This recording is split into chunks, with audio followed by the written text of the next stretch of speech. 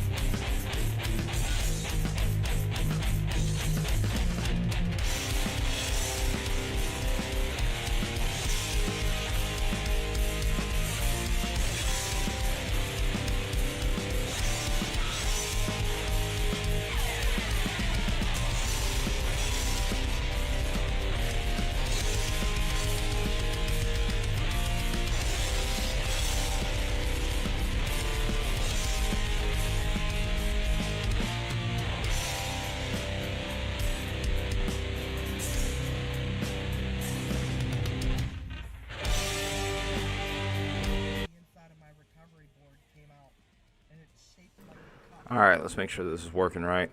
Check 1, 2.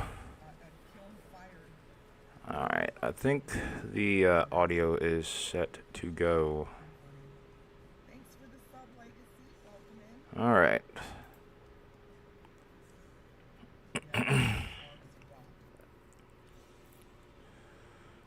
All right. See a few of you guys on here. Hope you all are doing all right. A couple things are still messed up with the interface over here for whatever reason. Oh yeah, do you remember that troll? So we find ourselves in an interesting situation early on to anyone who's tuning in for the first time this afternoon. We already have had a PDS tornado warning. We already had one in Michigan, of all places, which only had a 2% chance of tornadoes Hey, thank you, David. out in the Storm Prediction Center outlook. So, early start in an area that we weren't really expecting. There was a chance for severe weather here, I will say that, but it was a very low one. How you doing, John? So, yeah, could be in for a long night because I was looking at some reports earlier from areas further to the south, which would be the main event tonight. And those areas are looking pretty primed. We're seeing lapse rates of about 8. A lot of energy and a lot of unstable energy over there. So once the cap breaks, once you get a storm to develop over there, it's probably going to take off and take off pretty quickly. Let's take a look at the entire picture here. This is our PDS storm out ahead of where the rain is here, which is kind of surprising. Like I said, we weren't expecting a whole lot to get going here. And then our main event area is over here where we have the current tornado watches. Here's some that are a little bit further off towards the west. We have Iowa, we have Kansas in there, we have parts of Nebraska as well. We even have the capital of Lincoln sitting inside that tornado watch as well. And then we go back to the south, and this is where a lot of our interest is going to be over towards eastern Oklahoma, parts of northern Texas. And we could see this sneak into parts of Mississippi and even Arkansas before the night is out. So, like I said, we're going to be covering a lot of ground today. Appreciate all of you that are joining in, and hopefully those that are ahead to join in. With that in mind, we're going to pretty much be getting started here. We do have a couple of chasers available to us today. We have Justin out there. He took the trip from Arkansas all the way to Oklahoma. And then we have PA Storm Trackers out and about once more. They are all the way out in Oklahoma as well. So we're going to have some good eyes on there out there today. Like I said, we don't really have a whole lot going on in regards to eyes on this storm in Michigan, mainly due to the fact that, well, this just wasn't an area we were expecting to see this at. I'm pretty sure there were a lot of people that were surprised. I was actually still out about when this tornado had originally touched down. Three Rivers, Michigan looks to have been the spot that was impacted by this storm. It still has a nice little hook on it, so it could recycle, theoretically speaking. The other thing with this storm is it's discrete. It's all by itself. So if the energy is still out there for this storm, there's no reason that it can't continue. We were expecting severe weather over here, but it would have been later into the evening. And even then, it wasn't going to be anything to the significance in which this storm has impacted Three Rivers, for example. So getting really interesting, really spicy early on.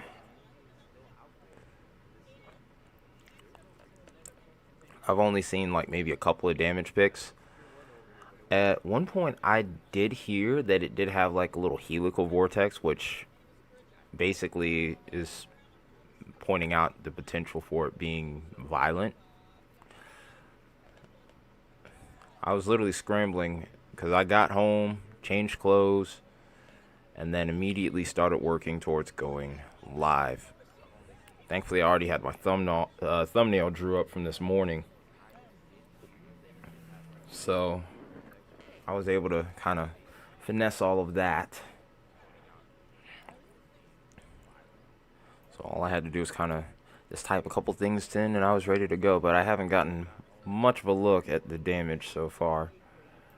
I'm really intrigued to see what happened. Well, just what happened with this storm. Oh wow. So the high school, so the high school took a direct hit.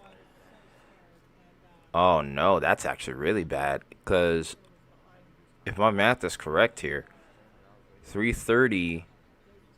It's about 4:30 here right now. Tornado probably touched down about 30 minutes ago, so those kids were definitely in there. Oh no.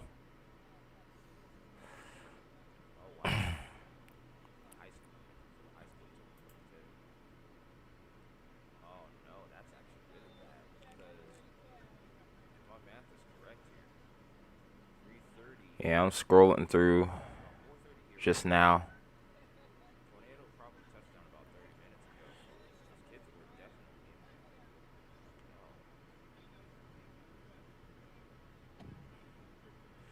There have been some gnarly radar images from this so far.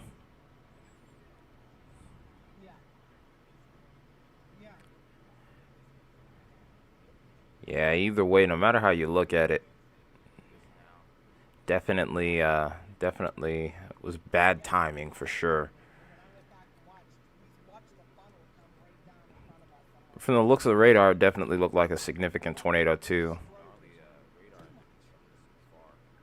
Honestly, that was one of the last things that we could hope for. One of the worst things we could hope for.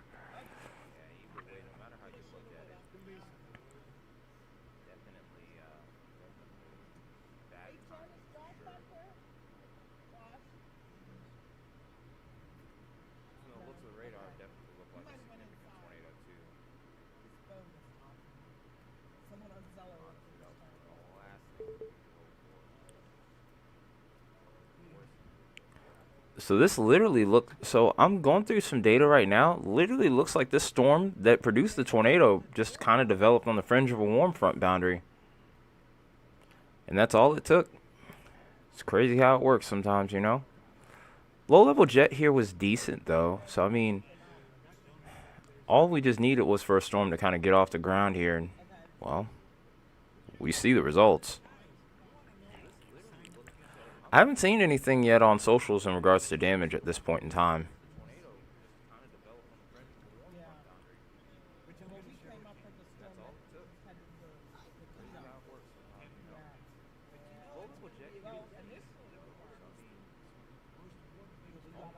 But yeah, this is definitely this definitely was a front glider.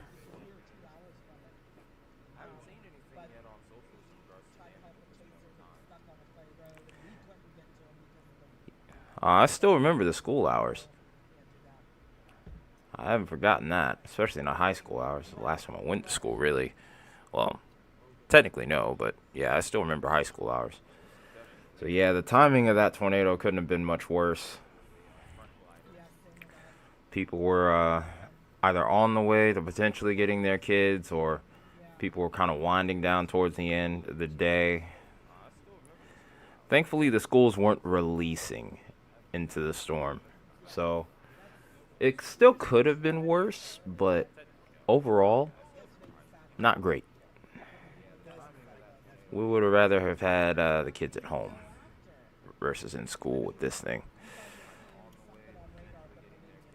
Or at least that's my thought on it.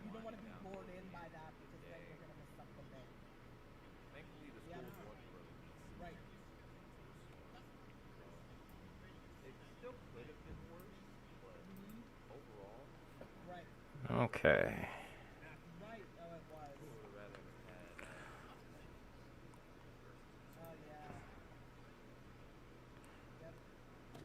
Alright. Already at 6 likes. Much better stream than last night.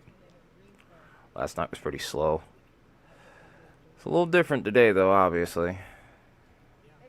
Okay, so as I mentioned before, this is honestly an oddball of a storm here. A lot of our attention is going to be focused much further off towards the south and west here. We have pretty much two areas over here to be watchful of. This northern mode is, I'm not expecting a whole lot out of it. We had this one odd discrete storm, as we mentioned earlier, But a lot of the action we're going to be looking at, we're going to go to full-on composite here so you can get a better look at everything. It's these two areas where we have the tornado watches. These storms in Oklahoma are starting to fire. We just need them to continue to develop as we go forward. And we'll probably start to see some action out of those. Eventually, this is going to spread into Missouri. I am kind of curious about the secondary mode here. I think that's going to be the final determining factor as to what we get with this. I guess you would still call it a northern mode at this point. There definitely is going to be a pronounced southern mode, though. Definitely send me that link on Discord if you could, Isaiah, or just post. Yeah, send it on Discord. We don't want any mix-ups on here. You put it in chat. If I end up clicking it, it might open up on like one of the Storm Chaser feeds, and then we end up having a problem.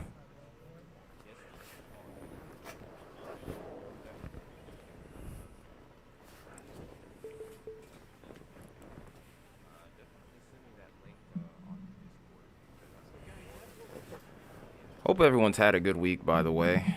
It's been an interesting one here. I'm still trying to fully recover from it, but I'm feeling better than I did. That's for sure. Do probably need to grab my phone here and make sure the rest of my groceries come in today. Yeah, definitely not trying to get in trouble here.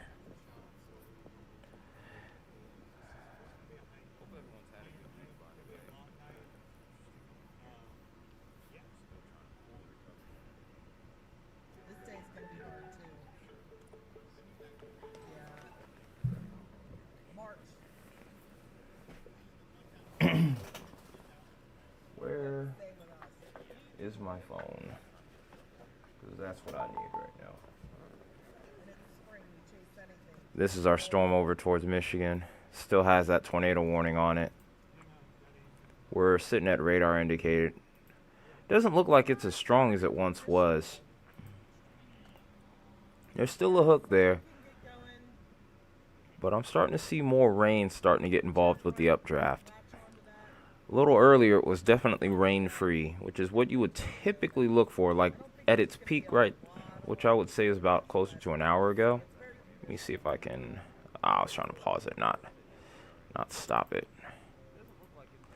When it was a little closer towards its peak, you could kind of see there was a bigger area for warm air to get into that updraft. And then as we go through the scans here, you can see that we're getting more and more rain trying to sneak its way in.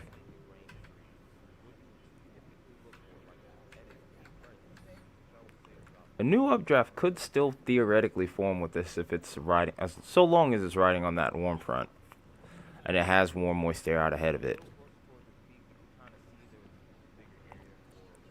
But the finicky part about storms like these, you can often end up seeing these kind of push a little bit north of that warm front, and you just see them just die rapidly. I think this one's just kind of riding in the cushion, if you know what I mean. You have to be a racer fan to know what that means. You have to be a racing fan to understand that, but it seems like it's riding in the cushion here.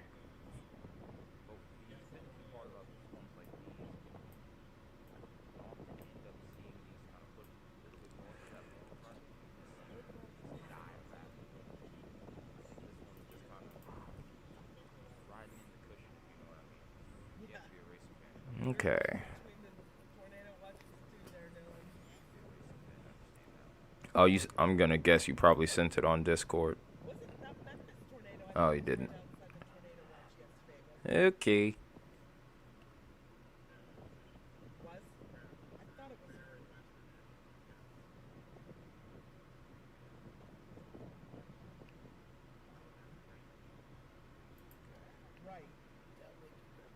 Don't jump the cushion. Yep.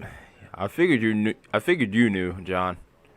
Don't jump the cushion. Bad things happen when you jump the cushion.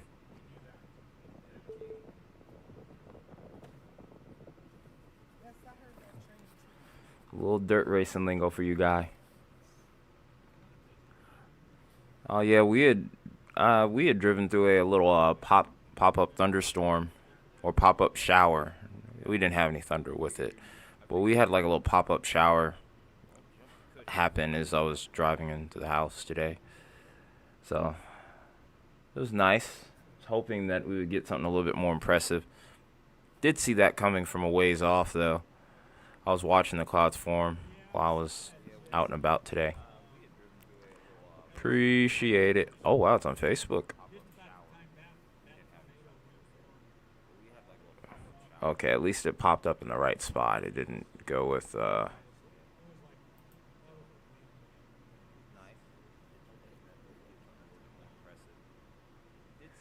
it's hard to see it on here. I think it's in its early stages.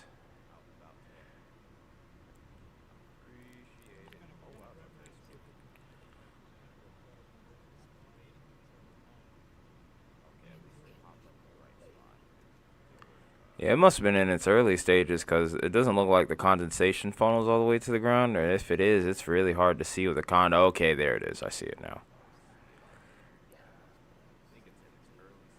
Am I getting anything tomorrow?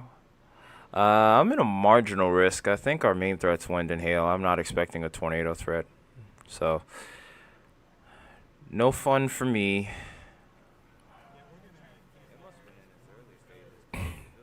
Oh, wow. Oh, wow. You can really see it.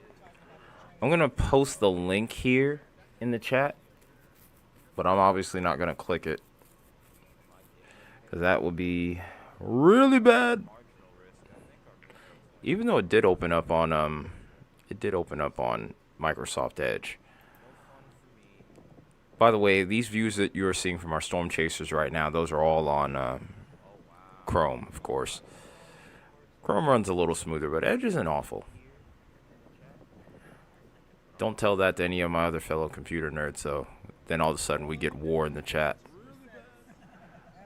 There's not enough of you on here to really start anything, though, either. Oh, you're in the Marge? You're in the Marge. Marge needs to be blue, just like Marge Simpson from The Simpsons. I was about to say fuck. Anyway.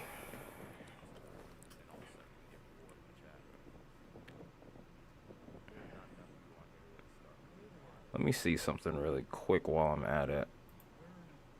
But yeah, we're in the marginal. Nothing noteworthy expected here. And there's even a marginal on Sunday now. Literally severe weather the whole weekend.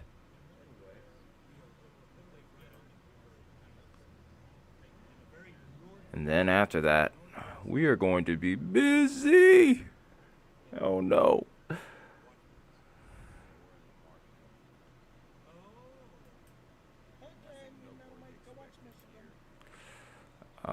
Here, by the way, here is that link. Just so you know that I didn't forget.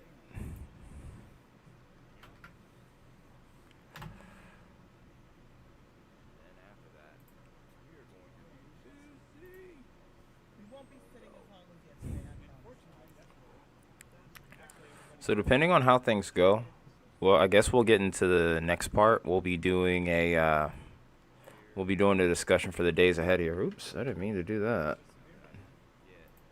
Sorry, guys. Still have our ongoing tornado warnings here. We're going to check back in with that. We're still looking at radar indicated warnings right now, so at least in the short term, not really too worried about immediate tornadoes. It does look like this storm is at least trying to recycle. Whether it actually does or not is still to be determined.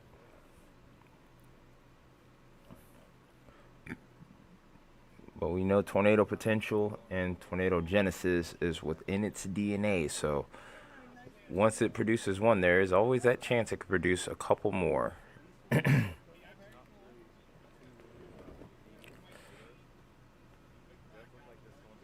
If this rain can stay out the updraft, I would not be surprised if it did it again.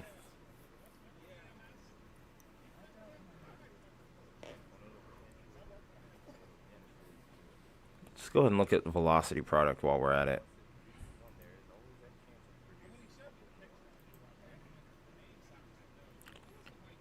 Yeah, that rotation does look like it's starting to die.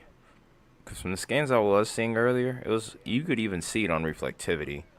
Oops, that's not what I wanted to do.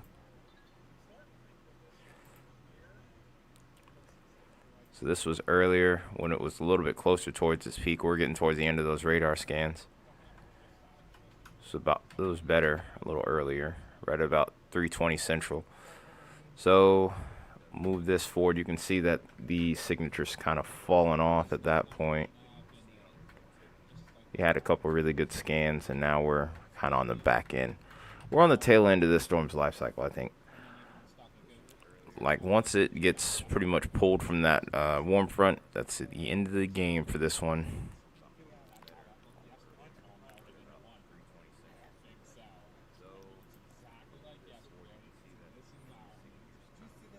Wait a minute. Oh, I spoke too soon. It's on the ground again. We have another confirmed tornado from the same storm.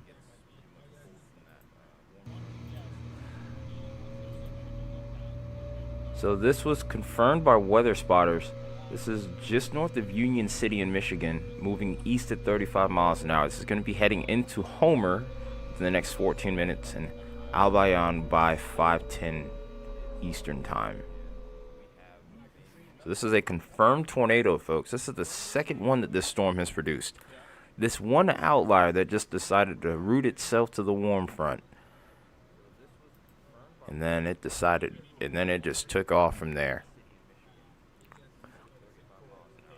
Post-mortem analysis is going to be really interesting with this one. I'm really interested in seeing what guys like Trey have to say about this storm. Maybe even Reed. But I know there are definitely going to be some thoughts. Homer Simpson. Ironically, we were just joking about the Simpsons and the marginal risk. It's almost a little too fitting.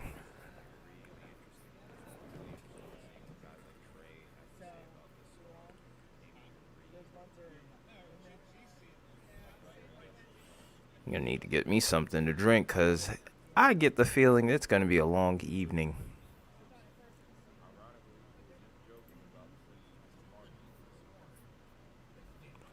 Also, guys, if you haven't, definitely would hope that you hit that like button. Would love to at least get to about... I would hope that tonight we could get to at least 20, if not more.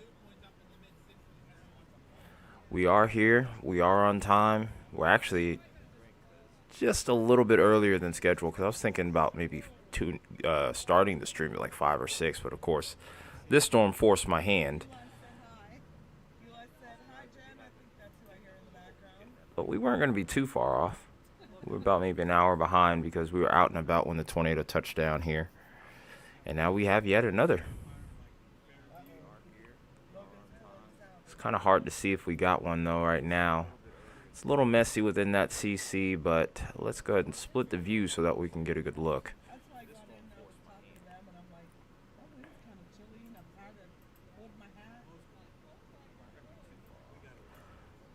I mean, there's an odd chance that there's something up in there, but it's hard. Like I said, it's a little hard to tell. It's just a tad bit on the messy side. It's not like completely illegible, but it's just enough to make you wonder. Oh. New meso discussion including the Kansas City metro area. That's big. We're starting to get some storms firing with this northern mode after all, which I'm a little bit surprised by. We actually have a severe thunderstorm warning with this too, by the way.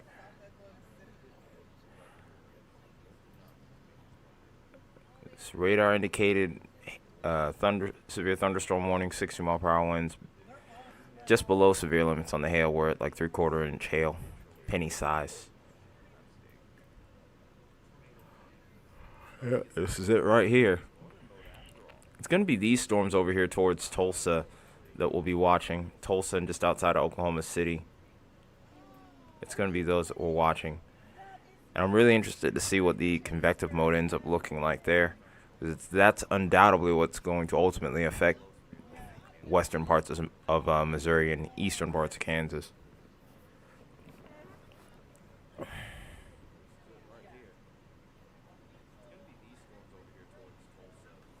All right, let's go back to single screen here.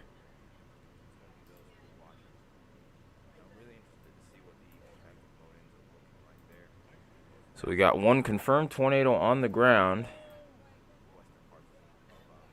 And we have new storms getting into fire with that southern mode. We're gearing up. It's going to be that kind of day. I'm getting that feeling this is going to be a long evening. In fact, I should probably get like a zip fizz or something to try to keep myself going.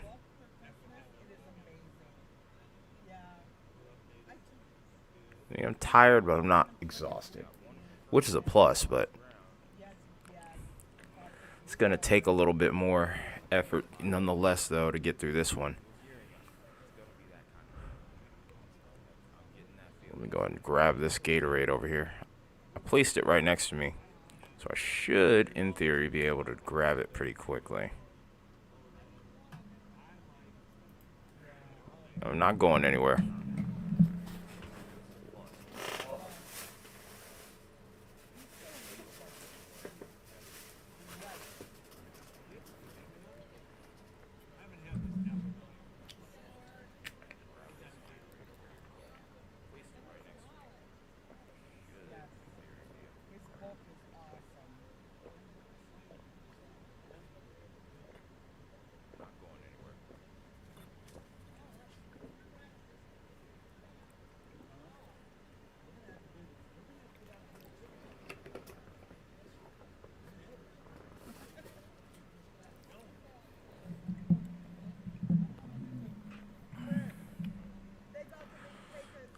All right.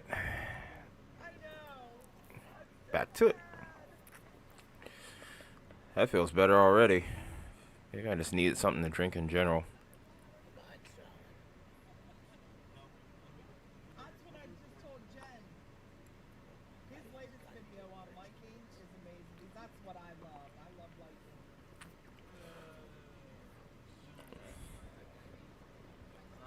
Over Union City. I'm wondering if the meso might have dropped a little further south.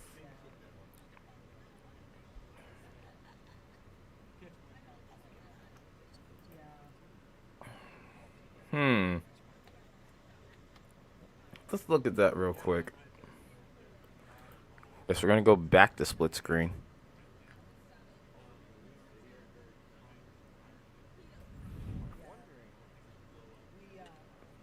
Let me do it. Let me go back to CC here. Oh, that was dumb. That was completely dumb on my part. Let's go back maybe one scan if we can.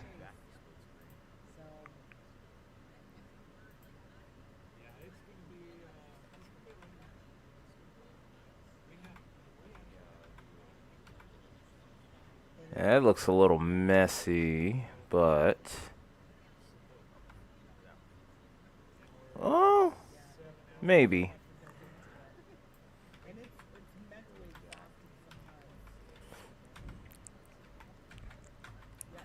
Yeah, I think that one's gonna have to be surveyed in order to really be able to tell for sure, because I don't immediately get the impression that it was dropping something right then and there, but it definitely was building towards it, so it seems like there's some validity there, but let me go back again. Hang on just a minute. Watch the CC closely. Maybe you, like I said, you might be onto something. Because look, there's a little bit, I think, unless I'm tripping here, I think I saw a little degree of spin. And if we did, then that was almost certainly a tornado on the ground by that point. Obviously, it was later when we got the PDS warning. Or not the PDS warning, but the observed warning. Which they've now kind of discontinued. We're back to radar indicated again. I don't know. But yeah, earlier it definitely looked like it was a little bit more pronounced. Like it was something on the ground.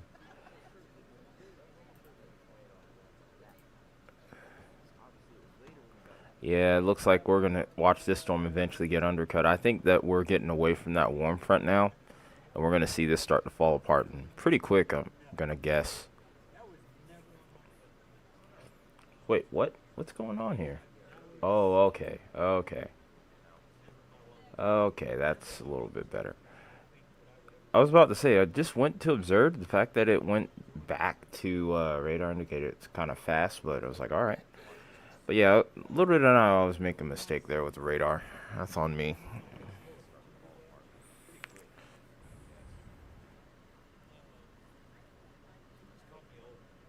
Make the best of it. Yep. Yeah, it can't stay on this warm front forever, right? At least that's what we hope. Because there were some very unique conditions to end up producing this one. It was in an environment where there was very low tornado threat. I don't even think there was a hatch risk here at that, and the fact that we got a PDS warning out of it was really telling.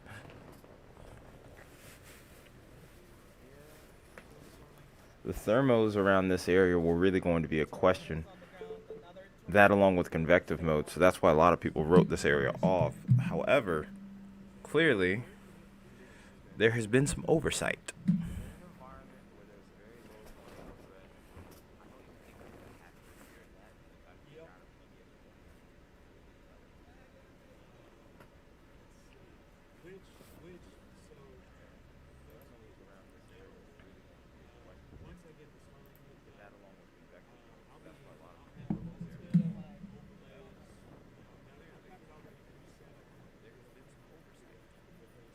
new one.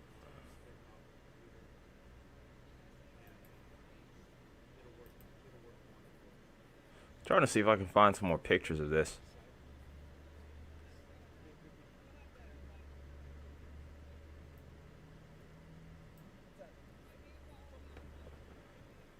I think I'm gonna run up and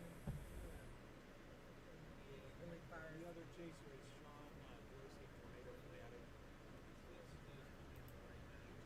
I'll be back, guys. Maybe Josh can talk. Yeah, still not a lot available to me right now. All right. Wait, hang on. Might have found something.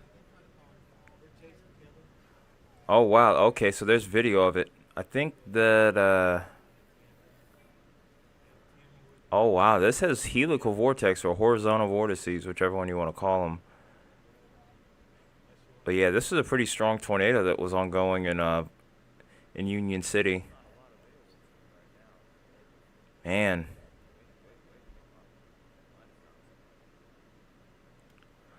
Also, there are reports of mothball-sized hail, half-inch hail right now, from Michigan storm riders. These are reports that are all coming in from social media right now. In fact, Union City's data here indicates that this storm could be leaning into EF3 intensity, at least early on, as far as the VROD is concerned. Obviously, it's not official, but this definitely looks like yet another strong tornado. It's just like I was saying earlier. These kinds of storms, if they get going, and here's the donut hole to prove, is further proof that this is on the ground. Oh, wow. But one thing about these kinds of storms, even if they aren't in the best environment, if these start going, then there's no reason for them to produce multiple tornadoes, especially after they get it right the first time. It's in that, like I said, it's in that storm's DNA. So to see this doesn't surprise me. My concern increases because, as we've mentioned before, areas further off towards the east have denser populations, and that could turn into a major issue if these tornadoes were to hold together. In this case, tornado.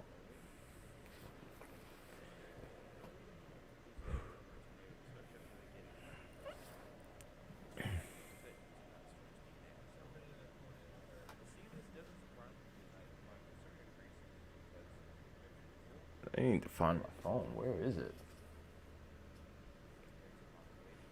I could have swore I had it right here, just next to me. Get some music going now at this point.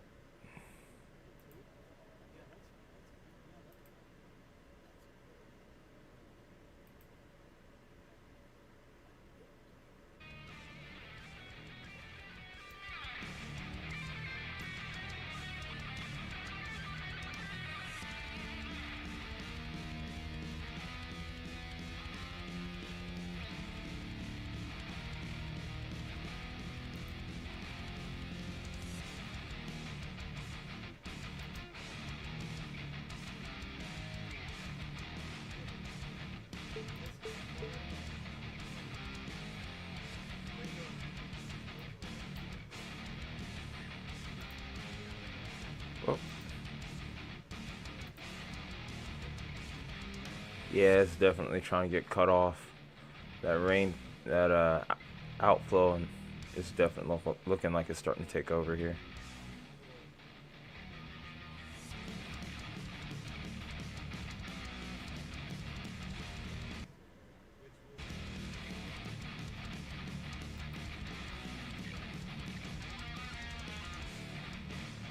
Might need a little moment here.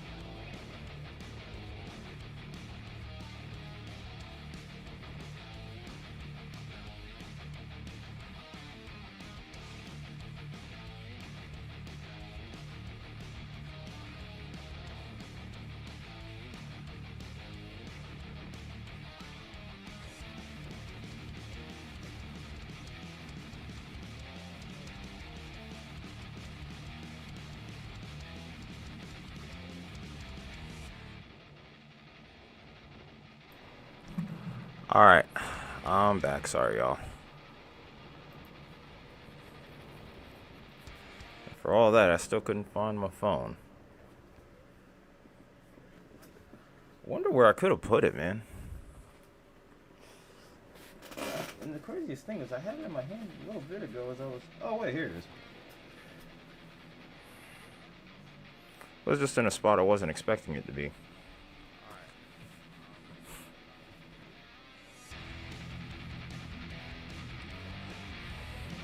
Just trying to find us. I was just trying to add a few things to my grocery list. I'm getting the groceries delivered today, obviously, but still, you know. I still have a little bit of time, so I should try and take advantage of that and make adjustments as needed. There's probably a couple things I could do without on there to move some things around.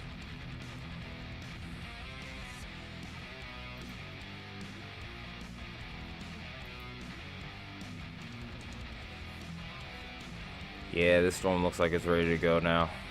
That undercut is about to happen. And it's gonna be pretty serious.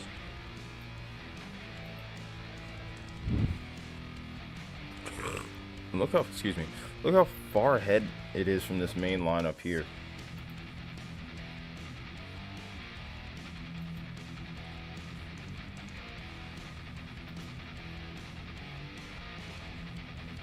Oh, hey, we got a severe thunderstorm warning over here towards my neck of the woods. I'm pretty sure this is a little bit further off towards the south. It is. Something like far southwest Georgia, over towards like Albany.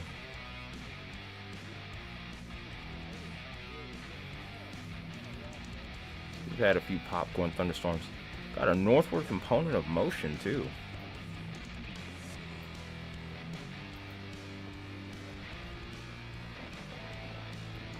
Seems like all the action is probably staying away from us. Yeah, that one little pop-up shower and the rest was history.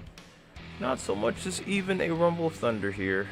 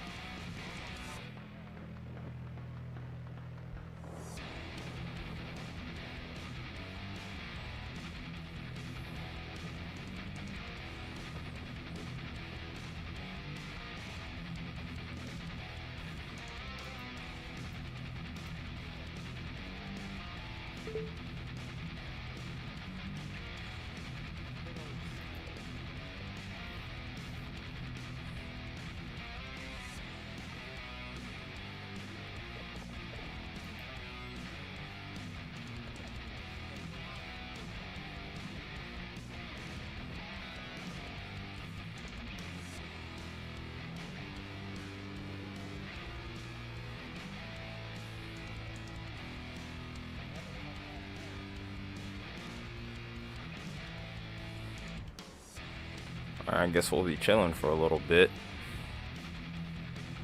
I'm gonna wait a little bit longer before I get into a discussion with tomorrow and also the week ahead, because the GFS and all the other weather models should be starting to load in around this time.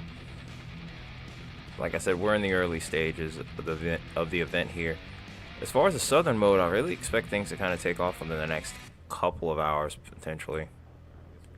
We mainly got pulled live because of this tornado warned storm here. I think we're starting to get into more stable air, so I definitely think it's at the end of its road. But I will be right back. I'll be just kind of intermittently popping up on here. Try to save my energy for the main part of the event, which will be a little later.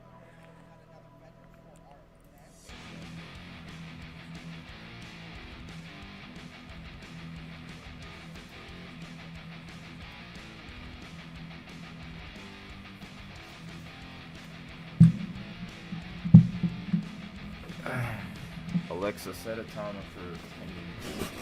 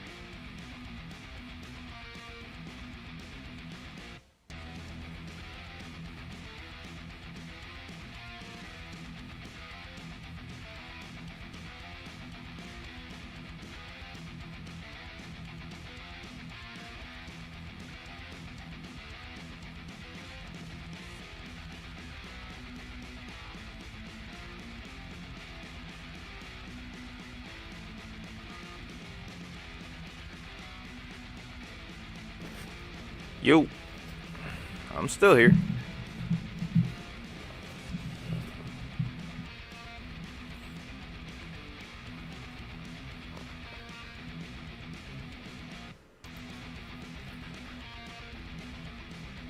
Wish there was a way I could show my PlayStation on here at the same time, maybe. Just so I could show you guys some of the games I'll play occasionally. Although, like, I'm half tempted to play zombies while I wait for these storms to kind of really take off in Oklahoma. But, yeah. I turned off the camera mainly because, like, I would feel kind of weird just, like, constantly looking away from the computer screen. Because I really expect the main event to probably get going right around sunset. Oh, and in the meanwhile, too, I think we had another rain shower actually go through my area because I was hearing something hit up against my windowsill. Seemed like it was too light to be a rock. Definitely wasn't hail or anything like that, but I think it rained again. Let me actually go ahead and look.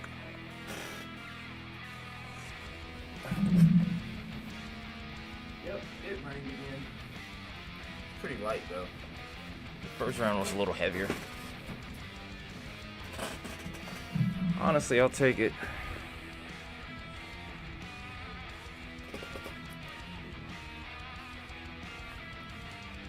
Sorry guys, it's so slow right now, but seems like the timing, just that supercell that we had over here, it's now actually getting kind of close to Detroit.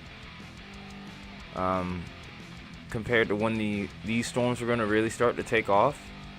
It kind of threw us off a little bit, but hey, we'll be here for the long haul.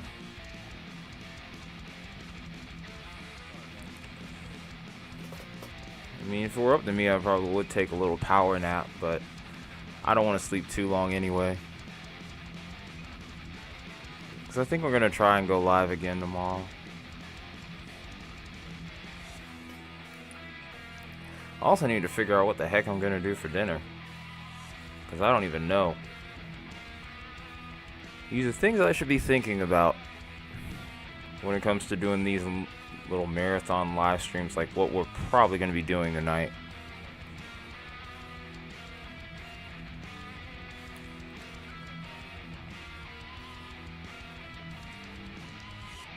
Oh, we do have a tornado warning. This got issued like literally a couple minutes ago. Yep. Never look away from the computer screen, Ty. Alright, let's see what we got here. I'm just wondering which radar site would be better. Henrietta. Familiar territory for the channel from a couple of years ago. Alright, so we have a radar indicated tornado warning here. Expires within an hour. Jeez. This literally got issued a couple minutes ago. I guess we could sound the siren for it. Ah. But this is Omoki and Okfuski counties. This is over Faro, moving northeast at 40 miles an hour. So we'll have to watch out for Bryan, Henrietta, Schulter, Okmulgee State Park, Morris, and Faro. Also between mile markers 228 and 236 on I-40. This is radar indicated though. This is not on the ground. How you doing, G bro?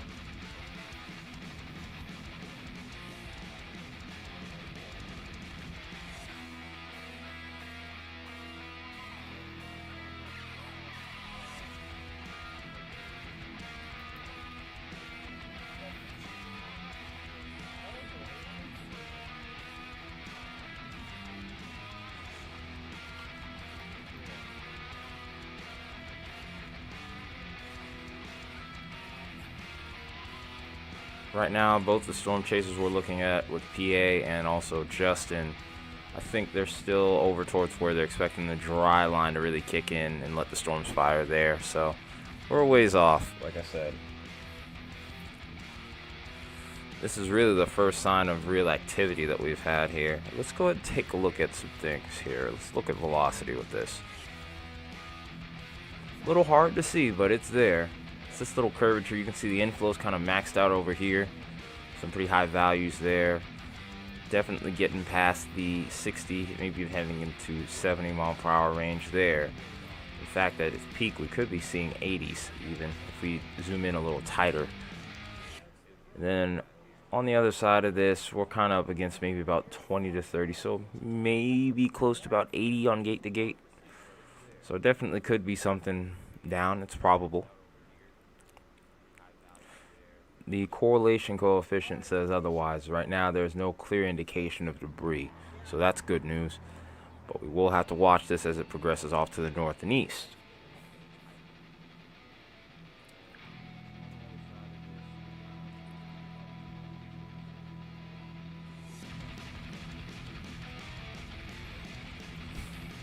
Still trying to add more to my grocery cart too while I'm at it.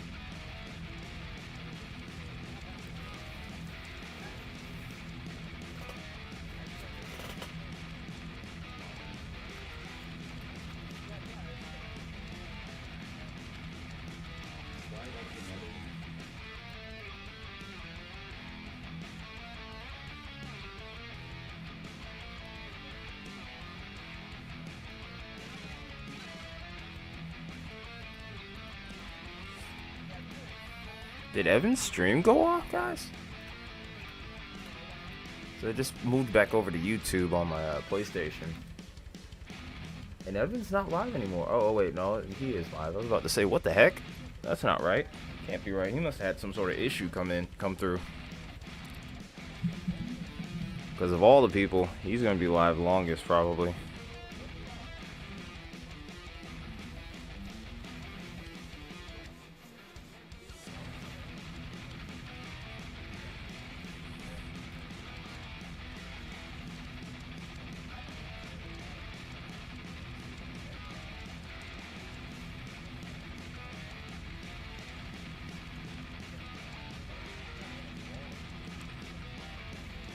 Oh, nice.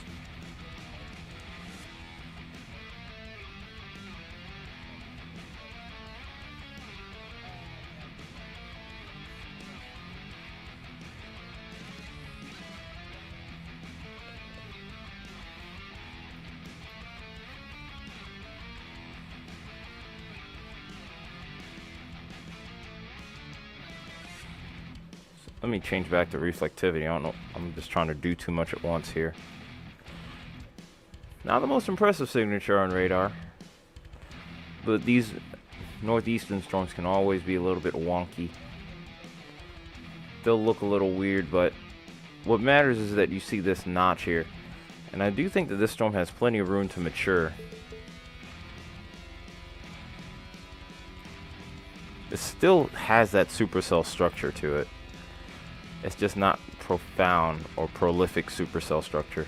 At least not at this moment in time. But I do think that it can organize and continue to grow. It's in the right environment for it.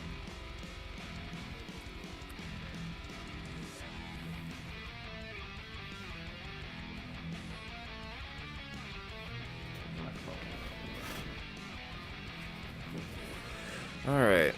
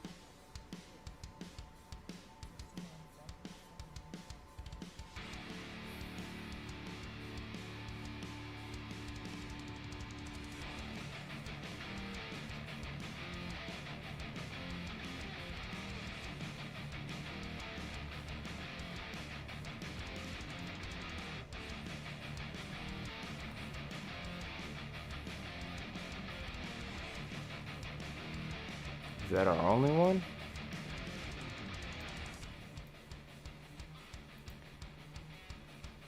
Yep, that's it though.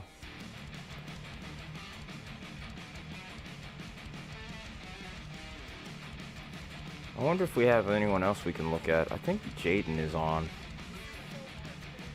I'm trying to be a little bit conservative with my computer so I don't completely fry it at the beginning. Because like I said, we got a ways to go before we even get to the main event here. I think a lot of guys, though, I think they're going to go with Kansas, wait for that dry line to kick in, which is going to probably be, like I said, in the next couple of hours or so. Alright, let's look and see what we have though. Maybe, just maybe, we could show Jaden.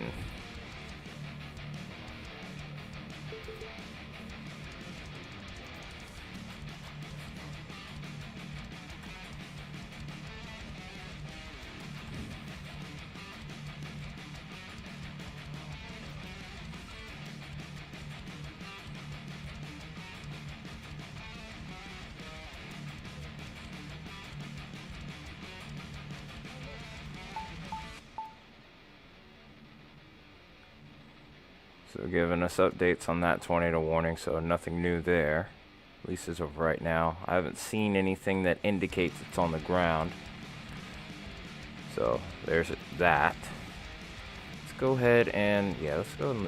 Oh, we have Storm Chaser Jones on here. But yeah, I think it looks like even he's also playing the dry line game. I think that's the play with everybody. Everyone's going for the dry line, because that's where all the action is expected to be. Jai's also probably doing the same thing. Yeah, everybody's playing the dry line.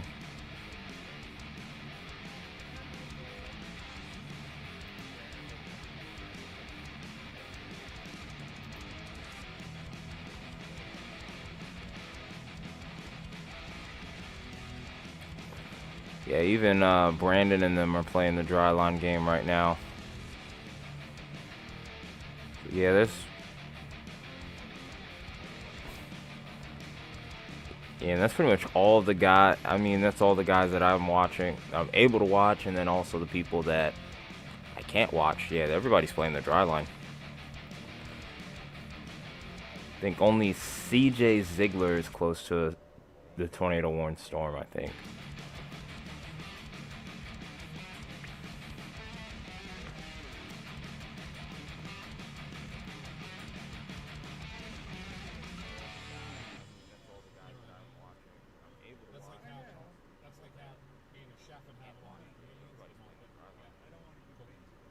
Yeah, me too, personally. It just sucks right now since we have that one tornado warned storm and we're slow. That's the only thing. But yeah, it's the right play. I mean, this is one of those kinds of setups. So, can't be mad at them. It's just, you know, we play the waiting game.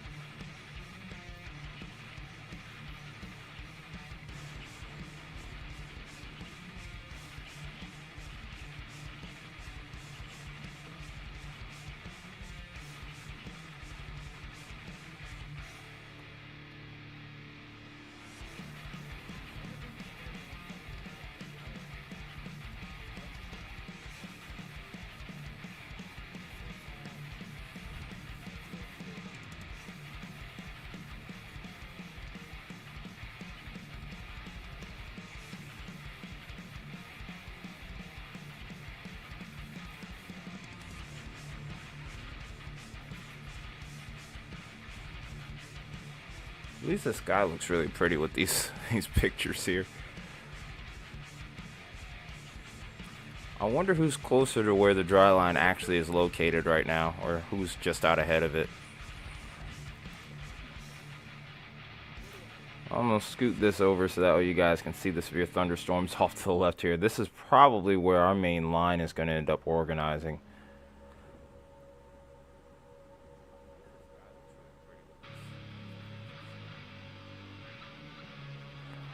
I wonder if there's going to be anyone that chases the QLCS part, decides to go after all the tail end Charlie storms. And if I'm being completely honest, even though I didn't really get to talk about this setup with you guys as much as I would have liked to, I do think there's going to be a few QLCS tornadoes. This does have that look to it, you know? It really does.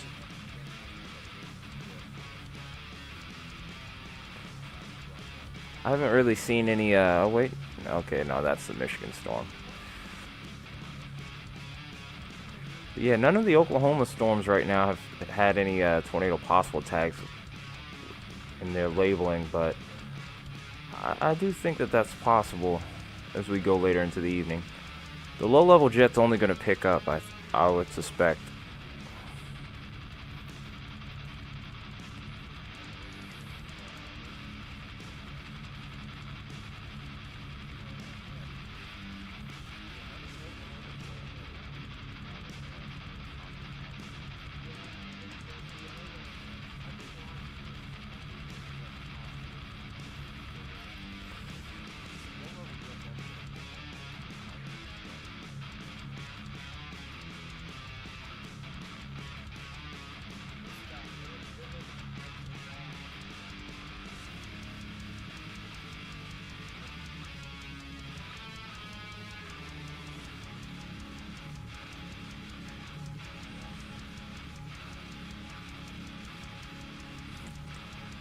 MX, you're already wrong. This dropped a tornado in Michigan out of nowhere that was PDS warned.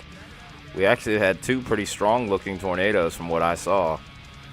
They even had helical vortexes, so you don't get those unless they're about EF2 plus. From early VROT, it actually indicated already EF3, so I think you might be underestimating this storm system. And this isn't me trying to hype it up, that's just me stating the facts. Because if you look on SPC reports, the two Michigan tornadoes are already there, and they're already on social media.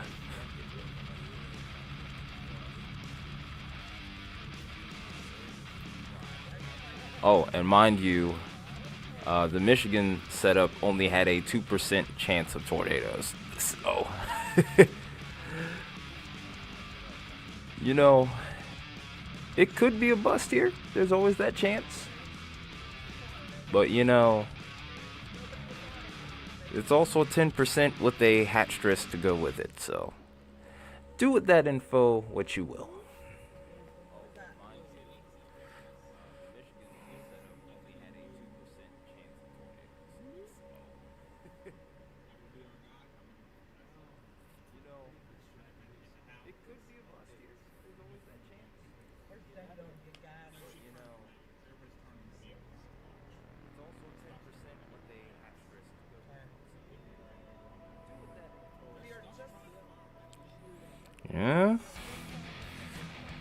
Yeah, I wasn't planning. I originally was planning to stream at like 5, maybe even 6. And then literally as I'm coming home, I get a note on my phone from Discord. Isaiah's talking about big tornado right now in Michigan. I'm like, wait, what? So I take a peek at the radar image. I see a discrete supercell just riding along on that warm front and just causing all kinds of chaos. There's videos of it ripping up roofs and everything. So yeah, definitely wasn't on my bingo book to see Michigan get, but hey, Mother Nature's doing what she wants to do. Then we also have the winter weather side of this too. I think there's a meso discussion here. For heavy snow, yep, there is. So yeah, this storm system's a lot stronger than what I think all of us are really giving it credit for. But yeah, I think that these storms are really going to start to take off around sunset.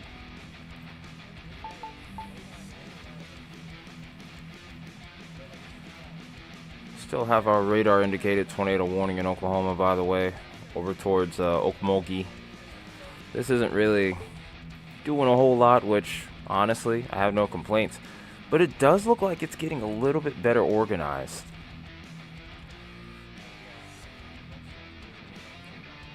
The supercell is kind of struggling a little bit, but there's still something to be had here. It looks more like it's kind of a shear line. I think this could probably produce a gust NATO or two, or land spout, but I don't immediately see a tornado threat with this. Rotation's there, but it's very discombobulated, very broad. Nothing super duper organized at this moment in time. But I get the feeling that if it continues to hold its structure together, it's going to organize pretty quick.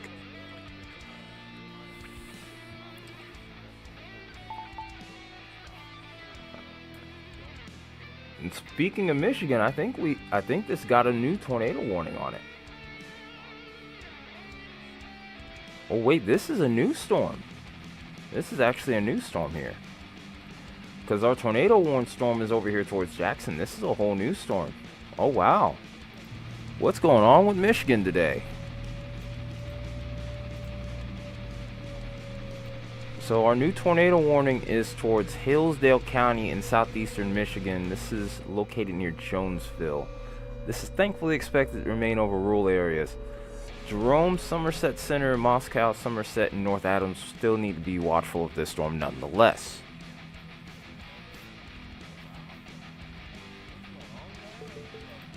But for the most part, the immediate threat doesn't seem to be heavy population centers or anything of the like. Looks like it's kind of far from the radar too. Well, not really. It almost kind of feels like a blind spot though too. It seems like it's somewhere where the rain would be too, so it would be hard to see it if it is on the ground. But it definitely looks like it's on the backside here. But yeah, somewhere up in there, from the looks of it. Because yeah, that's where it looks like the rotation is being highlighted, is somewhere up in there. So more than likely either rain wrapped or just pretty much blocked by rain. You're probably going to see it best if you're on the backside of the storm actually. It's a little different.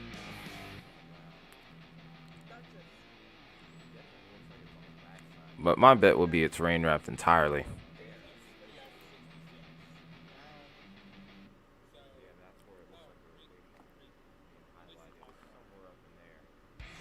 If this storm does ramp up like the other one though, we're going to see a pretty gnarly hook form with this.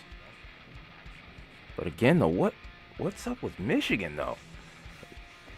It's a lot further out than I expected it to be.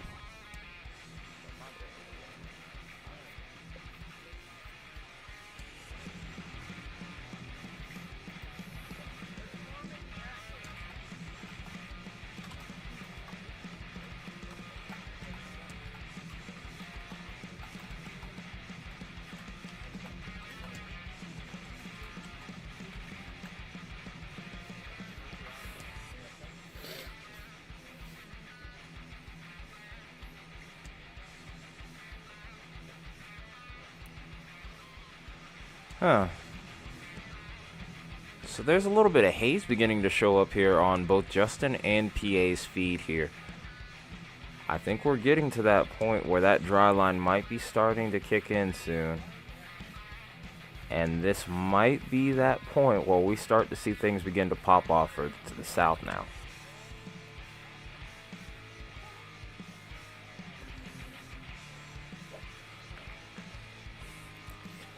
I need to quit playing around and add whatever I need to add to my grocery cart.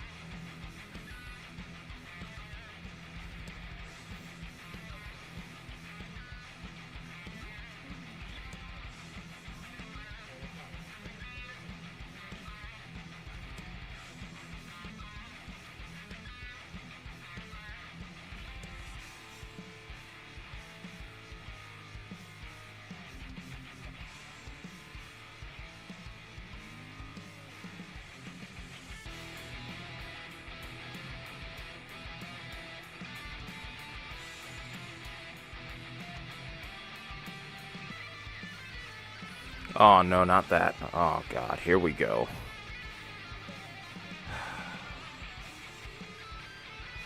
I don't know what's going on with OBS, man.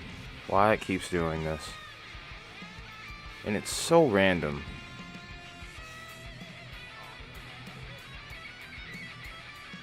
Internet's completely fine. I don't know why the frames just drop like they do all out of nowhere, you know. So everybody make sure you hit that refresh. Because I don't know what the heck's going on with my computer, but... Or not even the computer, it's really OBS. Like, we get these random frame drops from time to time. And it's completely inexplicable. I just don't understand how we get to that point.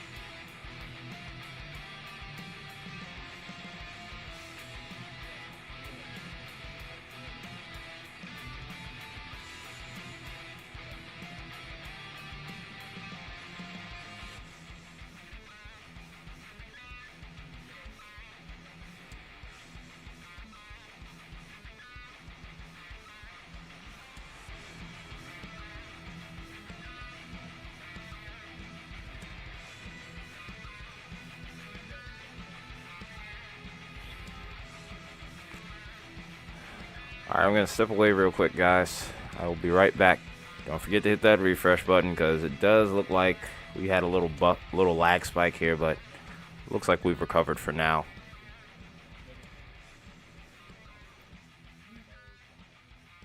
Evan showed up. Step away real quick, guys.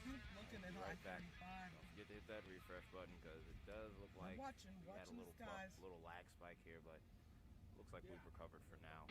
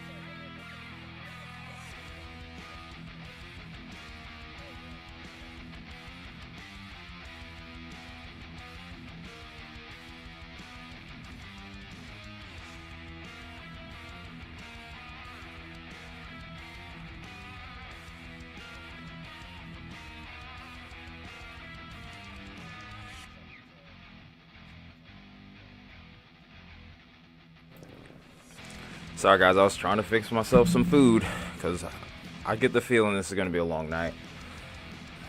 But yeah, we had a classic looking supercell. We have really two classic looking supercells before I had left to fix food. This one in Michigan looks like it's really starting to get itself together now, so we got to watch that. I was only thinking we were going to get one. I didn't think we'd have a second. It's a little bit far from both the radar sites, so it's going to be hard to really hone in on that one. That Oklahoma cell was really starting to ramp up before I'd stepped away, though. The hail size also went up from the last warning. Oh. Oh, yeah. This thing's going to take off at any time here. Then we also need to watch this one, because this was the tornado warning storm from earlier. It looks like that supercell is still struggling. So this is a new one that we're getting here now. So, shoot. It's going to be hard to eat these because of the kettle chips. I don't want to make too much noise. I don't want to crunch into the mic, but I'm going to try to just manage my bites as best as I can.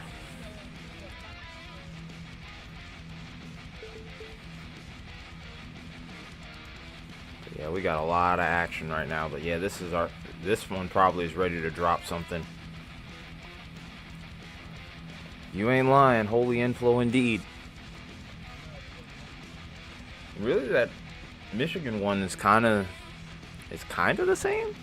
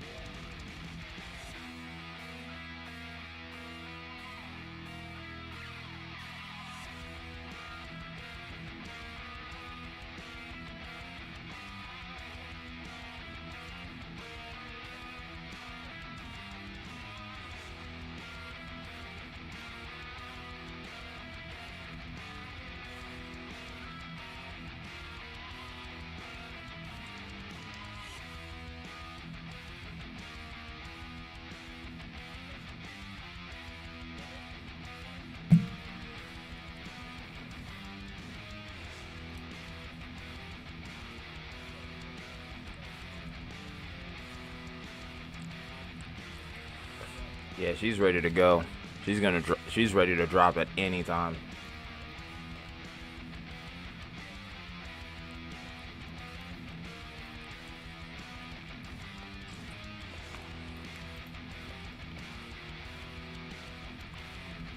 It's gonna have that donut hole presentation. And also, no, I'm not doing ASMR. You already know this, Isaiah. Y'all would have to tip me at least like $20 in order for me to do that. And even then, I probably still don't think I would want to.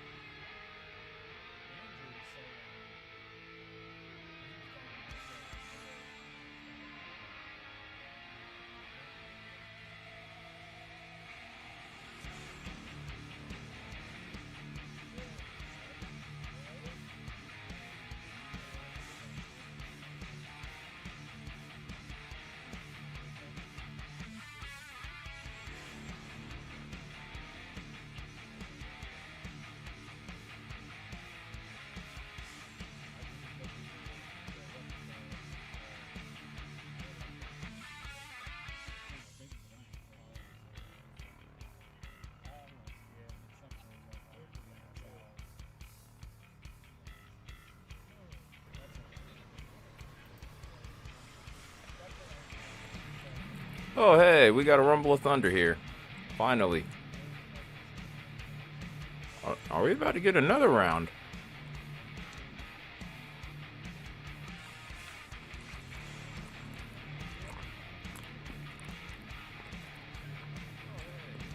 Well, in all fairness, if we're really thinking about it here, it's rained twice today and the temperature only dropped from 80 to like 76, so probably still plenty of energy, plenty of moisture left to work with. Ground evaporated, just a little bit of surface evaporation to go with it.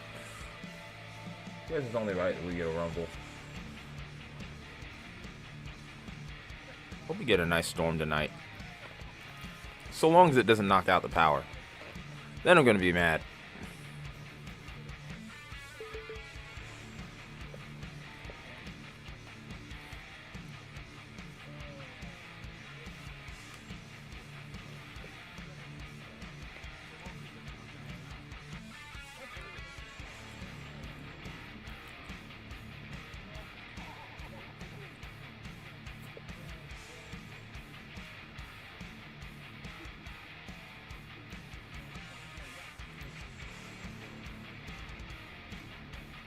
I wish this would get closer to that radar site here. Because we're on the far side of this radar, and this radar. It's a tiny radar hole, but this storm just so happened to form up in it.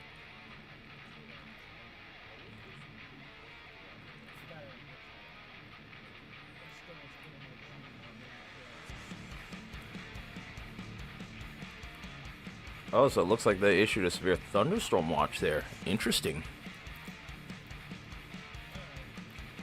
There are some portions of that line that's on the tail end that is going severe, though, so I guess that is warranted.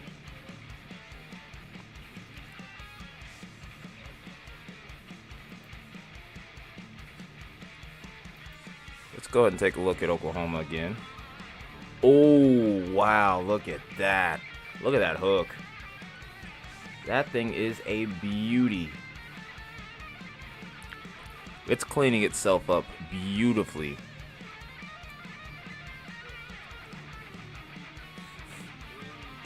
Some solid road options too, so if you can get out ahead of this, I'm pretty sure you'd have a nice little visual.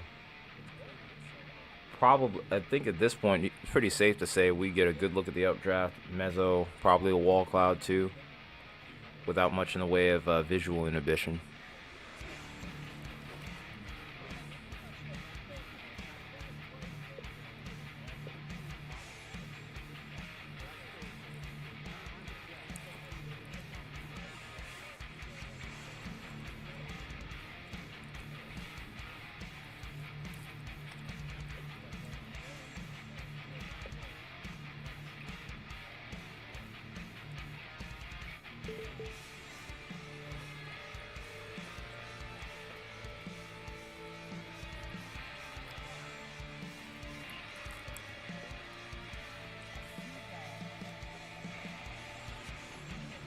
And it's heading in a good direction along the highway too. Ooh, that would be really nice. Like, this would be an excellent storm for me to chase if I was there.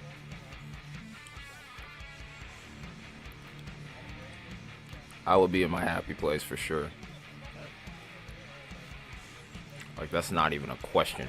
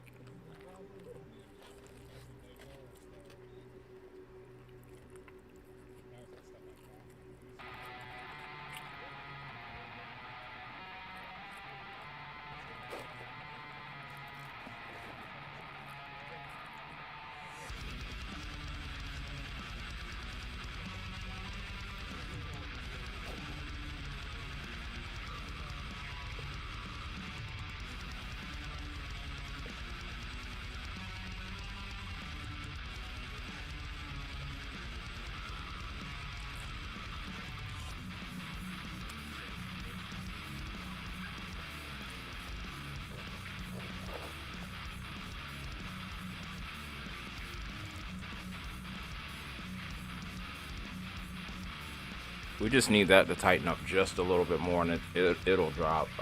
I'm almost certain of it.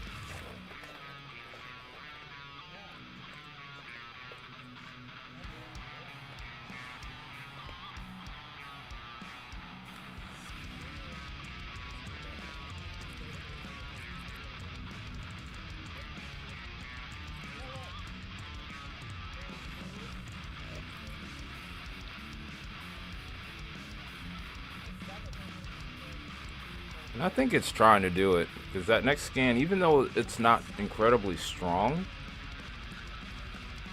it does seem like the green gets closer to the red every time. So we already have our sign of inflow. We already know that the storm has a degree of rotation here. It just doesn't seem like it's wrapping up fully just yet. Yeah, it's not doing anything rapidly yet. But that updraft is definitely maturing.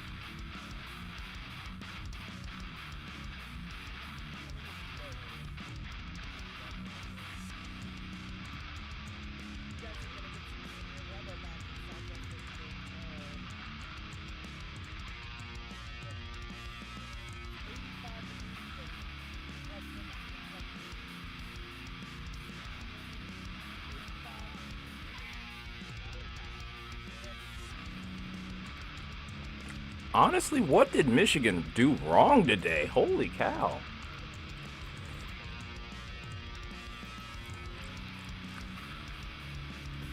Well, the Michigan tornado warning's been allowed to expire at least, but still.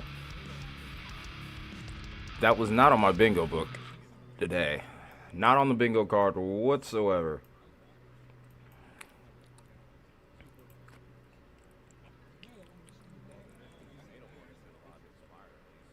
Yeah, I can see this new cell. I think these are forming just north of the warm front, or the warm front's kind of pushing north and it's interacting with it briefly.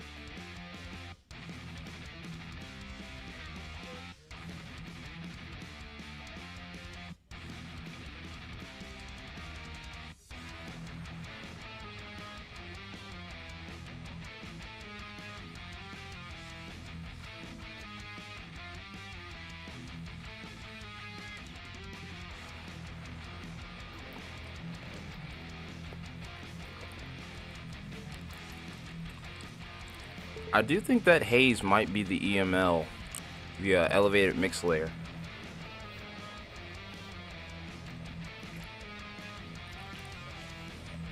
That mixes in with the dry line here. Might be just the wake-up call we need.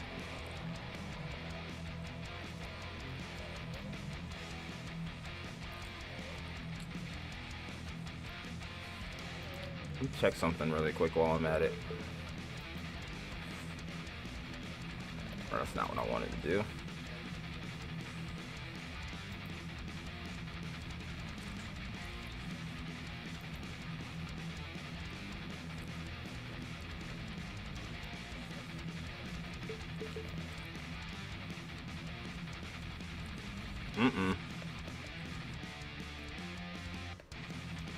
I guess our little surface observation is going to have to wait then, isn't it? I was trying to get a gauge on what the Cape is looking like. Okay, yeah, we're at about 2,000, so that's about right. Okay, let's go back. No update to the warning yet.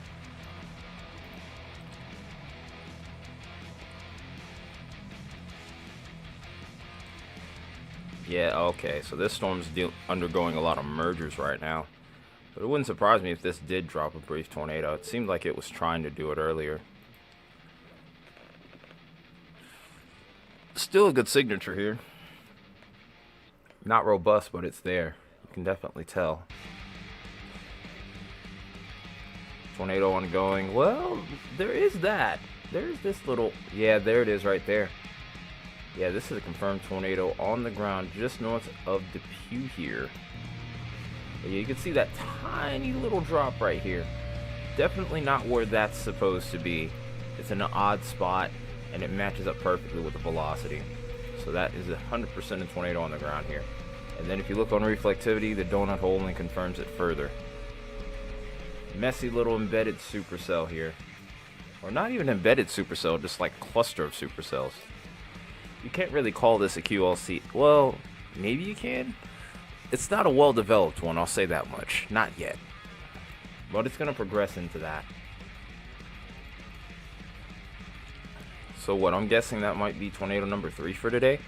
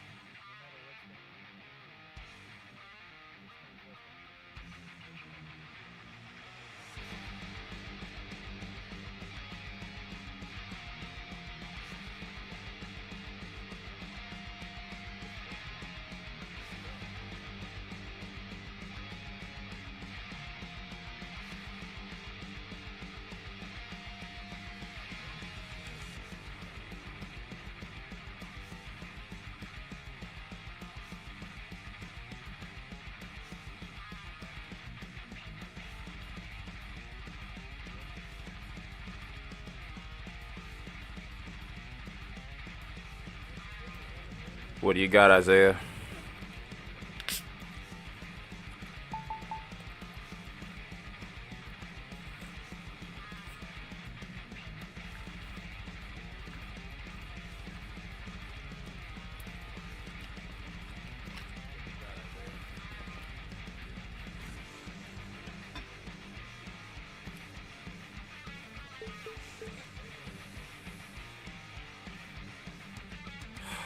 I was hoping you weren't going to say that.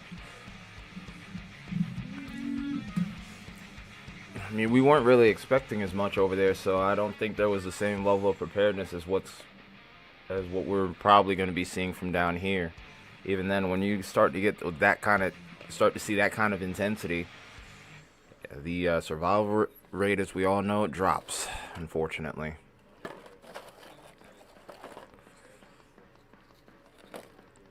Yeah. Should we get the power outage map on this one? Should we bring out the power outage map? I want to know what you think, Isaiah.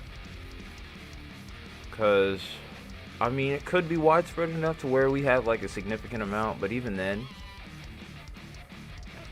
we have a decent bit on the screen. I mean, we could bear to have a little bit more, but I don't know.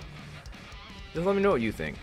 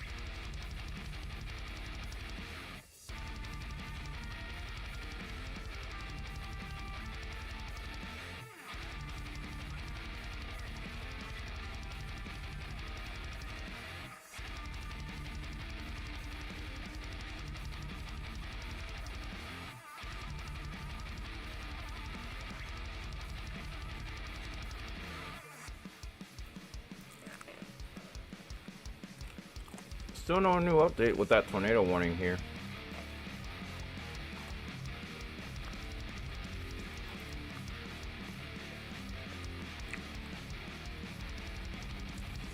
Definitely a donut hole, and there was definitely like a small little pixel there on the CC. Looks like it's probably gone already.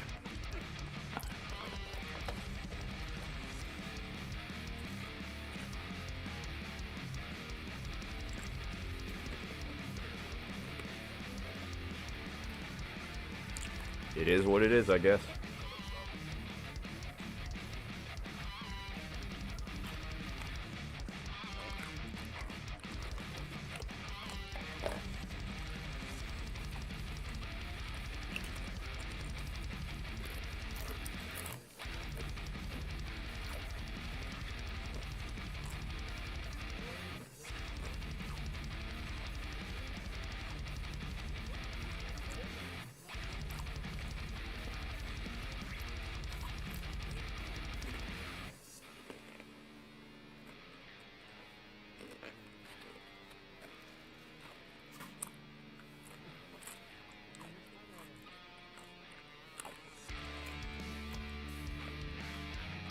Who even is this, by the way? Oh, that's Brett Adair. I remember him.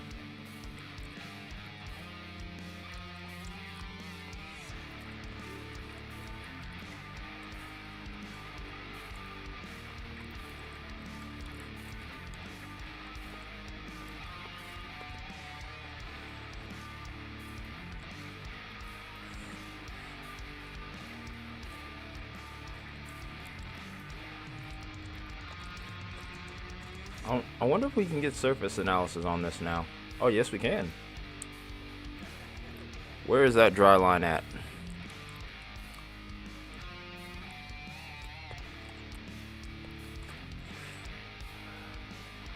Yeah, we already know about it, contingent. It's just they haven't updated the warning. I don't understand why. I mean, it was pretty clear for at least a moment that there was a CC drop. I still can't really tell now, but I'm gonna guess yes. This pixel just seems like it's a little bit out of place, and then if you look at velocity, why isn't this observed yet? What's going on here? Come on, National Weather Service. Where you guys at? Because that couplet's actually gotten stronger.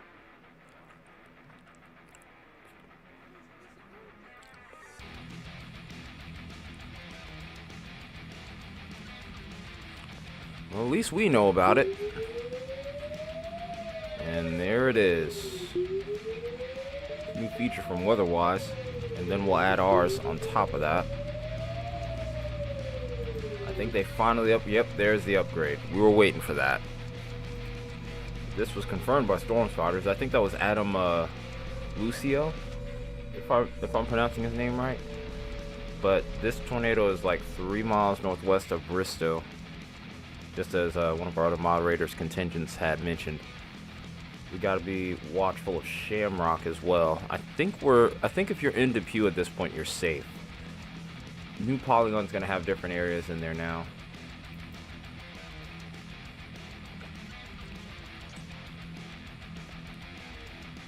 So shifted a little further south. I wonder if this ends up becoming a right turner.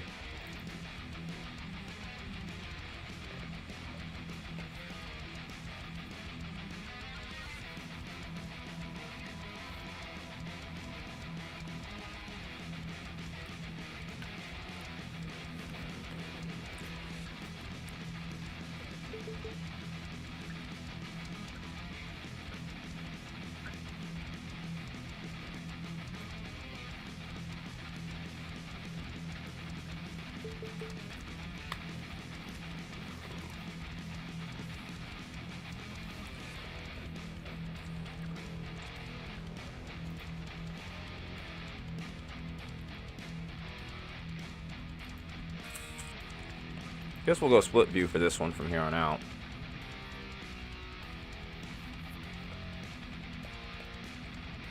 Oh wow. Look at that. Look at this debris ball. Look at the signature beginning to come in. Yeah, that's a big tornado.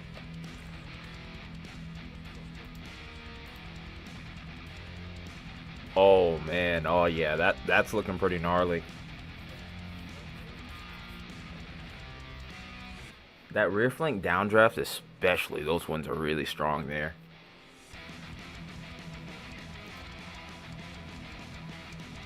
So where's my marker at? Let me see if I can get that. Yep.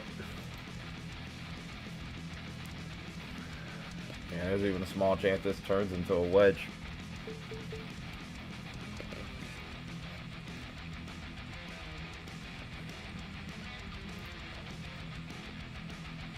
Yeah, there's that rear flank downdraft right up in here.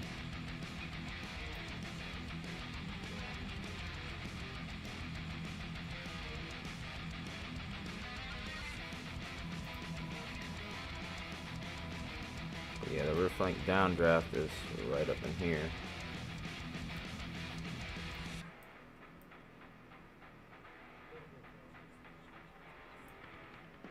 Or that could be the forward flank. I think I'm starting to overthink it now.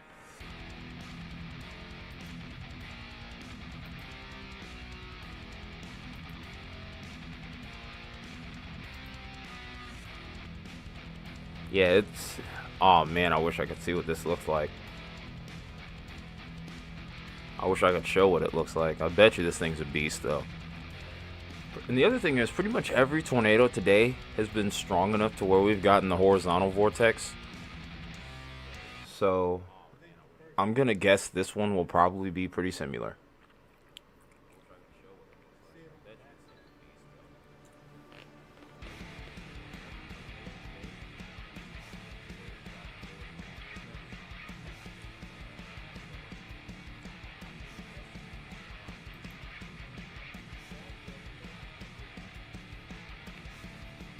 New CC scans coming in. I'm really looking forward to seeing what the velocity has to offer here. Should be coming in within the next minute or two.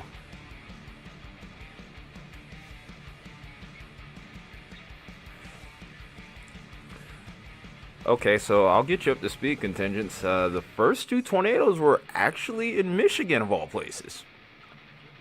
I really was surprised by that myself, truthfully.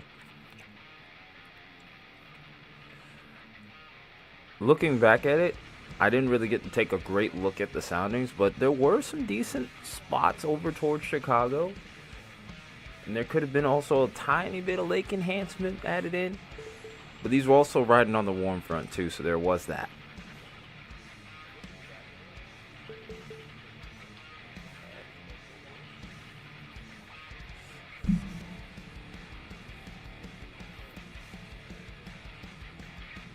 But yeah, it's already been a little bit of a day, and well, I think the main event's starting now.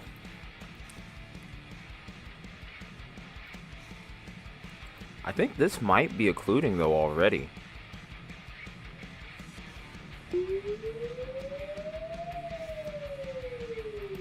So they're allowing that to continue, of course. That only makes sense. Until we can confirm it's lifted, you got to keep the observed tag. So now we're shifting our attention more towards Sand Springs, Keystone State Park, Manford, Sapula, Kellyville, Kiefer, and Tulsa.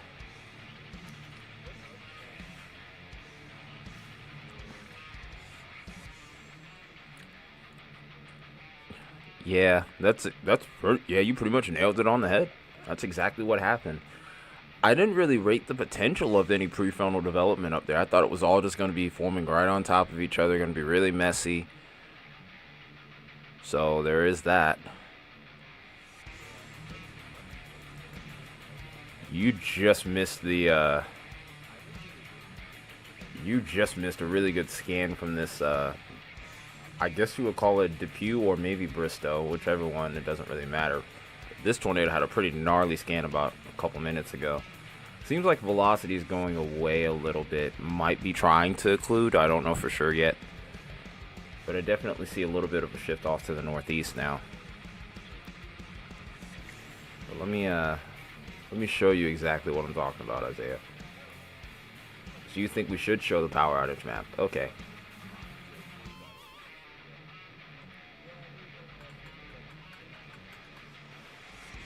Yeah, this is one of like the last.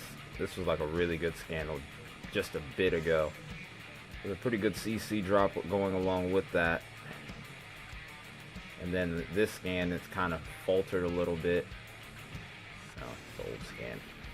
But yeah, this is where we're at currently. It looks like we're losing some of that inflow now.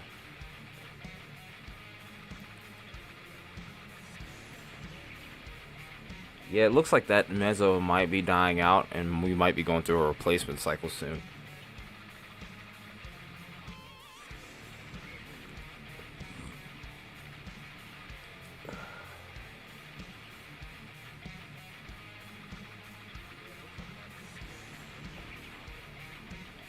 Oh shoot, they're shopping now. I didn't get to add what I wanted.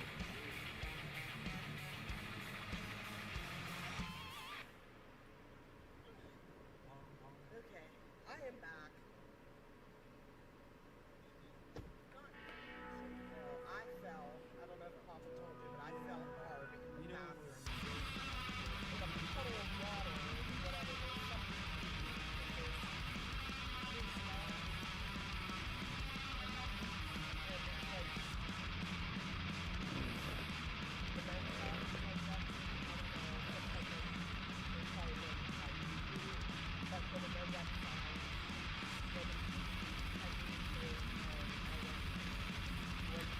Uh-oh.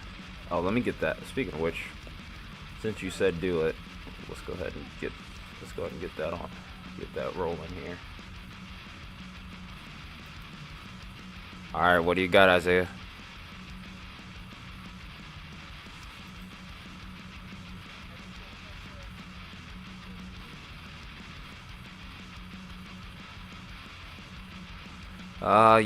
Yeah. It's I wouldn't say that it's not on the ground still. I think it is, but it's definitely a lot weaker. But yeah, I think this storm's probably going to try to recycle and produce another.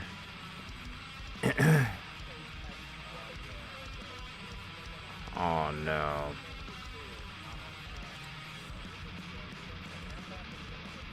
It's exactly what we were worried about. The second that it happened in Michigan, I had a bad feeling about it, mainly due to the fact that, well, I mean, like I said, that wasn't really the area that was highlighted, you know. So that always is a concern. And then on top of that, the violence of that tornado also doesn't do any favors for anybody. Just the survivability of that drops off already once you get to about EF3 plus. Most buildings start to fail at that point. So that, and then how rapidly that storm kind of took off and produced a strong tornado, did no favors for anyone. Multiple fatalities, man. That sucks.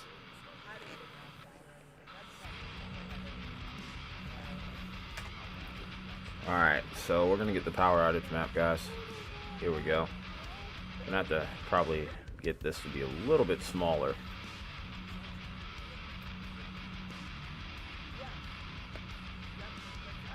If you see any pictures on Discord, obviously post them, or pictures on socials, post them in Discord. Obviously, we aren't cleared to show them here on stream. And then, of course, if you want, you can post a link in the chat after I've looked at it.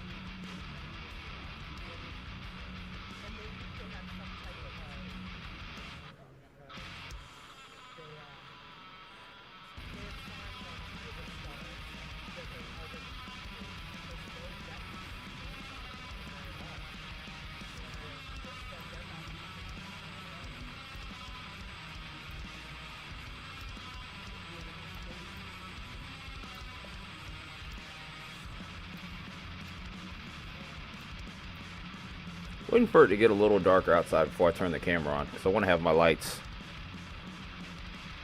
Oh, you sense it?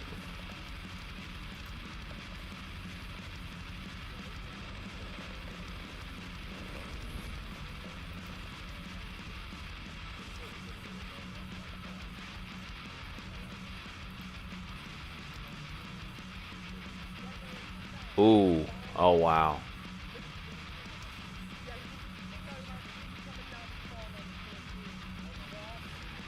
If you want to see the pictures, of course, guys, feel free to join our Discord server. Just type in exclamation point Discord.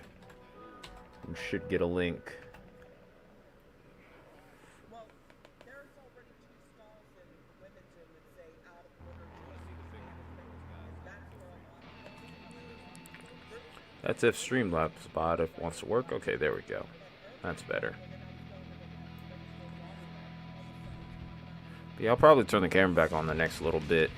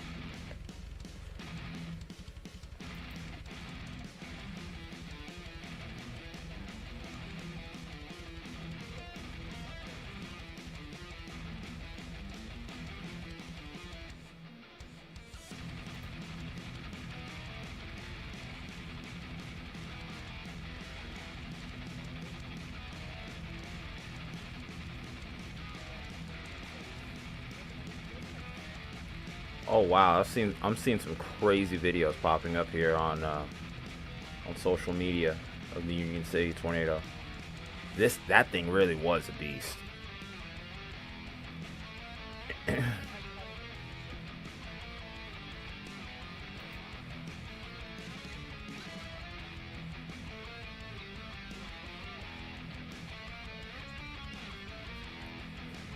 Who has it right now?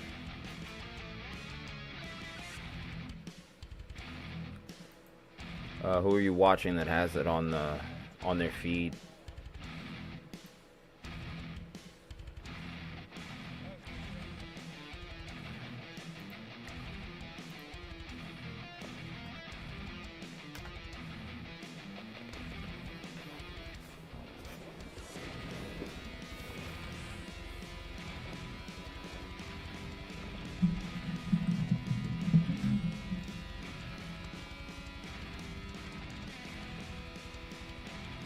Wow, I'm seeing more of the damage now too. That okay, yeah, this is pretty bad. It's pretty friggin' bad. Wow.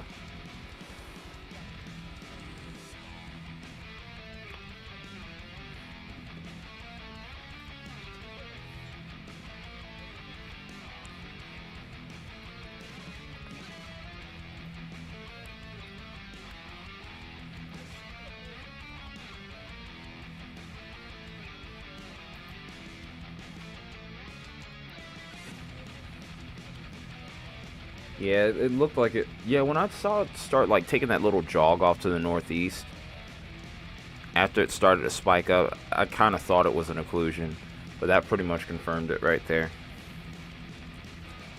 Just the way it jogged up just seemed a little bit too much like an occlusion.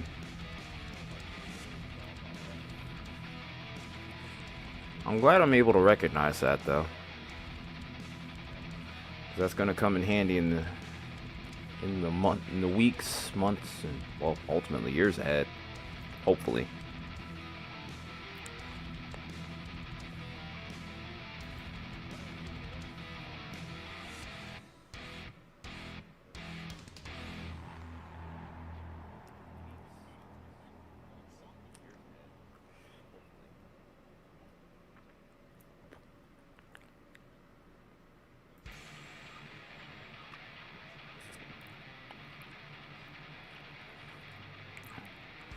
Screen's starting to get just a tad bit cluttered now.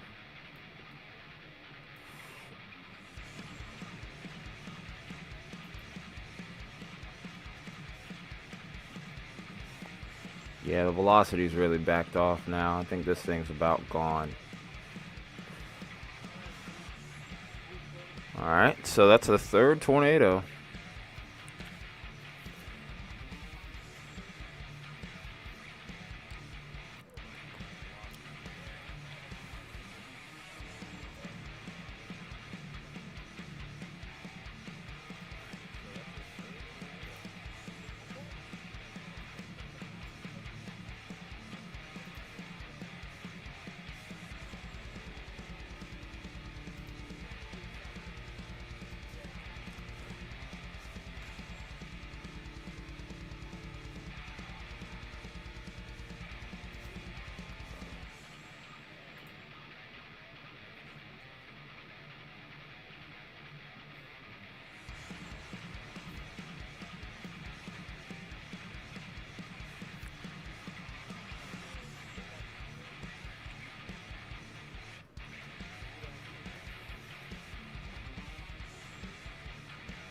Look closely on these guys' feeds. I know they're waiting on that dry line, but we might be starting to finally see the first signs of activity.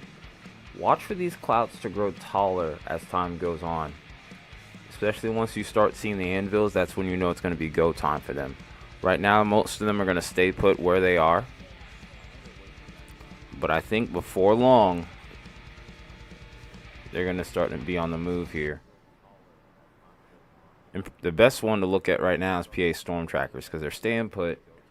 They're watching this cloud bank kind of move in. But if you watch it over time, you kind of see these tops begin to get higher and higher. They're getting taller. And that's a sign that the dry line is about to initiate or is initiating.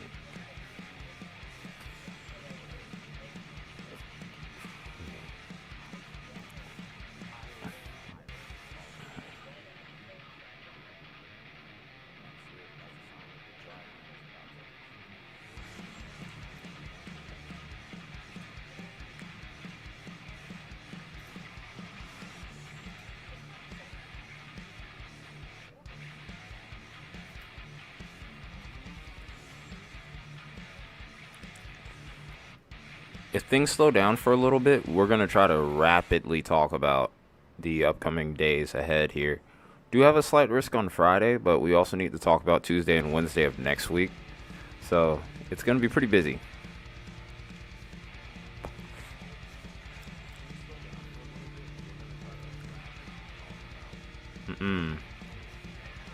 I did see that the other day.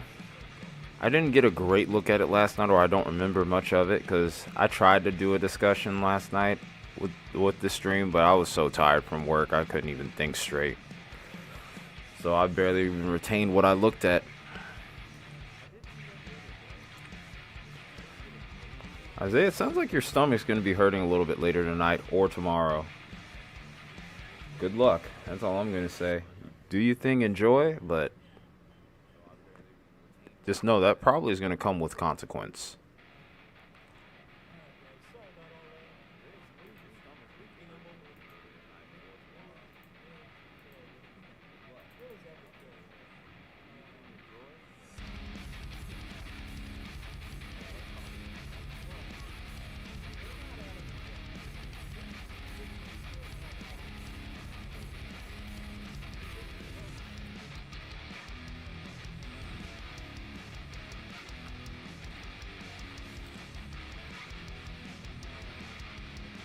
It does sound like a blood sugar spike, but it also sounds like you're going to have a miserable time later down the line with the bathroom.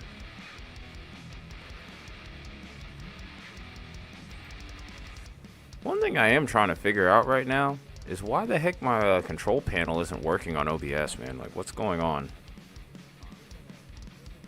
I think he's talking about that most recent one, or the second most recent one. The one that had the blizzard.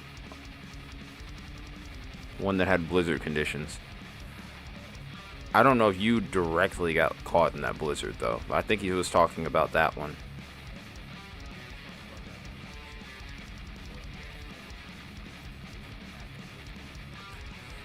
Yeah, that's another thing. Oh, the one last night. Dang, I wanted to cover. There's so much stuff I want to cover right now, but I'm still trying to get used to work right now. New job, a lot of changes. Even though it's the same kind of job that I've been having, it's just different companies work in different ways. So another interesting note, as I'm looking at the SPC website, there's actually 6 tornado reports as of right now. Not 3 like I thought. We've been live for 3 though.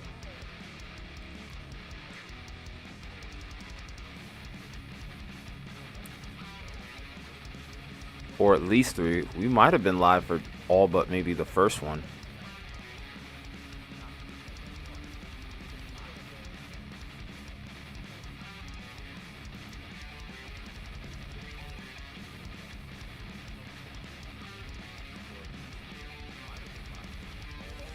A return to typical Boston Garbo weather. Well, I mean, considering that he's dealt with that his whole life, that seems like an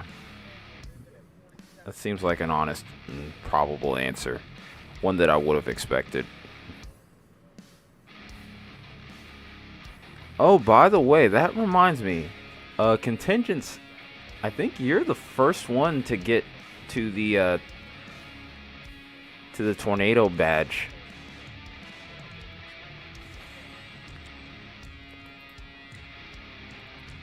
I mean, I called that. I did say that this was probably going to try to recycle.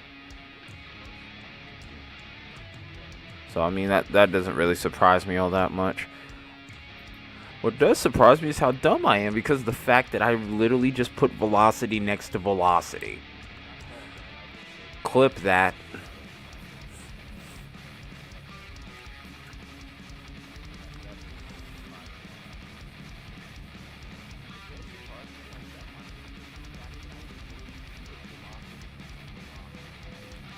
Yeah, clip that one for sure. And then send it to me. That's going to be going up tomorrow.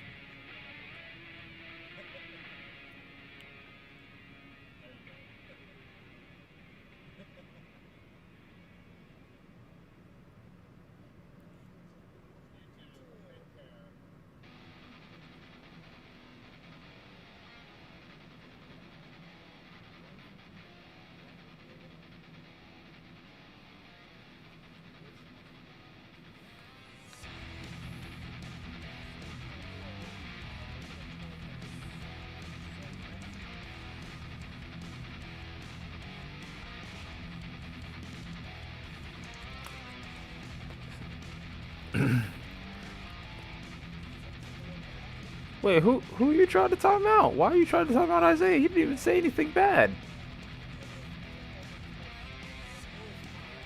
But why? Why?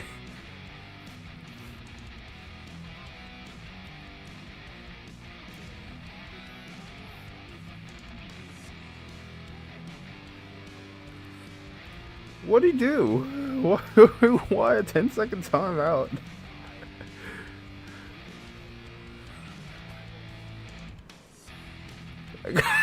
Oh no. Here we go.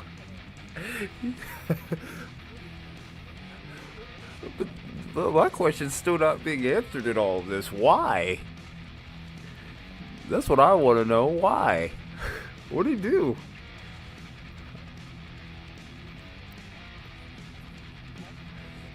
I guess he was just trying to pull a Baconator.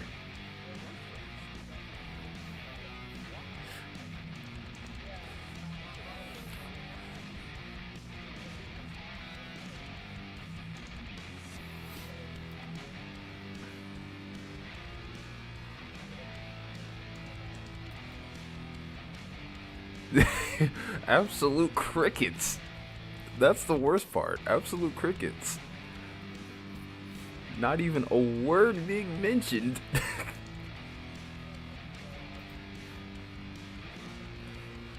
They still have this labeled as absurd, by the way, folks. Is this just an old warning, or... No, that was 23 minutes ago, so I mean, it's still pretty recent. It's kind of surprising. I mean, I doubt it's on the ground at this point, but... Okay. Guess that's what we got going on. Oh, you were doing something. It's trying to. I mean, I was thinking that it's gonna recycle.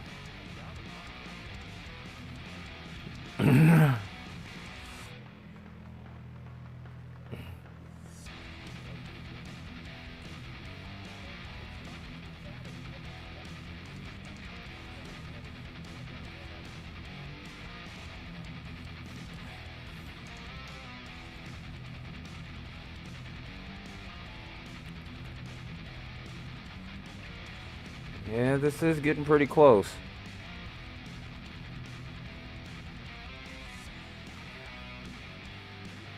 No, we were just talking some trash, that's all.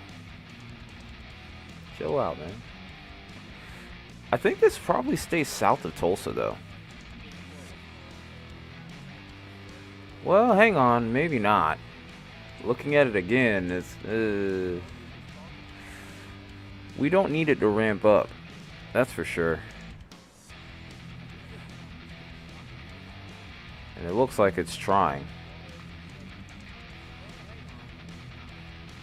They still haven't told you what? What is going on here? They haven't told you what you get paid to do.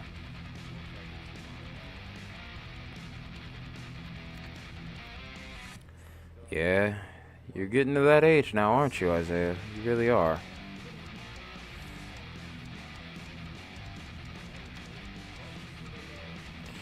You just gotta know the right people if you're gonna get something at your age. Because that was the biggest hurdle for me.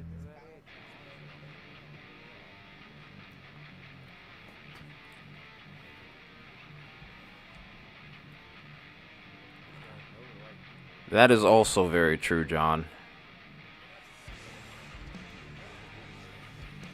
That's why I haven't been live as much and making as many videos, is because of my current job. I would put way more content up and I would probably have a much bigger following than what I have here. I mean, don't get me wrong, I'm grateful for what I got, but at the same time, I feel like I could maybe do a little bit better. I like to think I'd probably be closer to like maybe 1,500 to 2,000 subs instead of where we are now. I feel like we would have got there maybe a little sooner, but you know.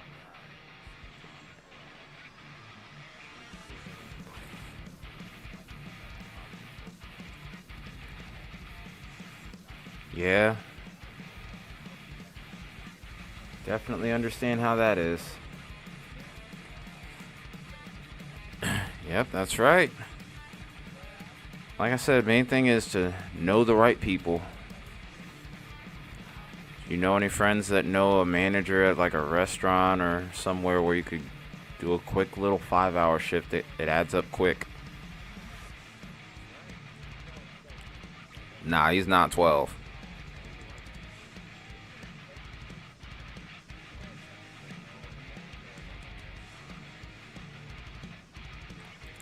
All of our mods are technically in high school. I think all of our mods are in high school. I think they're at least like sophomore grade or above. I think Torex might be the youngest.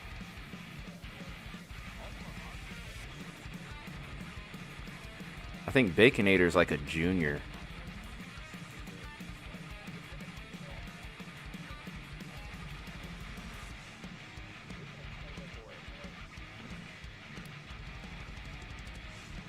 Yeah, it's different, ain't it?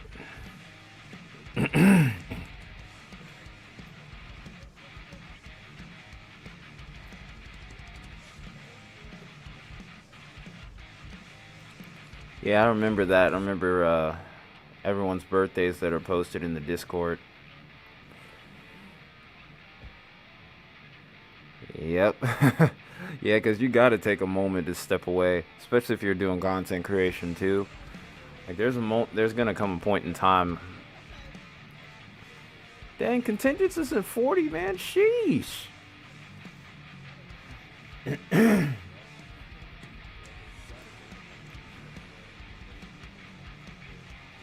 Contingents is only like a couple years older than I am.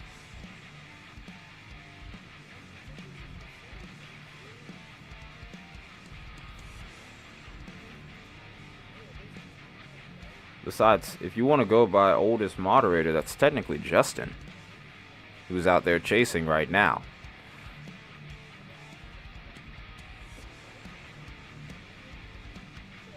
And props to him, by the way, because he drove all the way from Arkansas last night, probably after getting off of work at his job, to go chase this event tonight. I just hope that his patience and his investment will be paid off with the tornado. Alright, you can call us antique people if you want to, but guess what? You'll be the one asking us for advice if you need it. Because one thing about it, I'm sure you love your parents and I love mine, but they don't have all the answers. Sometimes you gotta go outside the nest to find the answers.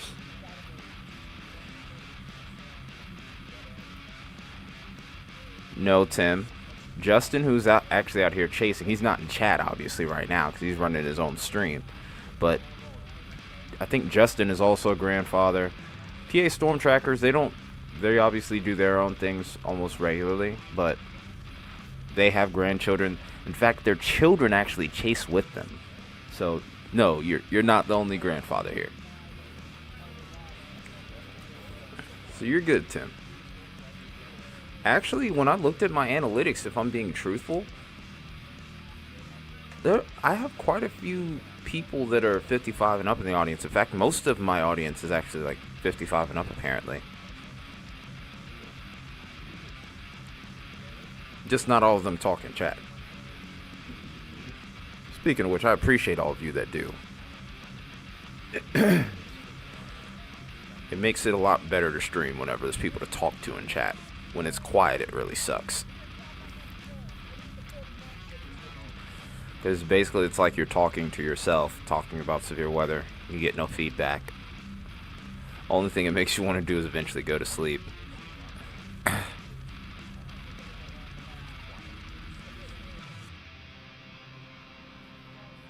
Of what chat message? Why have I not seen it? How are you seeing it and I'm not? John, what did you say? Oh, God.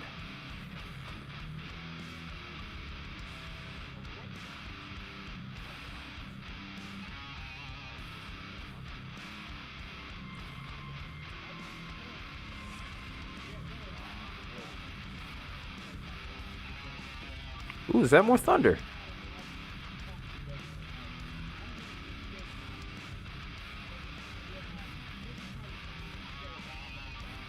Ah, speaking of which, I guess it's about that time, isn't it? Give me a moment here.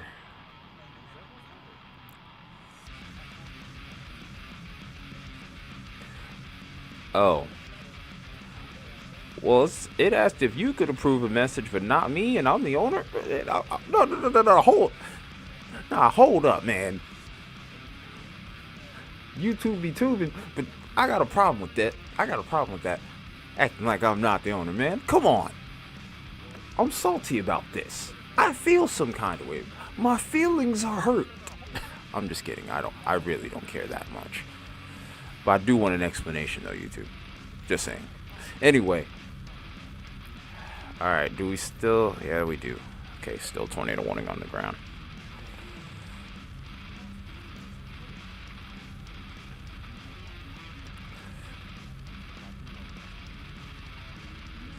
You are or are not feeling antique anymore.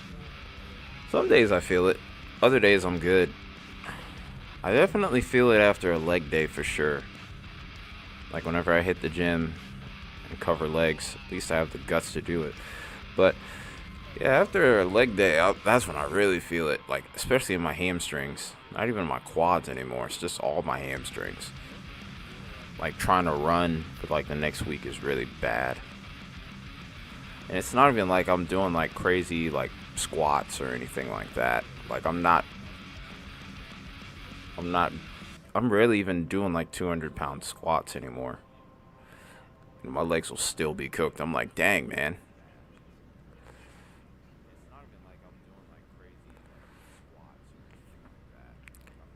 Hey, we got a little thunderstorm outside. Nice. Just don't knock out the power deck on it.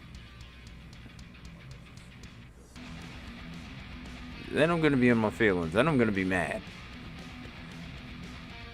Because pretty much almost any big stream that we've had covering a significant weather event, I've lost power every time. Like the last 3.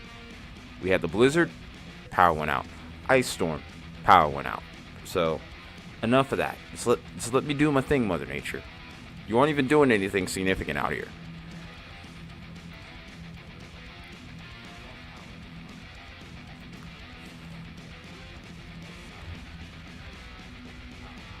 Yep, bigger booms. It's a nice little show it's going to put on. I wish I could watch the lightning.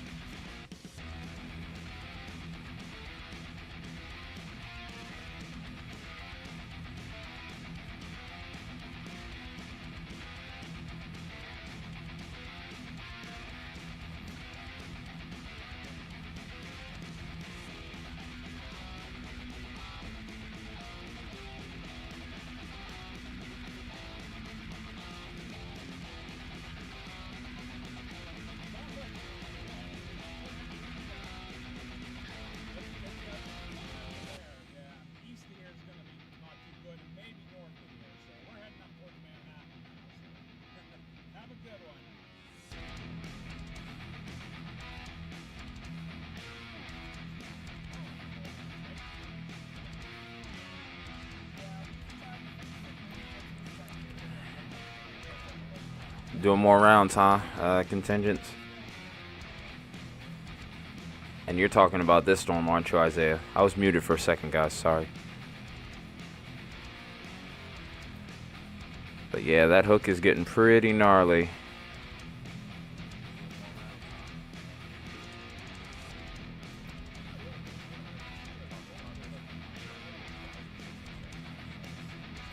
Yeah, that's getting pretty nasty looking.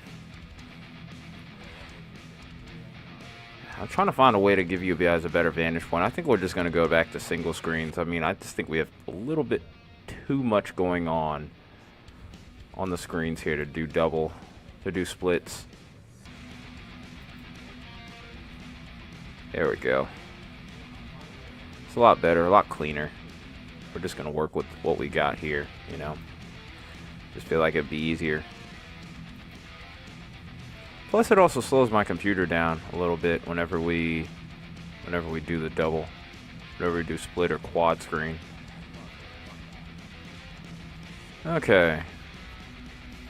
So let's just do it this way then.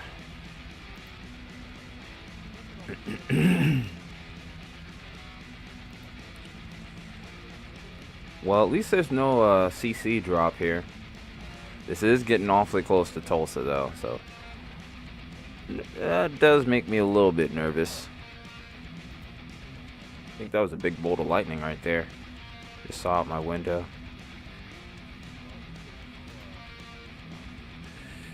Yeah, forgive me, the hair's a little messy today. I don't really feel like putting on a hat anymore. Really wanted to put something in my hair, but time will not allow that.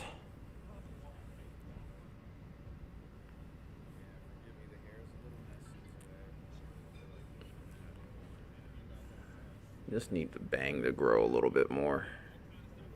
I could start probably putting this into a ponytail or something. What the hell? Then I'm putting a hat on.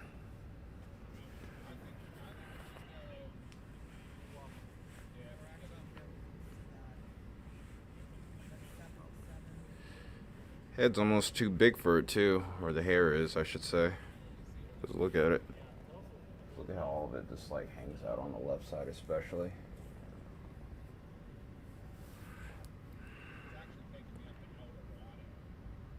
And it's just a refresher also that I'm not bald. I remember some troll in chat was saying that I was bald. I have a full head of hair. Goofy idiot. Trying not to swear. I'm like, shut up, dude. Moron.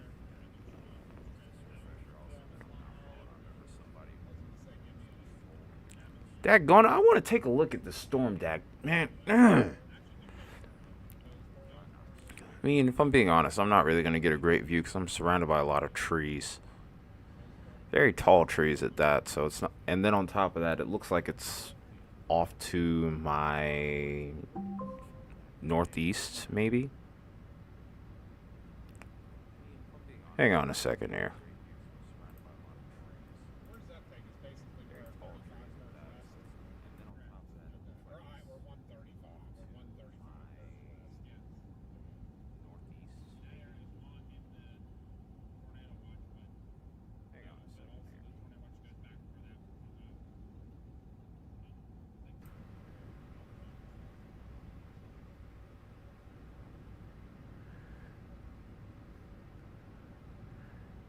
Yeah, I hate when I get a echo dot notification sometimes. I didn't want to have my face on the camera saying, "Hey, read notification," and then have my mic muted, so just figured it was for the best that I did it that way. So, you know, it is what it is. Is my music going off? Indeed it has. See if we can find some more.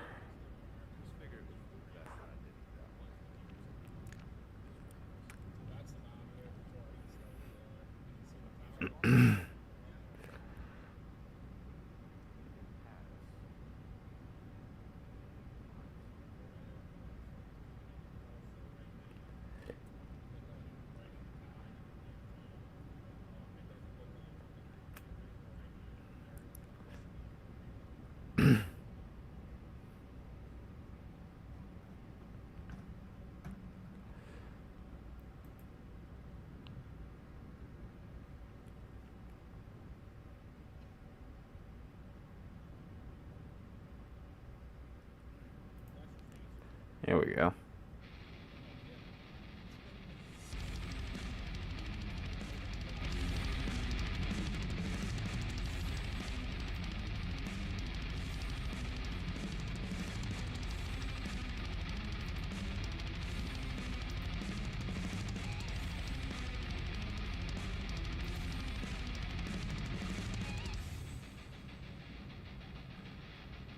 I might actually take a look at this real quick.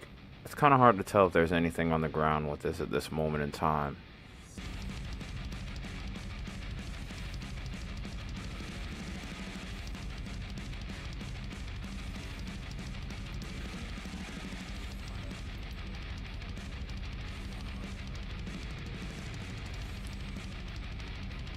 I think this is probably going to spare Tulsa. It looks like it's struggling with outflow ever so slightly. So there's a positive to be had there.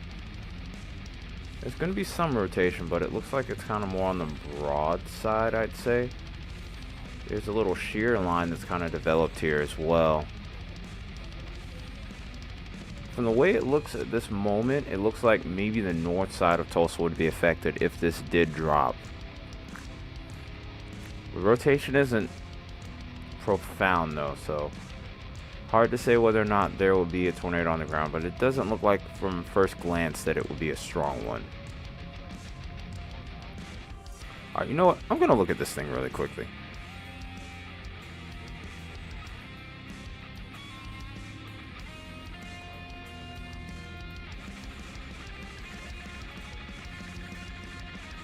I'll be right back.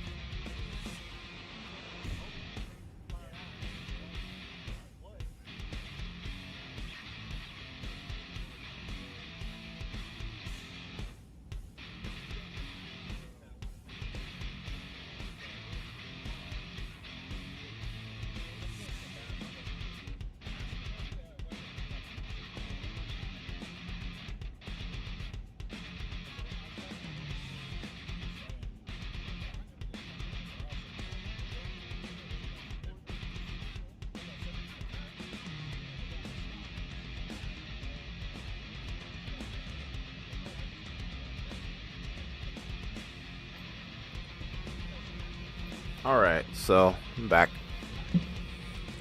We got storms off to my north.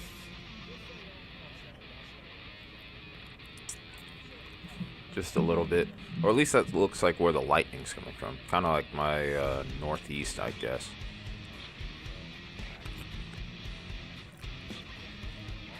I would check my radar, my local radar site, but eh. There's nothing really going on over here that's important enough for me to just drop everything and take a look at it, you know.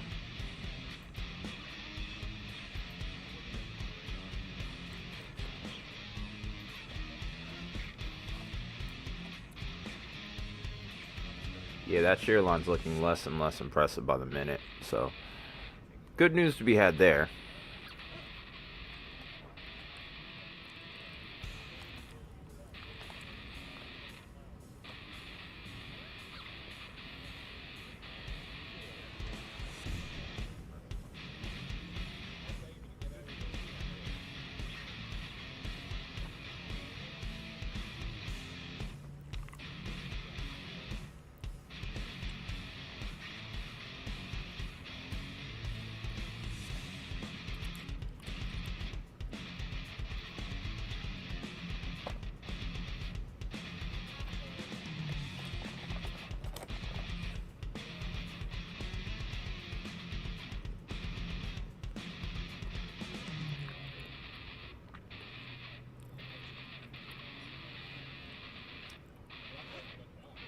Yeah, this looks like it's also starting to occlude further. So yeah, this storm might be dying.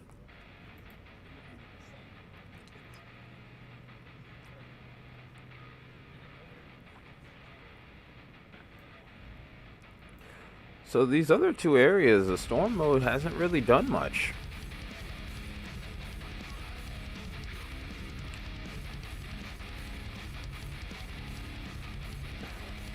A lot of projection does say that it's going to be about another couple of hours for the storms potentially get going. This could turn up. I mean, there's always that chance that it could be a bust. We always go into these events with fail parameters and the potential of it not verifying. So, I mean, time will only tell. But we're gonna be here for it.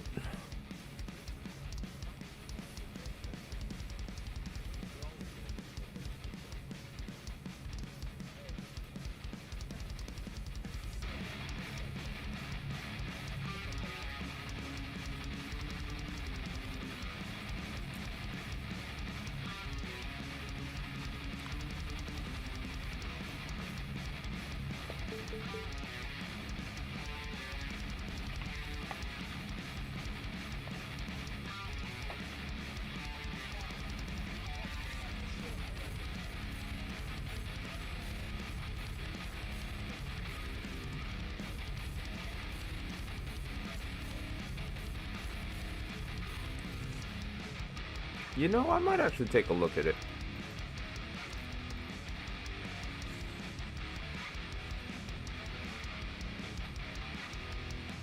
Ooh, I do have a little complex coming in. But it's not north of me, it's south of me.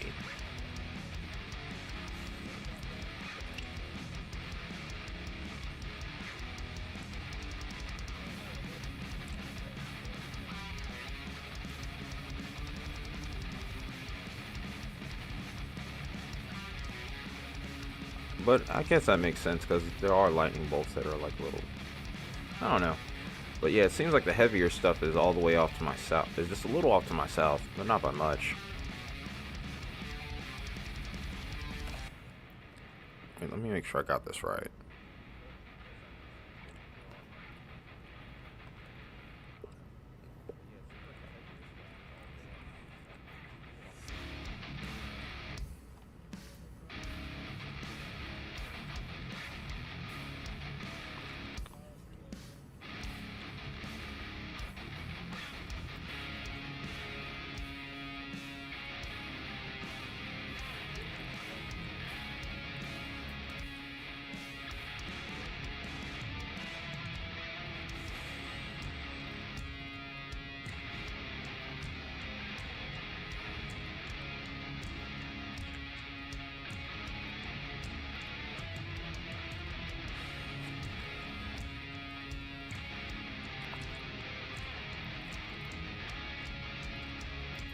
Let's look at VIL. Because it doesn't really look like a whole lot's going on with these other storms. Oh Yeah, this storm to my south definitely looks like it. This one right here looks better than this one here. Yeah, there could be a little bit of hail in it. Let's go ahead and go back to our severe weather. So a little break in the action there, so to speak.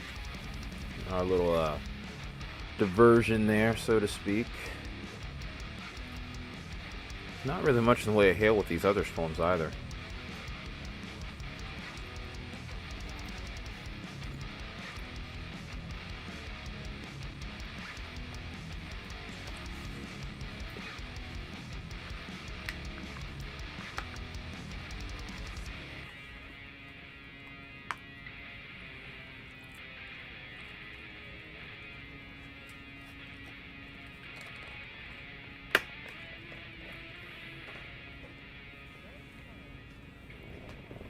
Well, I guess in the meantime, we'll just kind of hang out here, see what happens with this storm. Because really the only game in town is this Tulsa storm, which, if I'm being honest, really doesn't look that great. Honestly, kind of looks really sloppy.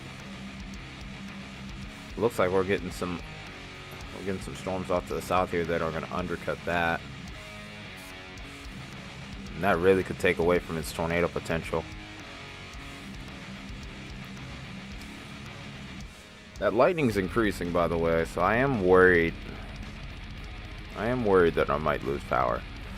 Because Georgia Power, not really the best provider, I'm going to be completely honest. Yeah. Yeah, this storm at least definitely looks like slop.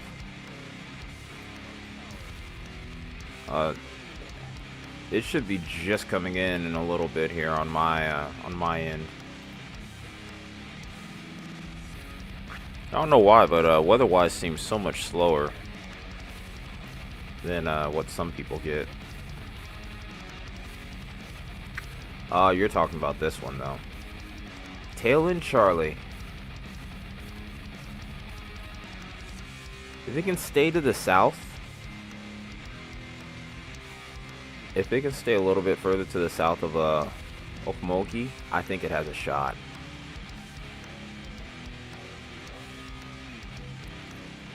But yeah, the tornado warning hasn't come in on my end yet. I don't know why. Maybe I just have too much stuff on at once. That's all. You don't think any power company is great? I mean, the best company that I have dealt with by far, as far as like reliability is concerned. When we're talking about bills, no company's great. Well, actually, no, I'd say that Cobb EMC was pretty good. Cobb EMC was very reliable, and then when times were tough, they were very easy to work with. Whereas with some of the main companies, like Georgia Power, big name companies like that, regional companies, they suck. Can't stand them.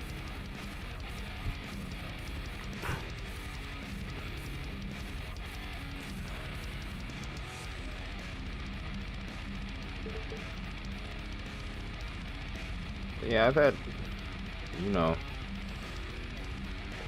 yeah, Cobb EMC was good. That's, if there was one thing that would move me back to where I used to live at, it would be that. Other than that, I don't necessarily hate where I live, you know.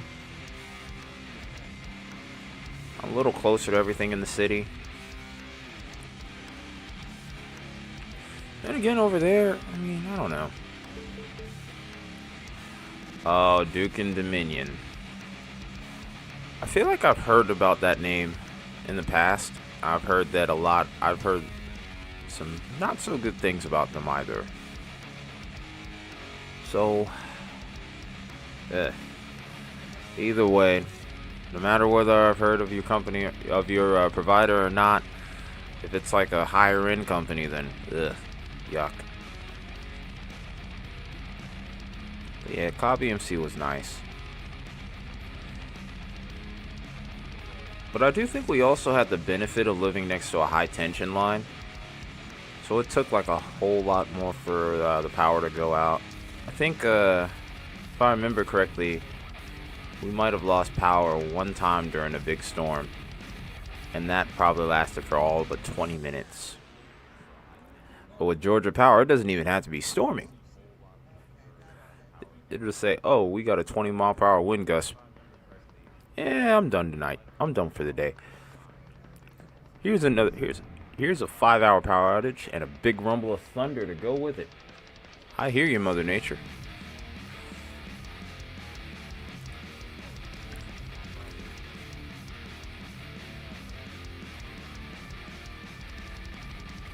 Up, here comes the rain. I can hear it against the windowsill.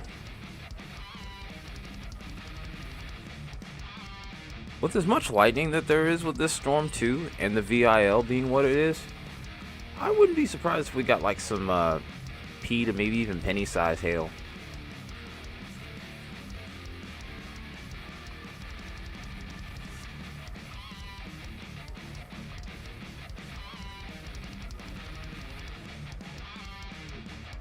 Yep, that's exactly how Georgia Power is.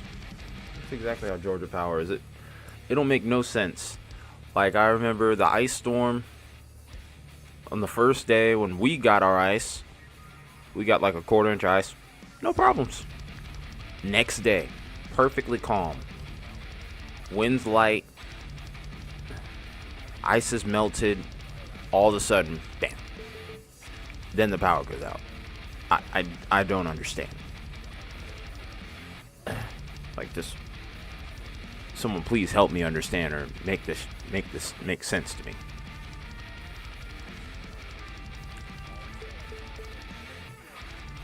Oh my goodness.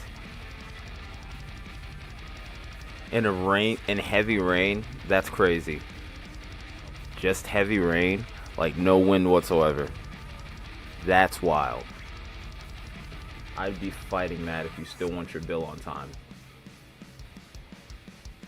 I would expect that with like old school like cable dishes or something like that. Like during a thunderstorm, you'd get interference with your TV. Not with my overall just like power. That's insane.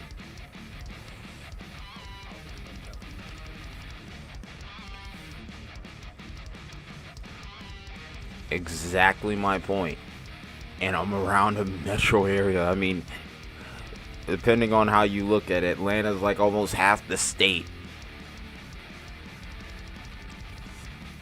Like, it's all one huge conglomerate of small cities leading into the metro.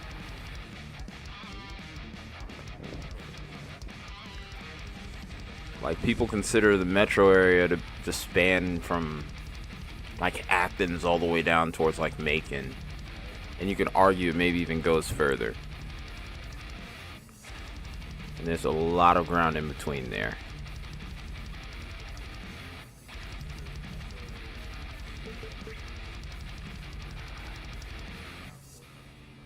Now, to a point, I can understand that if you're in the middle of nowhere. To a point. But heavy rain, you gotta be joking. Like, there's a point where it even becomes unacceptable.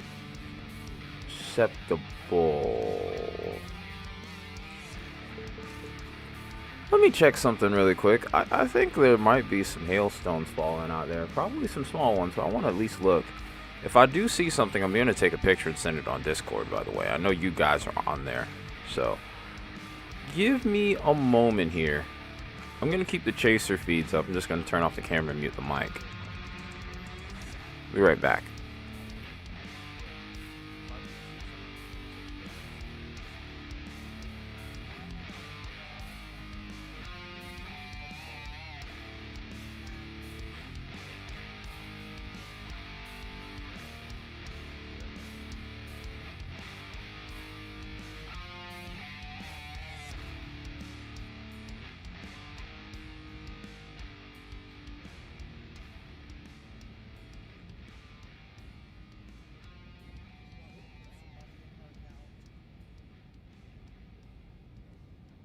$20, good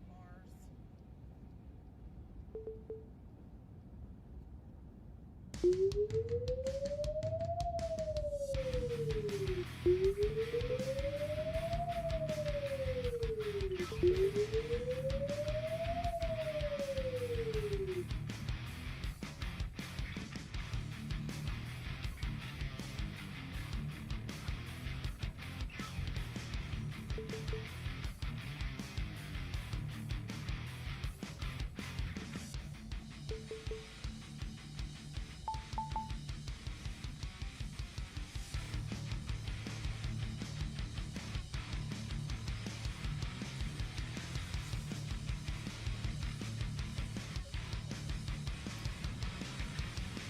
Oh, of course, when I step away, that's when there's a tornado on the ground. And it's in Tulsa? Uh-oh, that's not ideal. So we have a confirmed tornado on the ground in Tulsa at this point now. It's moving northeast at 35 miles an hour. Not ideal. Not ideal at all. It's actually a big problem. Like a really big problem.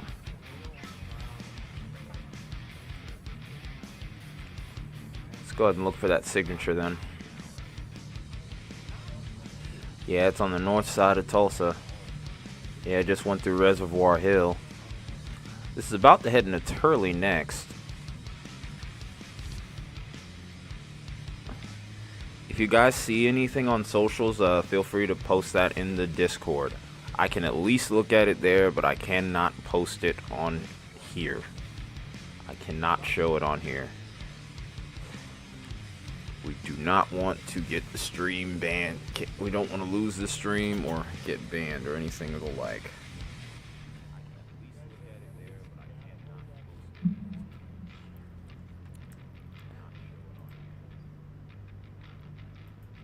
Also, don't know if I've mentioned it yet, but I want to say thank you to everyone who's tuned in up to this point. We're still going here. We're still trying to figure out what's next here. Overall, we've had a decent number of tornadoes, but only a handful of storms have produced. Like I said, I still don't think we've gotten to the main event yet. I still think we're a little ways off. You can see that things are starting to develop on our Storm Chaser feeds here. We're starting to see anvils beginning to show up, so it's coming.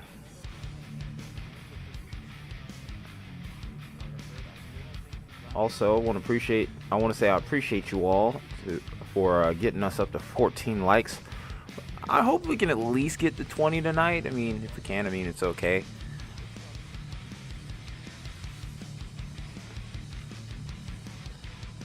But again, I just want you to know I appreciate you guys. Do need to charge my tablet soon.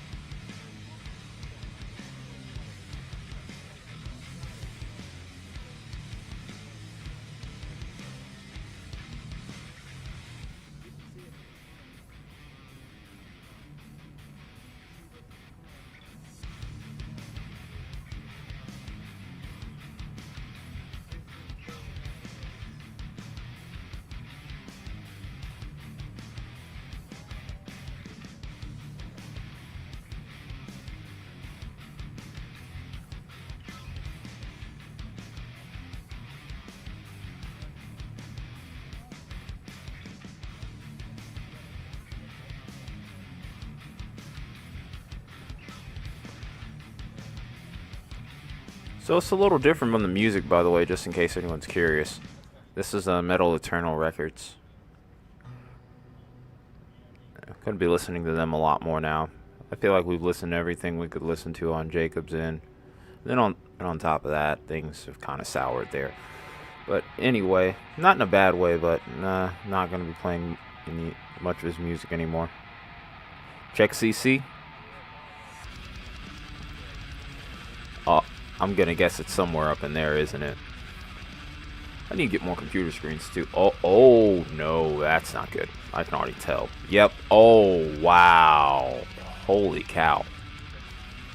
That is huge, and that's going up 75 here. US 75 it looks like. So that's a big tornado that we have right now. It's a very large debris signature as well. Do you know of any storm chasers that are on that right now? Wow, that is a huge tornado. We don't even have to look at it visually to be able to tell that. I mean, when you have a CC drop that's this big, that says everything you need to know, folks.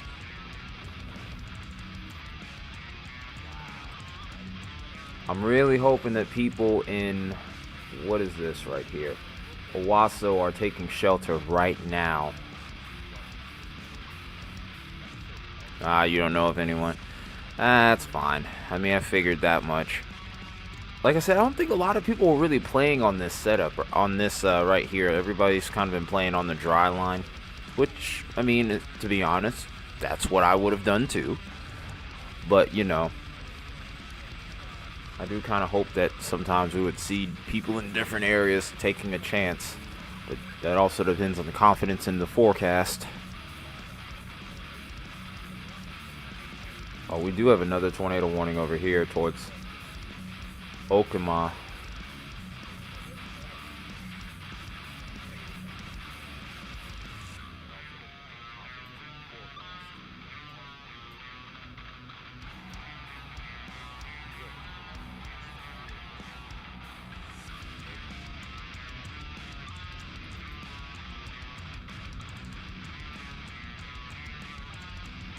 Oh no, you might want to tell them to take shelter right now then. Because it's looking like it's going to be on the way.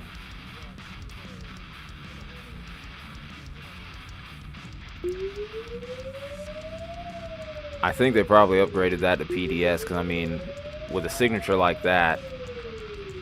Oh no, they just kept it as observed. Which, if I'm being a little bit honest, is kind of shocking. But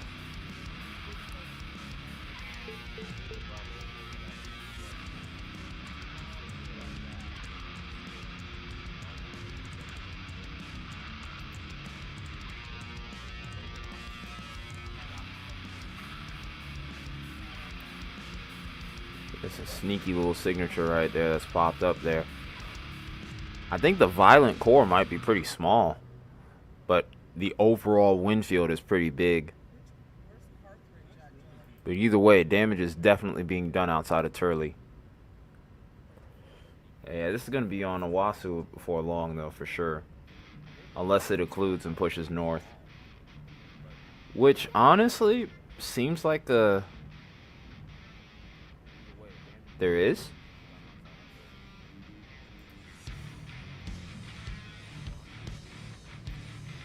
Am I missing it, or is it? Oh, it's back here. Oh, with the special weather statement. Yeah, that is a circulation. Indeed, you are right. Oh man.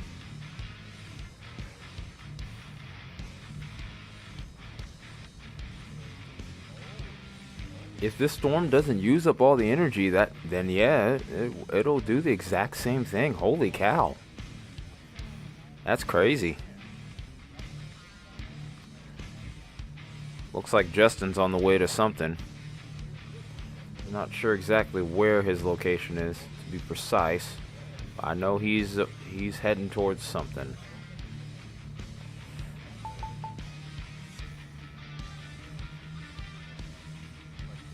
Did they warn that one? No. Oh, they're updating this warning, which really, the storm's already exited that.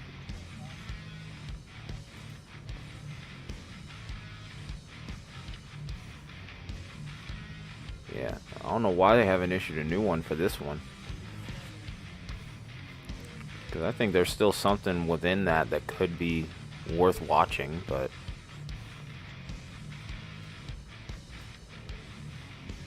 I'm not the SBC or the NWS. Just doing my part to help get the warning out.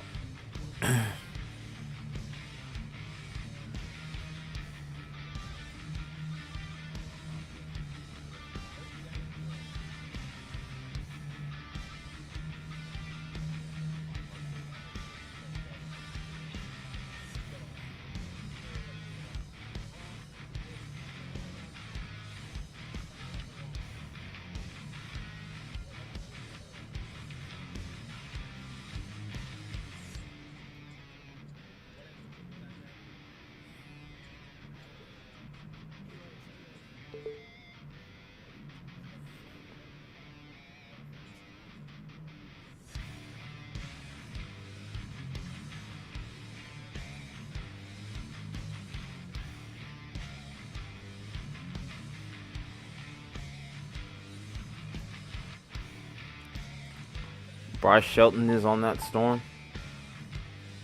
Oh, there is the new warning for this storm. I was wondering when they were going to do it.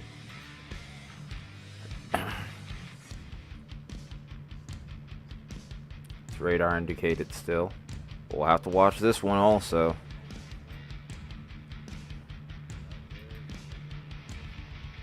We also got Taylor Woodall that's pretty close to it. Oh, no, no, no, no, no, no, no, no, no, no, no. It's not what I wanted. That's a little too close. Still a pretty notable signature over here. I think this did occlude actually a little bit. Or it's trying to occlude. Because this is going to now miss Owasso. The circulation's pushed off to the north and east a little bit. There's been a little bit of a curve there. We'll see if this storm can hold itself up. Because then this one might make a close pass to it. To where we previously saw this. If this continues, this would be a lot closer of a hit towards downtown Tulsa. But this storm doesn't really look like it's organized just yet. But I think it is on that trend at least. There is a hook to it as well. I think it's really going to make an attempt here to try and do it. So if you are in Tulsa, I would stay in your safe spot. Does have a tornado possible tag with that severe thunderstorm warning, by the way.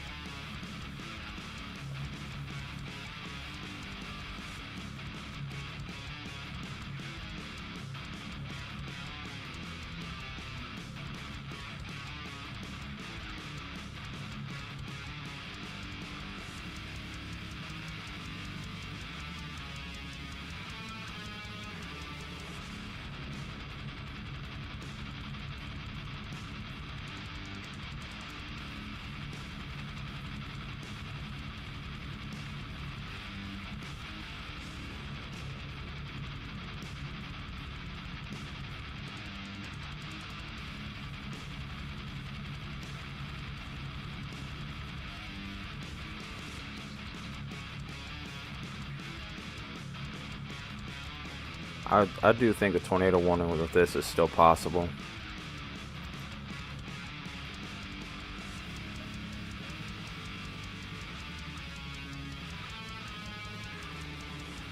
Oh, hang on a minute.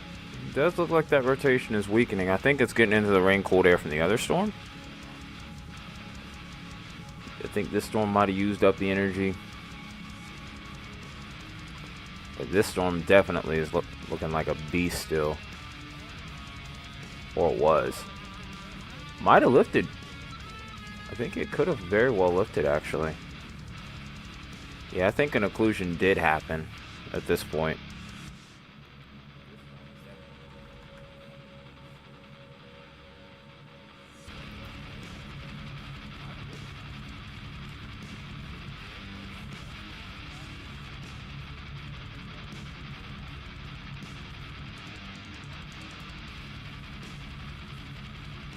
Yeah, I think it's occluded.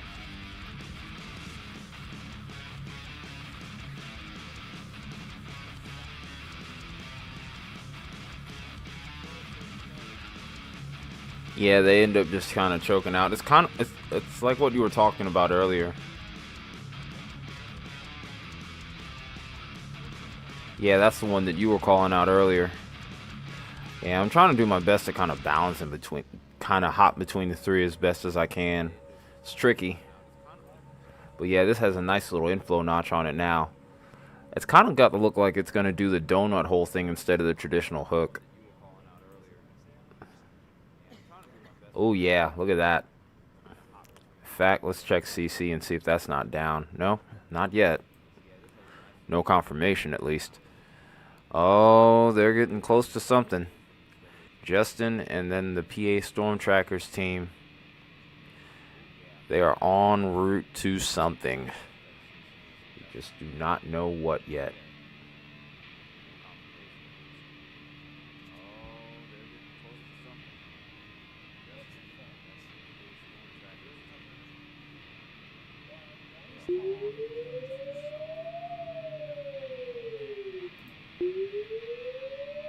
Uh-oh.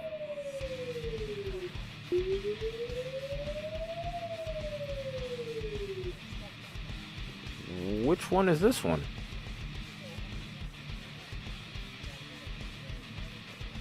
They're continuing with the PDS, the observed warning. It's nothing's PDS yet.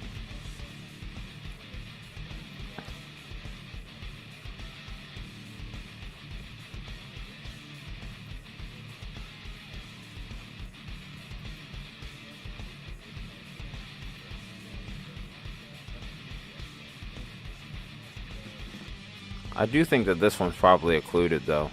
At least for right now. It wouldn't surprise me if it tried to recycle. But these storms have had a hard time holding up.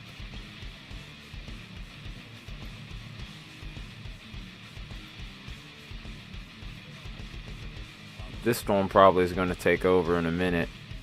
It's tail end Charlie. You always got to watch those on these little complex lines that we've had here. And this is in an untapped environment, so I would expect this to try to make an attempt to jump off here.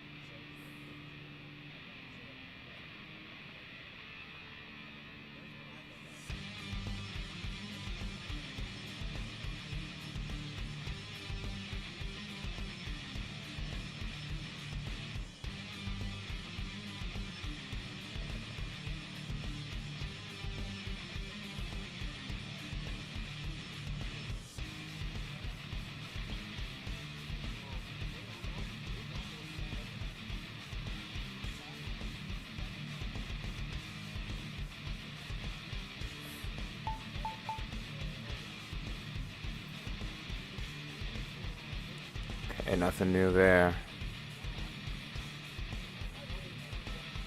It seems like it's struggling just a little bit to get its act fully together. Like, if you look at the reflectivity, the structure's there. Yep, it's kind of like what you were talking about earlier, Contingents. It's like RFD was starting to come in, and now it's starting to choke itself out. And you can see that it's becoming outflow dominant on the backside with that dog leg right here. So that's rain-cooled air coming in and disrupting the updraft. Some chasers were saying that based off some of the analogs and also the skew T-charts, that this could be a problem. And it definitely looks like, at least in the early going, that is the case. But we already know that we're not done just yet.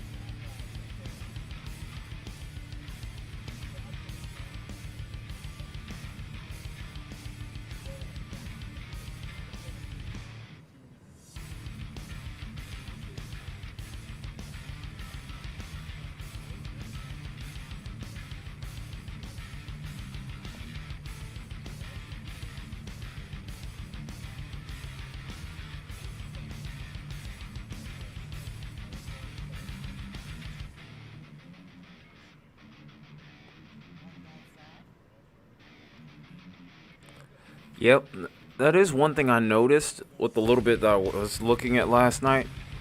Just about everything showed some mid-level backing.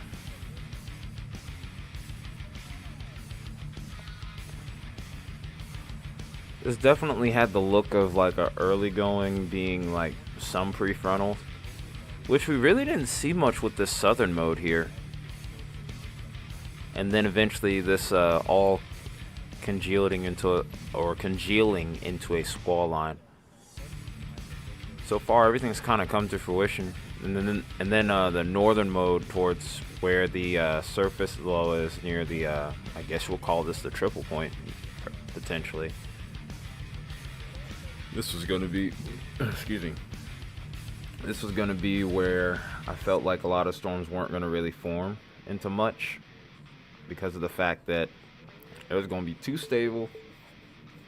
Messy convection, storms just weren't going to be able to breathe, and so far it's kind of what I've seen. This is going to be more of a hail threat up here, more so than a tornado threat in my opinion.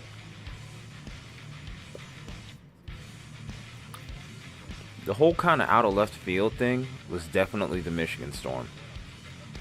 And it just decided, you know what, I'm going to root off the warm frontal boundary just outside of Lake Michigan right here and just kind of take my chances. I got just enough forcing here to work with, and then there you go. Away it went.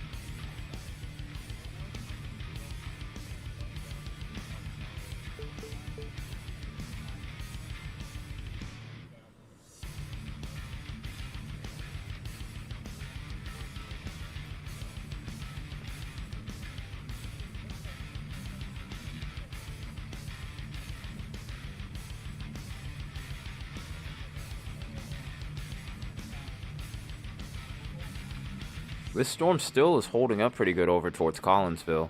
This is the same storm that just went close to Tulsa. There's still something there. You can see it. There's still at least rotation there. I can't really see a circulation on CC though. Or at least not a clear-cut debris signature. But it might drop another one. It would not surprise me. The thing is, once one of these storms is successful in dropping a tornado, it usually will drop a family of them. Just one after the other. Pretty consistent. Some of these do end up being strong, but it's not like this is dropping one of these like long track tornadoes that last for 20-30 minutes.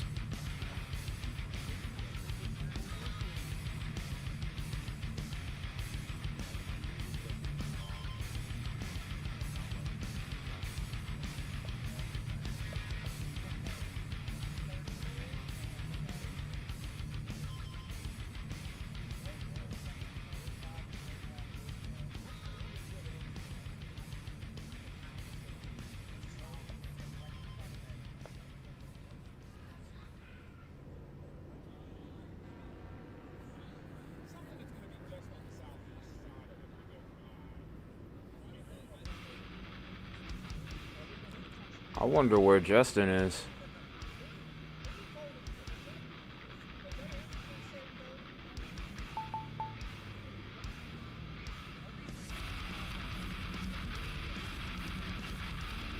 Let's check that other tornado warning off to the south here. Extending it, of course. Still radar indicated at this point in time. This looked like it was kind of dropping off. I'm going to take a closer look at it. I wonder which radar would probably be better to look at in this case. There's still a little inflow notch there, so I mean the potential still exists. It looks like it's getting itself back together again. Kind of cycling, but we're still fighting with a merger, with potentially a merger going on the southern end of the storm. It's going to be fighting with this probably for a while, and it may stop it from producing, at least for a brief period. This environment out ahead of it is still pretty ripe with energy, so it would take a little bit to stop this thing completely. These two would just really have to cancel each other out in order for this not to do something a little later down the line. Because as we get later into the evening, low-level jet's only going to increase, guys. This is why I was saying earlier, this event isn't even close to over. It really hasn't even begun yet. It's just now starting to. Who is this? Oh, it's Matthew Jones. I don't know who that is exactly, but...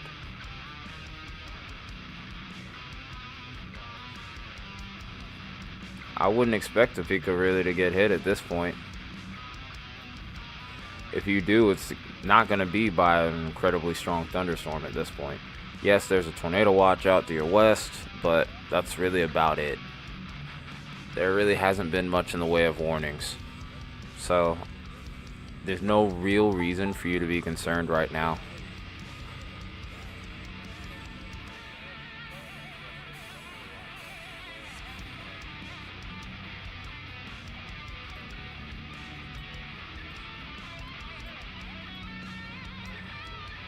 Once that front gets moving, that's going to be the end of it too.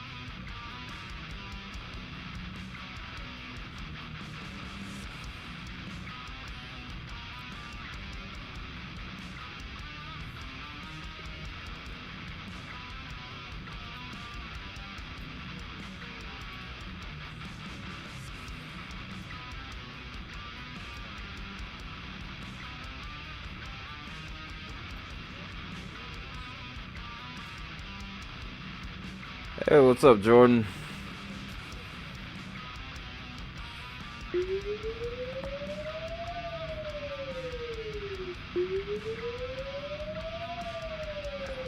Continuing on with the observed tornado warning here.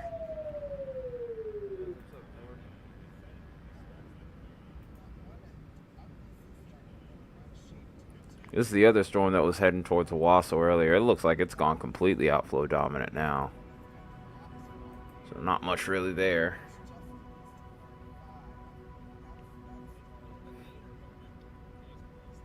So this is still confirmed on the ground over here. Not really surprising to see that. Radar confirmed. I don't know how many storm chasers are still on this storm. Looks like a lot of them are behind it. Probably checking back in with Collinsville and areas a little further off towards the southwest where it went through. I don't expect this storm to continue on for too much longer though, because you can see where this line is out ahead of it. This is going to run into a lot of rain, cold air, and it's going to choke this thing out. So that storm's going to be at the end of its road soon, and then we're going to have to watch for these more southern storms, tail end Charlies as we call them, or at least as we do here, at least as we call them here. So going to be keeping extra close eyes on these going forward. Does look like we're getting a little bit of a struggle with outflow dominance here with this tornado warned storm. So I have to see what happens with this. Mergers have been a real issue with this so far, and I would expect that trend to continue at least for the next little bit. If this can clear its merger though, then we might be talking about something in the next little bit, but at least immediately, I'm not concerned about a tornado just dropping right out of nowhere. There is rotation here, so it still needs to be watched closely, but nothing has really caught my eye as of yet with this in regards to it being on the ground.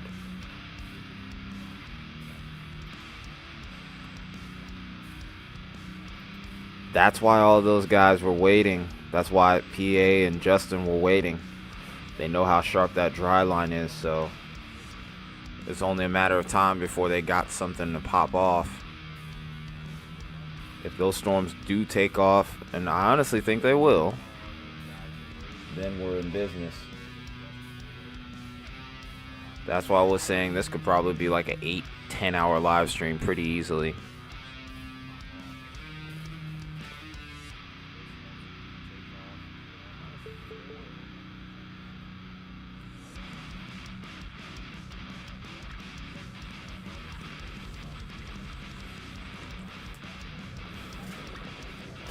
Thankfully, I've gotten a little bit better as the stream's gone on.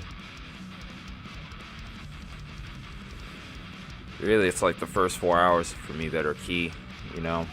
If I can withstand the first 4 hours, feel pretty good, I'm good. I'll probably be able to get through the next 4. Or at least typically that's how it goes. Yep, still on the ground, 100%.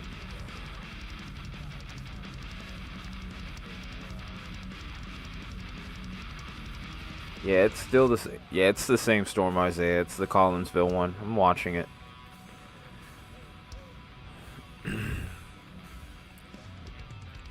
Alexa, lights on.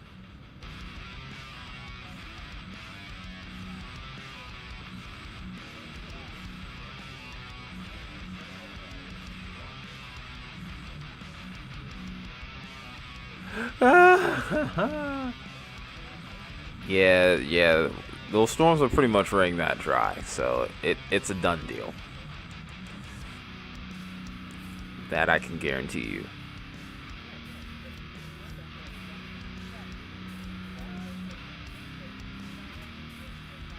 Excuse me.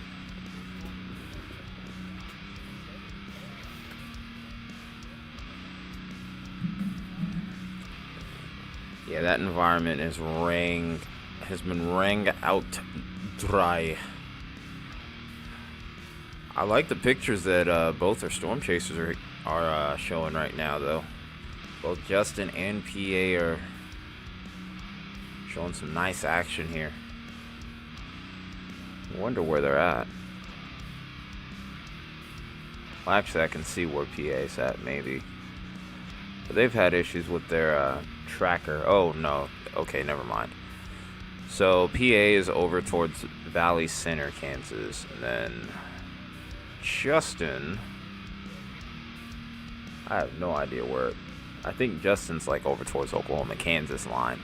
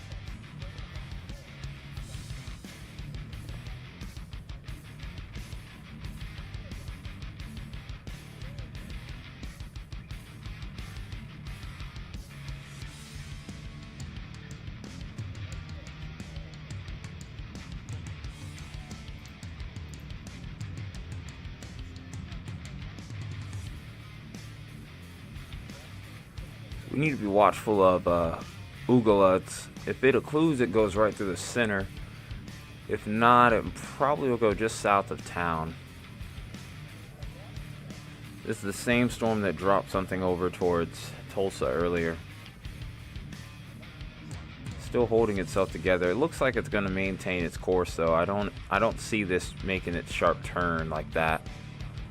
If it does, it maybe goes over towards Edgewater Acres. Elba, however, needs to get into their safe spot ASAP.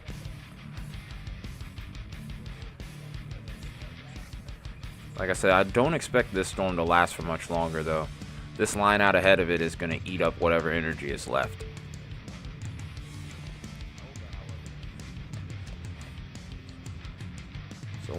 So we're only going to be dealing with this one for so much longer.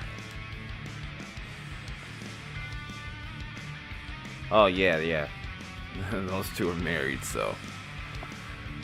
yeah. If one's there, I'm sure the other's there right with them. If not, then there's something wrong.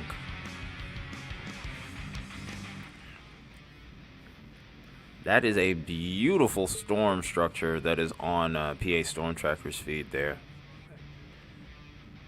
Absolutely beautiful.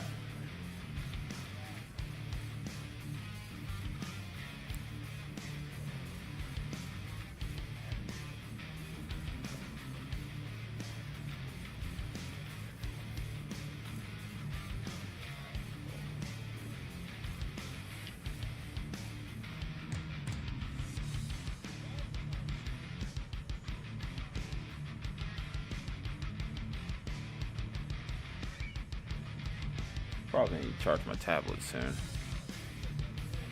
Everything needs to charge, honestly, just about. Phone, tablet alike.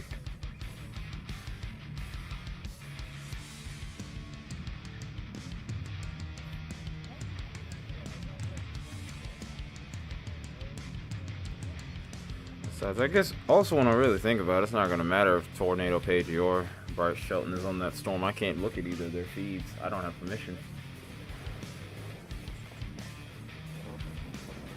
Anyone who's showing up on here, I have their permission to show it. We are not going to get sued like a dummy. Besides, I don't want to steal from storm chasers anyway.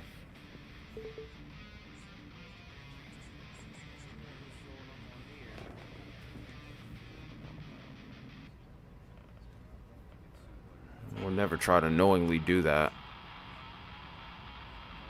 In the early days I did it was all on accident. Because I didn't know what broadcasting rights were. Saw other people showing their feeds on there. I was like, oh, hey, I could do that too. I just have radar. I have radar Omega just like them. Nope, it's not how it works at all.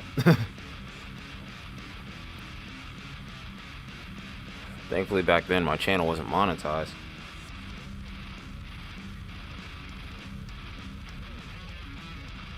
Even then, still, I felt like crap once I realized what was going on with that there.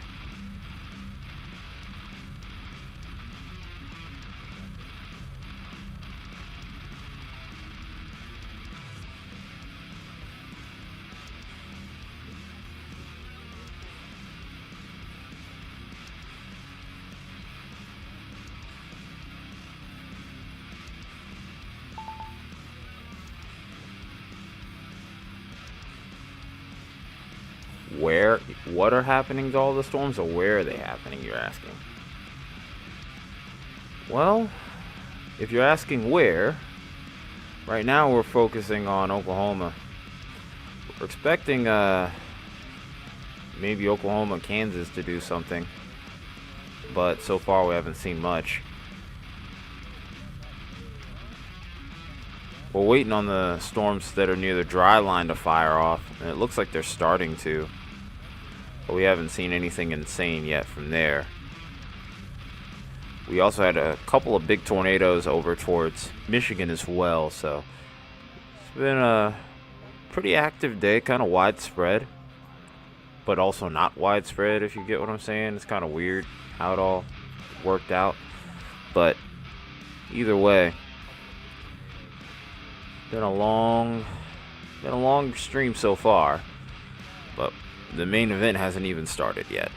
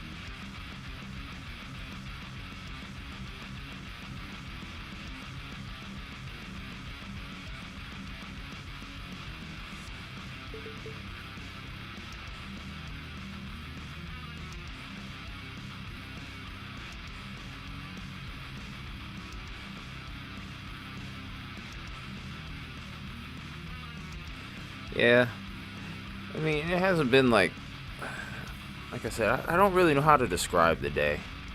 It hasn't been insanely active, but it's been busy. I guess that's the best way to describe it.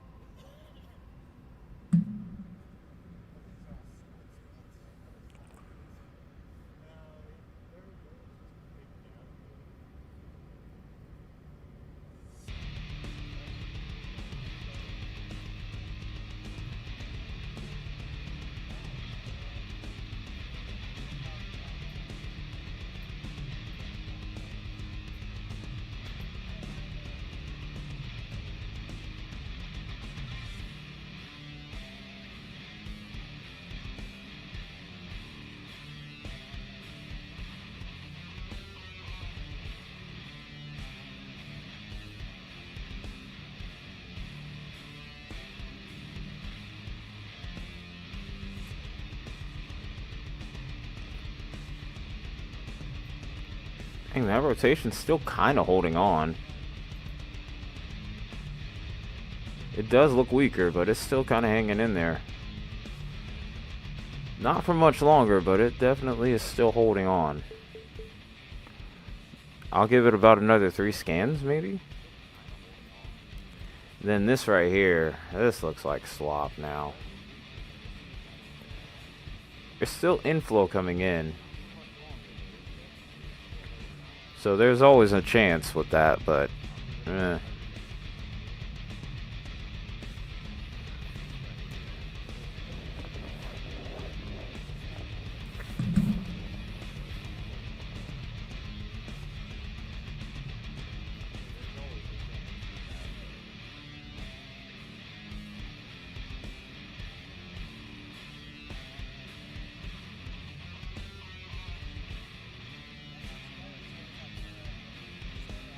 whoa. I mean, we saw some pretty bad damage. I was just hoping that it wouldn't be as bad as some of the images that we have seen. It does make me worried about just how strong that tornado actually was.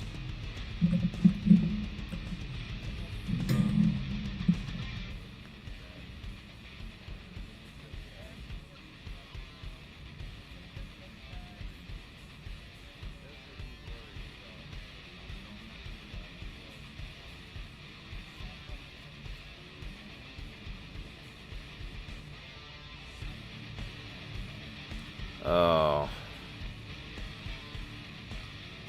Much worse than I thought it was. I mean, well, I don't really know how to really describe it truthfully. I mean, with the setup that we had there originally, we weren't thinking much was going to happen.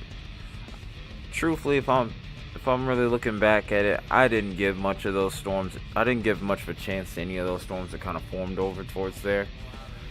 I thought they were going to be a bunch of slop forming on top of each other, kind of like the storms in Iowa and northern Kansas have been. But we just had that one storm that rode on that warm front, and that's all it took. Kinematically, we knew the environment was good though. So when you really think about it, it makes sense. I just didn't expect a discrete supercell.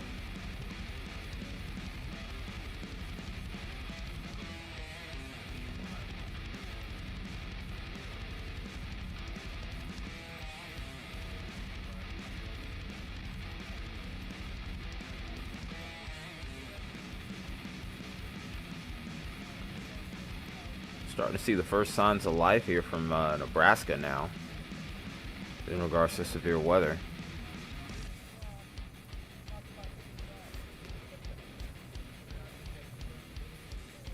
Ugly little cluster right there.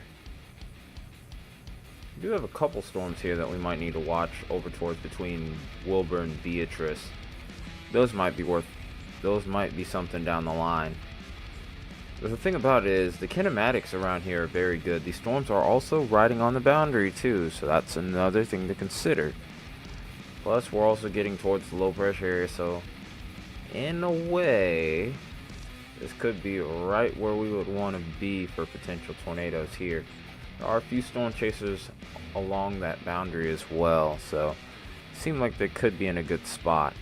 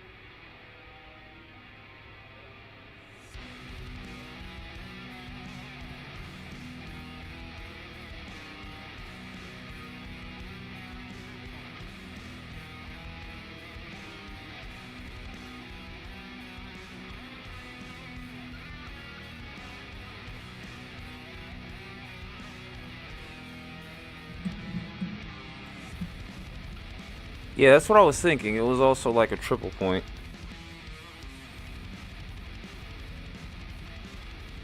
So, with that in mind, I think that partially is what's helped these storms continue. But yeah, I think that's also what the play is, because the dry line starts over here towards southwest Kansas, kind of pushes up this way. It almost kind of creates like a bit of a zipper effect too, in a way, because the dry line is going to be right here. It looks like we also have this trough here to go with it.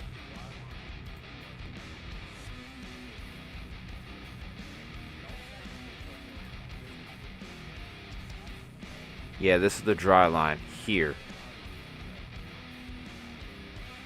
Let me go ahead and loop that.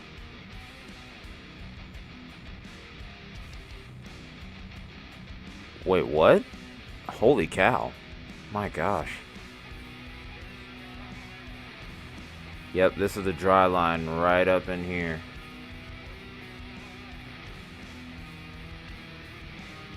Yeah, this almost is kind of like, yeah, this is the triple point here. So this is what everyone's been playing on, is this pocket here.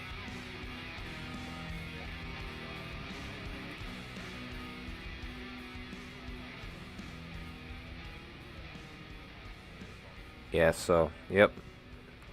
Southern Kansas, maybe northern Oklahoma, maybe even north central Oklahoma, like towards Enid, maybe, and northward, is the point of interest.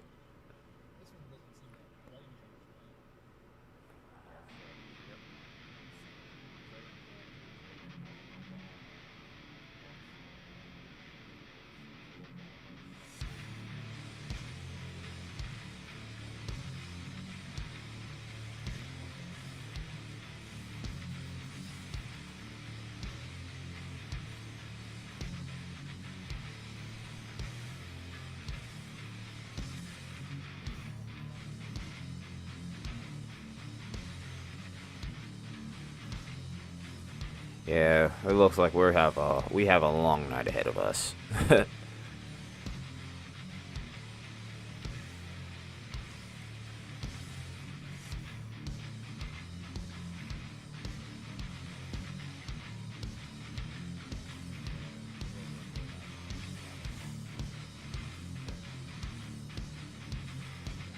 Yep.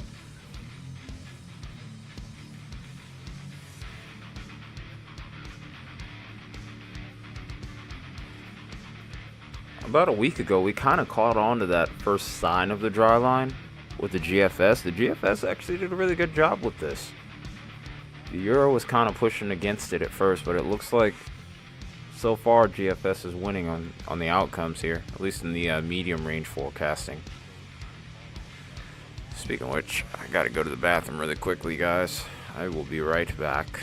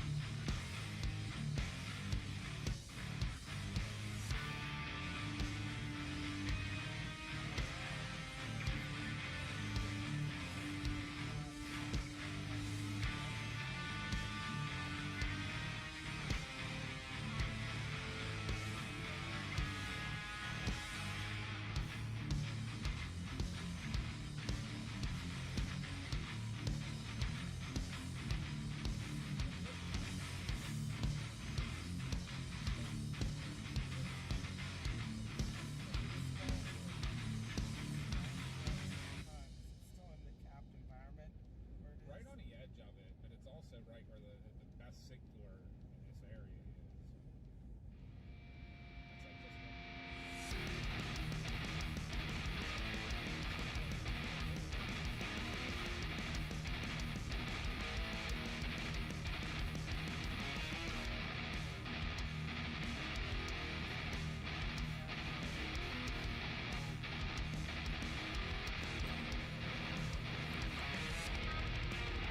Alright, I'm back, guys. Oh, wrong screen. Here we go.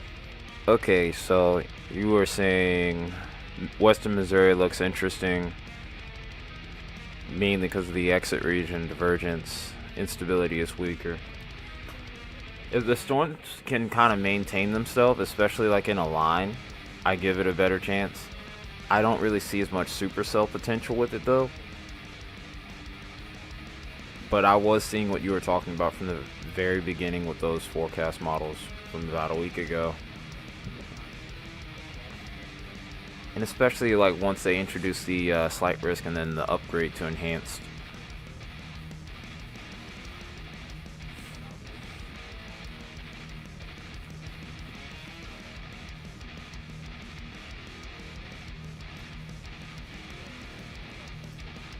Looks like Justin's feed is frozen for now.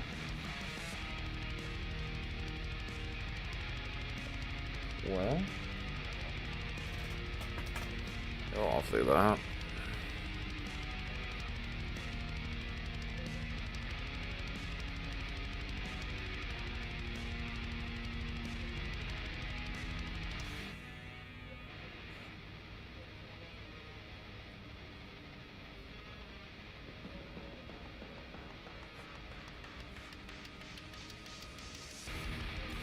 They added the first hatch, level 1 hatched. That sounds about right. Yeah, they're thinking that that exit region is going to be able to help keep things rolling.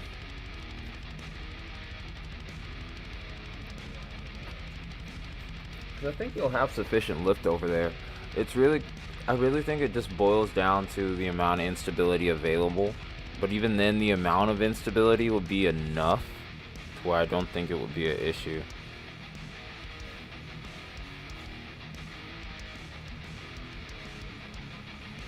Alright, so my Kroger delivery is on the way.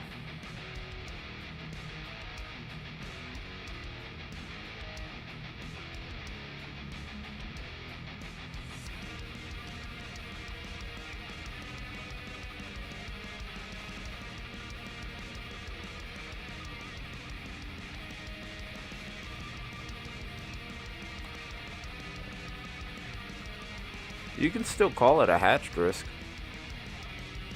It's just level 1. It's just a level 1 hatch risk.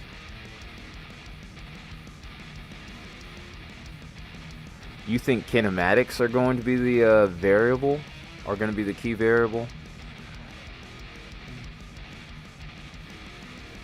Oh, you think well, no, I wasn't saying that moisture was going to be the issue. I knew moisture there was going to be fine. I was talking about more like Cape itself, instability. Everything else is where you need it to be. Even then, I still think that the instability will be enough. The exit region is going to be the key driving point, I guess.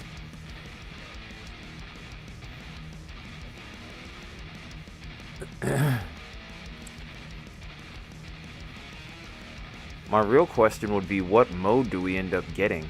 Will we get embedded supercells? Will it just be a QLCS? That's what I'm most curious about.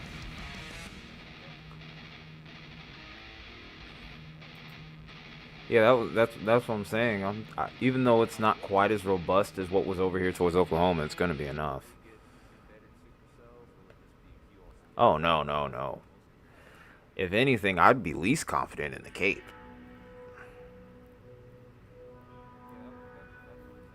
But I still think that we got enough of it.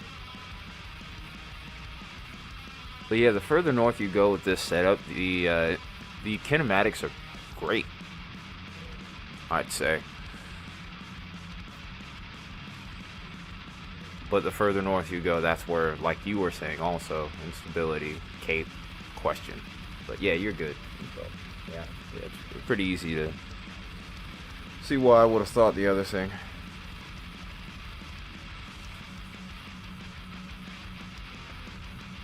But yeah, it looks like, yeah, like I said, it's gonna be a long night.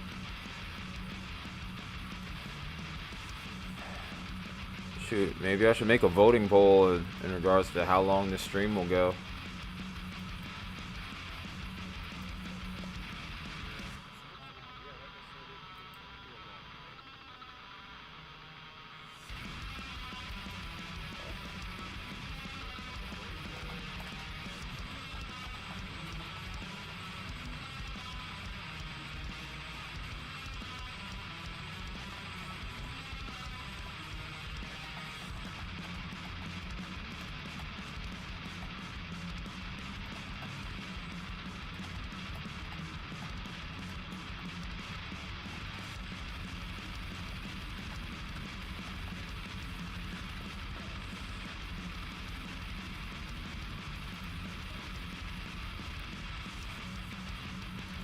Alright, and just to clarify with the overnight, what I mean by that is, do the severe storms go past like maybe 1 or 2 a.m. local time?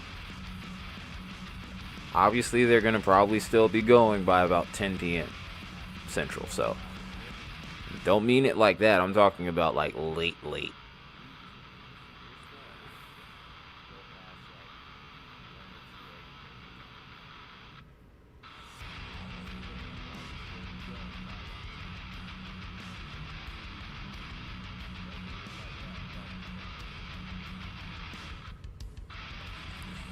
Well, so far far it's just one person voting, but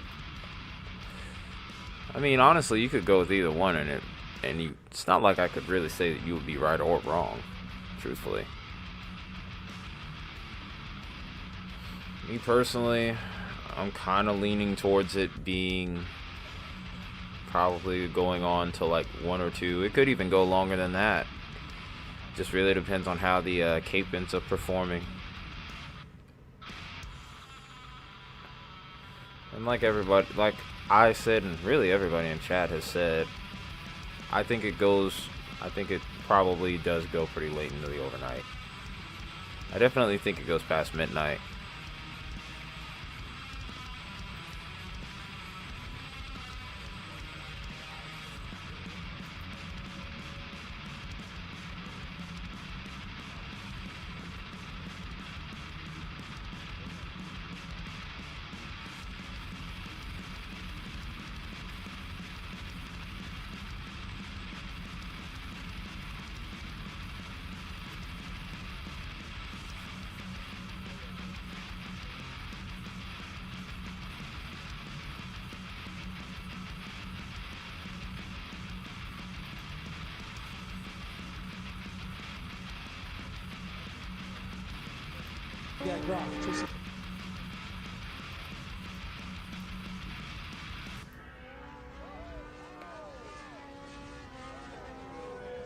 I was watching that video. Oh wow, that was Jimmy. Wow. I'm just taking a second to look at Discord here. Wow, it looks like things have slowed down just a hair.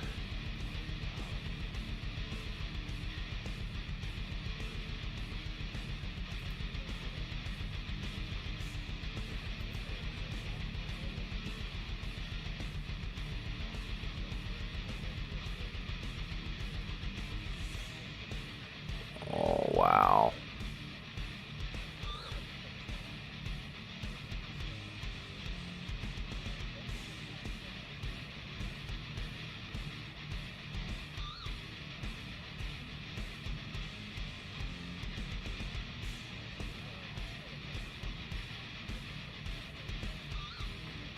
Finally got a chance to look at that video you were talking about with the dead man walking. Wow. Pretty intense. I just hope we don't see any more of that. But given the environment we have, kind of hard to think that we wouldn't. All while in the meanwhile, we have a new observed tornado, by the way. Must have happened while I was in the bathroom.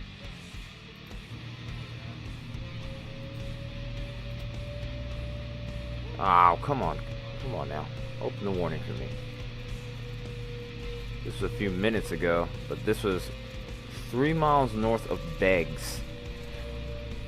This was confirmed by weather spotters. We got a lot of towns in here. Broken Arrow, Liberty, Coweta, Mound, Stone Bluff, Hectorville, Haskell, Leonard, Glenpool, Bixby, Anita, Kiefer, Jenks, and Tulsa. Again.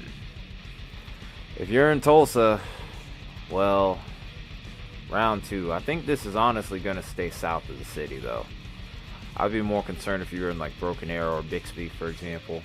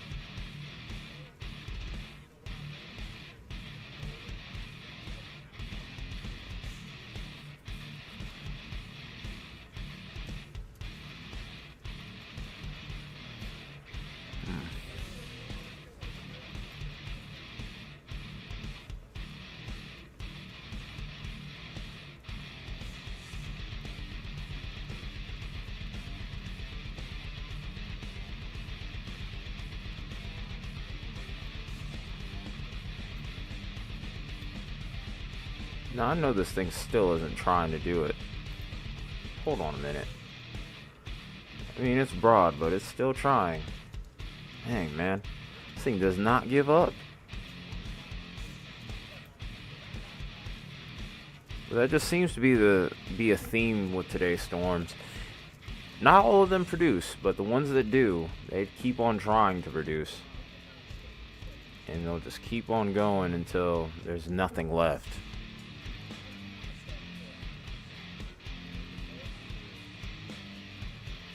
This storm sneaks back into this environment over here. If it does make it there, it could realistically resurge and potentially drop more. That's a real possibility.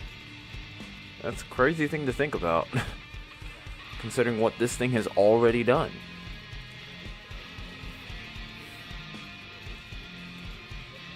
Groceries are coming in pretty soon.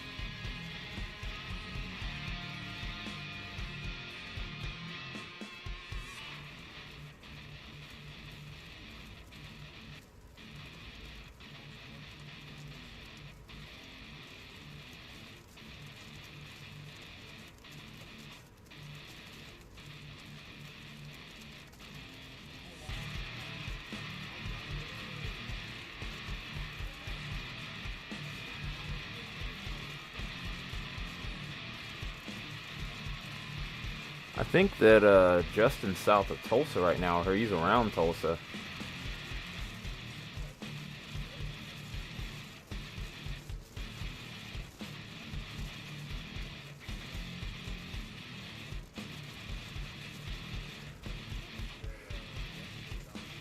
I'm trying to make sure I got this timed right so that way I can just rip off downstairs and get my groceries. So that way from here on out, no more distractions.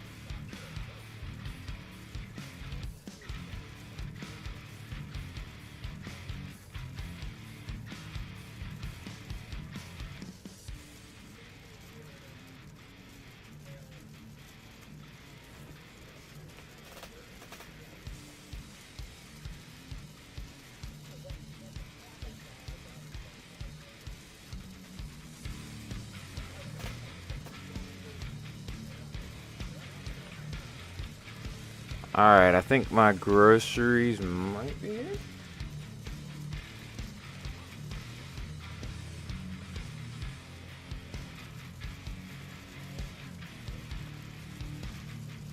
No, I got another 3 minutes. Never mind. Okay. I couldn't see all that message. Alright, so it looks like no one's really got anything on our feeds right now. Let's see if we have anyone else that might be available too. We might switch around, see what's what.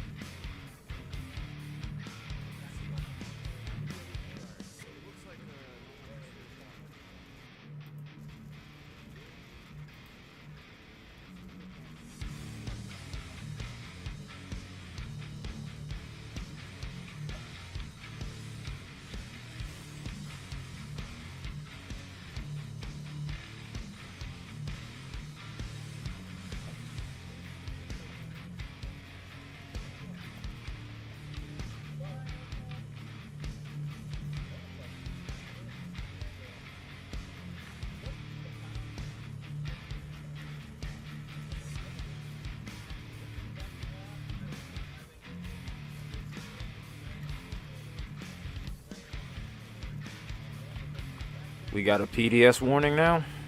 Of course, as I'm starting to get my groceries. Or I'm getting ready to get groceries here.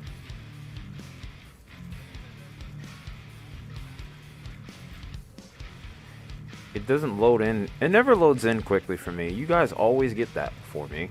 Whenever you get the upgrades to observed or PDS warnings. I don't know why that is. I guess it's because I have so much stuff running right now. Maybe that's why. Hard to say.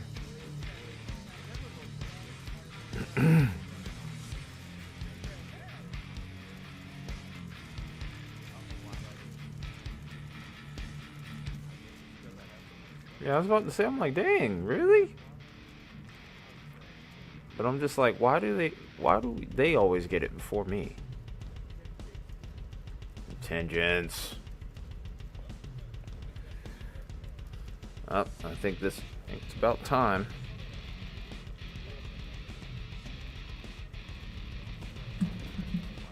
Okay. Alright, let me get my groceries real quick. I'm gonna leave everything up. So that way if something does happen, just I guess let me know in chat.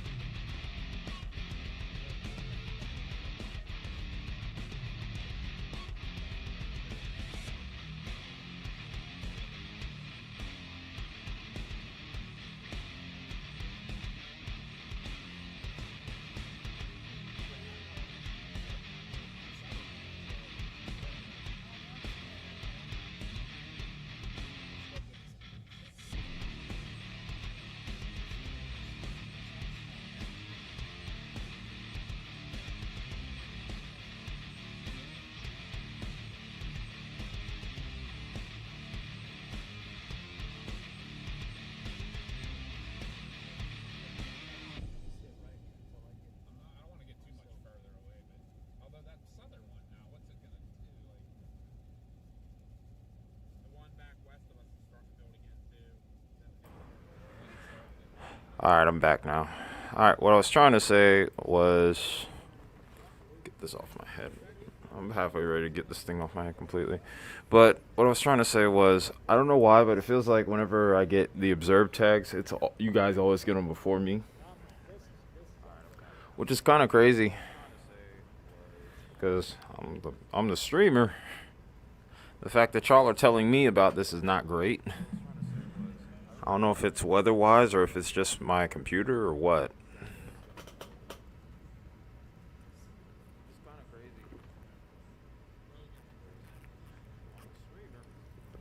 I do know it somewhat frustrates me. But it is what it is.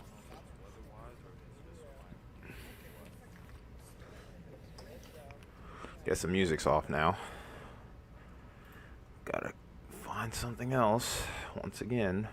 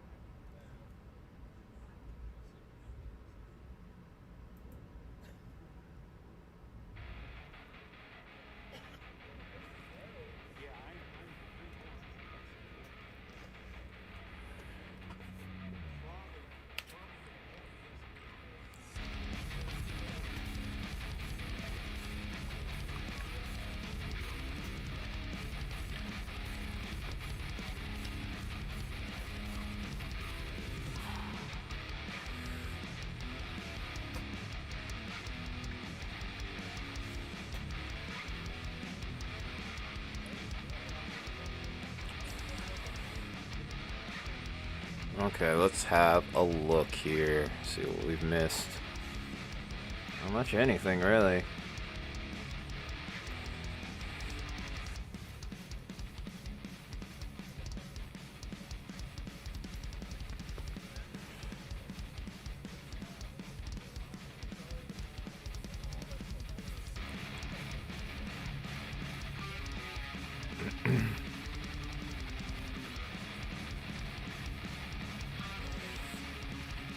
What do you mean?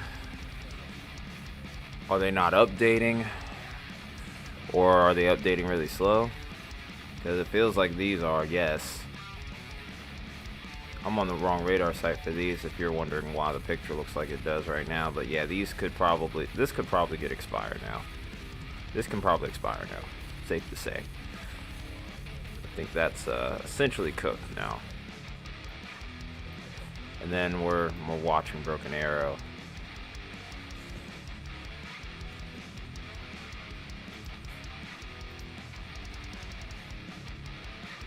Still got a little something there.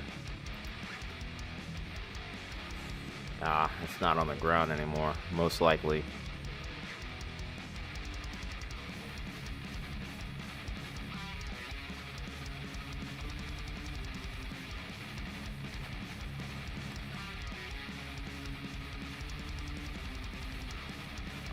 Okay, so our dryline storms are really taking their time to really organize. I find that very odd, given the energy that's still there.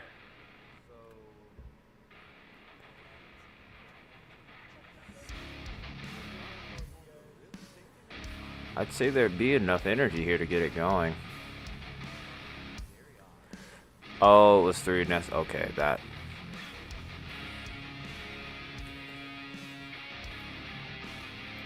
Okay, that makes a little bit more sense. I see why you would be kind of confused.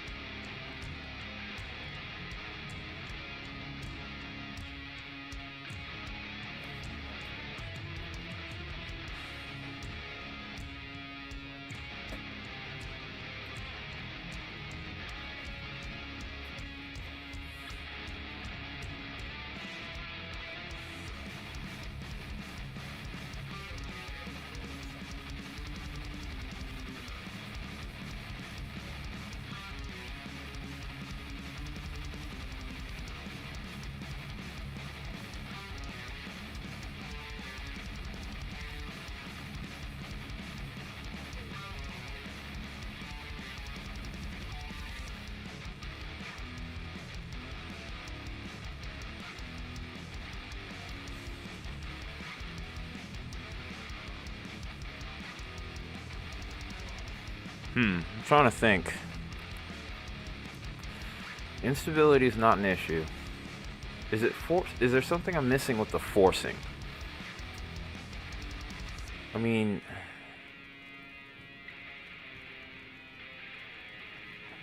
let me check something really quickly. Power outages aren't really much of a thing right now either. So I think I'm gonna take that map off. There. Try to see if our computer moves a little better.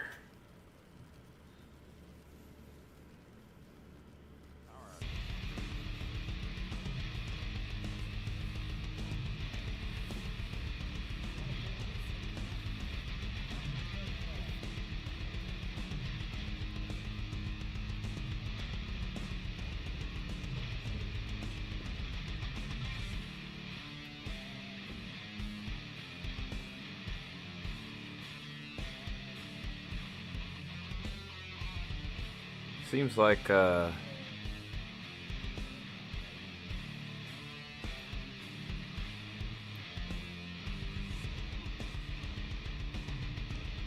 like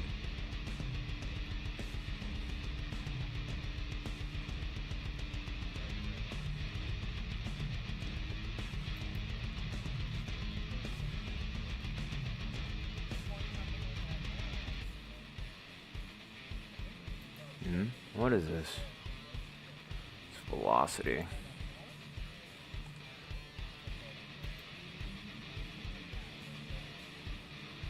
No, it's not total.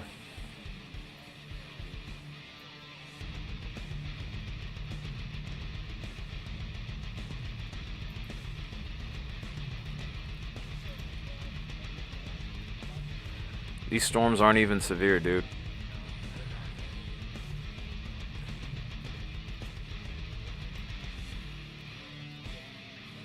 If it's gonna go severe, it's gonna be a while before it even gets to you because it's all moving northeast. It's not moving directly east. So these storms that you're looking at off to your west, right now, they're not gonna touch you. It will be a while before they'd ever get to you. The reason why that is because you're near a stationary front that's right here. See how this blue and red is together? That's warm and cold mixed together. So it's not moving. It's just going to ride along that boundary until it starts to move to the east. If you do get a storm, it'll probably be well into the overnight hours. If you were going to be looking for anything, it would be just off to the east of Wichita. But it's a long ways off. And I mean a long ways off.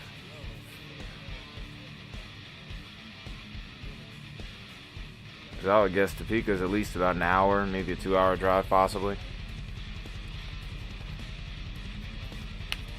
Depending on traffic.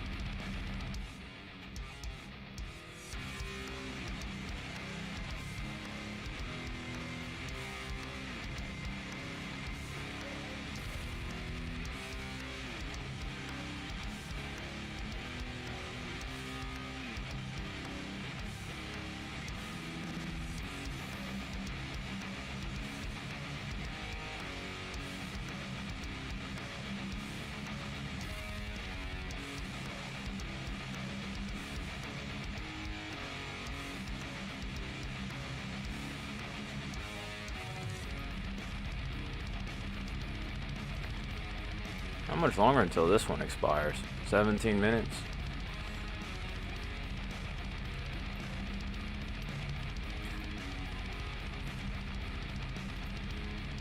The watch expires in 2 hours. Much longer until this expires. Probably 2 hours as well.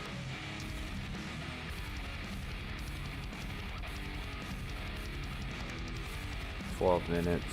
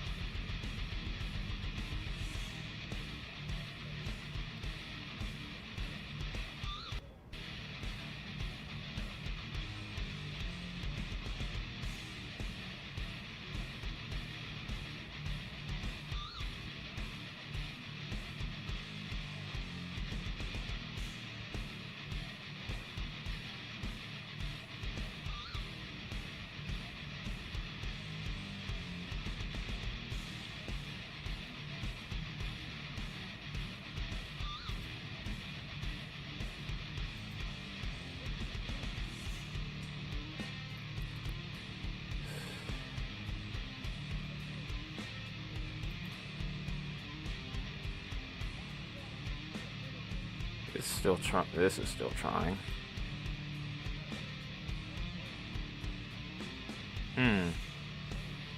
Close to the radar site.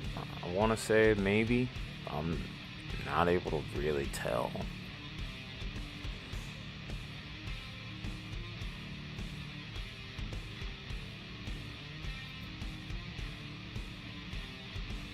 Ugh. Terrible spot to be. It seems like it, yeah, but it's hard to tell on radar. Does somebody have eyes on it?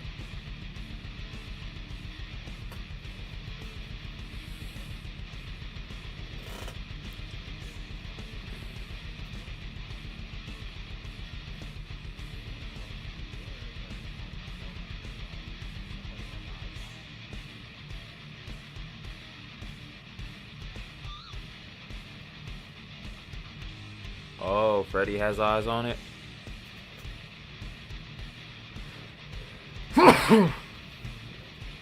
Sorry, guys. Sneeze kind of snuck up on me.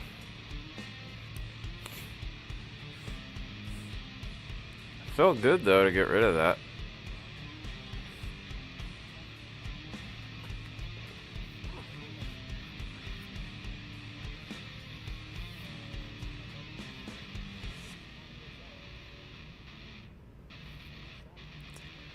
I see more of you have voted.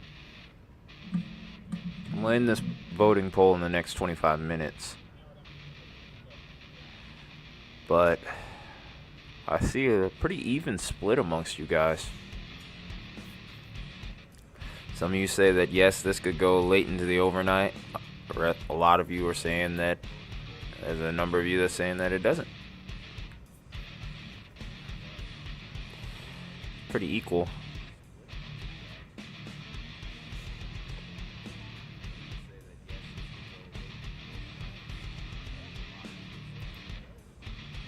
Uh-oh.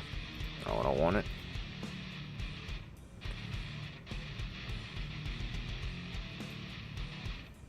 I'm gonna guess this little small pocket is it right here. It has to be.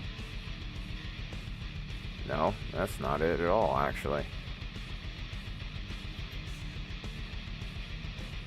Or I guess it's this little thing right here.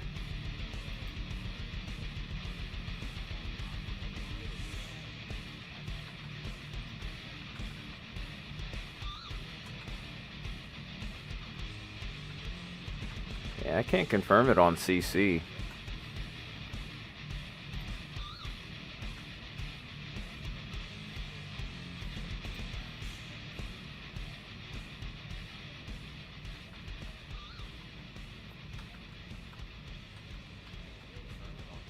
Yeah, these last 3 scans, it looked like it was something, but it's hard to tell. Yeah, it's really hard to tell now. Yeah, I think just as quickly as it dropped, though, it might be already gone.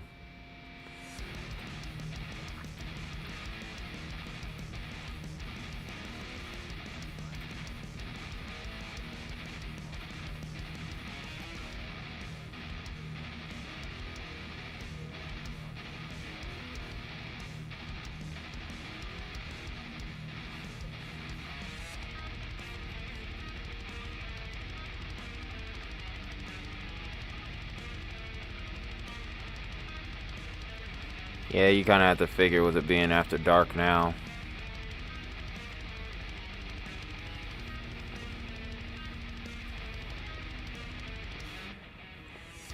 Justin's pretty close to that. I can't really tell if he's, I can't really tell his exact location.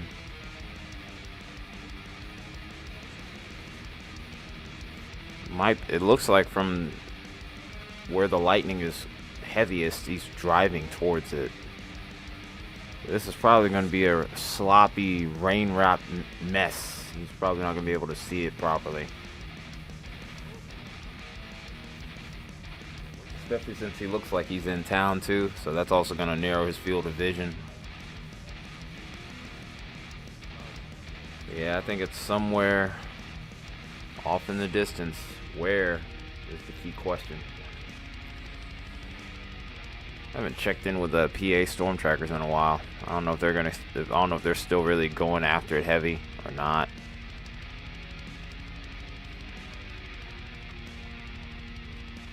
I think PA's still in Kansas, going off of that, trying to run off that play.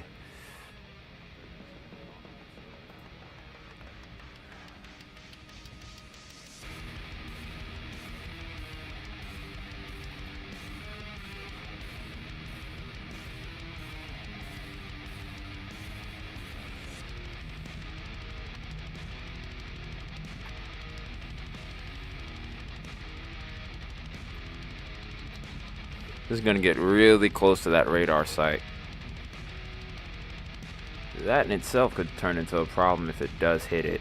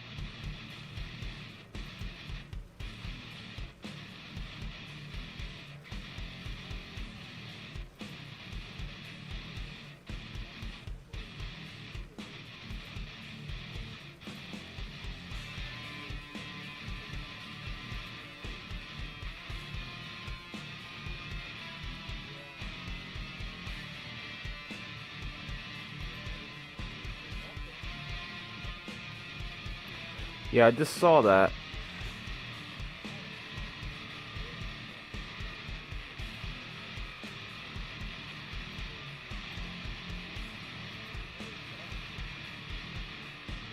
I saw it from looking at the Wichita radar. Look at the gust front on this as well, just outside the city. I think that cold front finally is starting to move.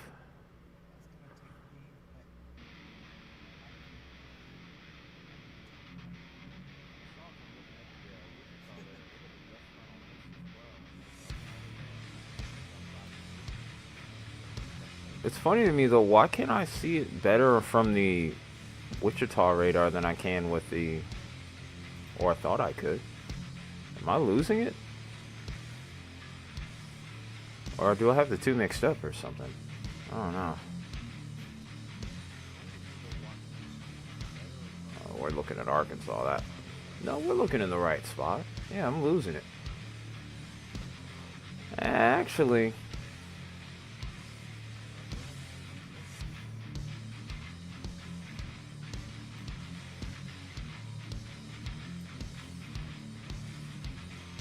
that's really not all that impressive.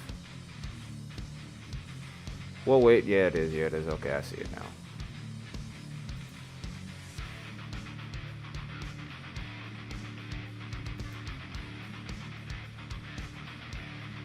I was more focused on this little gust front that's coming from these storms finally. But that kills their tornado potential now, so that's pretty much a bust. I feel bad for any of the Kansas chasers.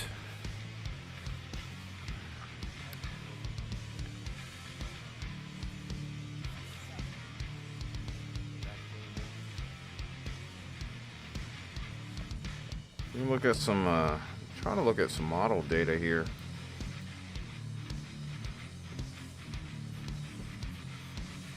So I'm thinking that, I'm starting to lean toward the other way now. Originally I was thinking this could go into the overnight. Now I'm thinking it might not. If it does though, then the hell. You were wicked wrong about the Cape in northeast Oklahoma.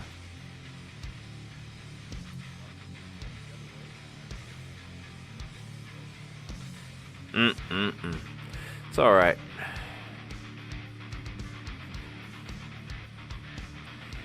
I'm honestly impressed that it still has Cape to begin with, though, because look how much has gone through the air and it's just still holding.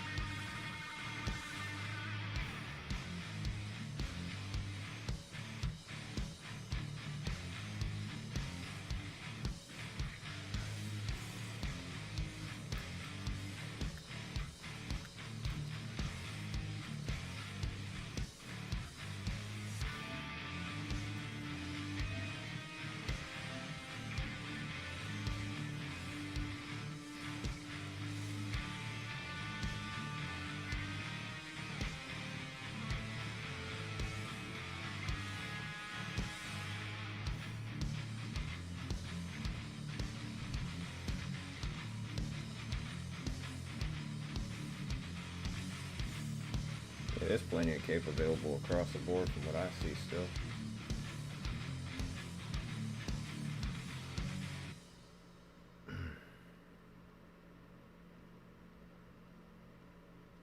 And it doesn't really look like it goes away. Not until like almost 5 a.m. If enough would happen, then I'd keep streaming till then, but If we're only getting like 1 or 2 tornado warnings at a time, there's no point in killing myself with this. That's basically what that would do. A 16-hour stream with 1 tornado warning that may or may not end up being on the ground. And then I'm still trying to stream the next day. That's just self-defeating.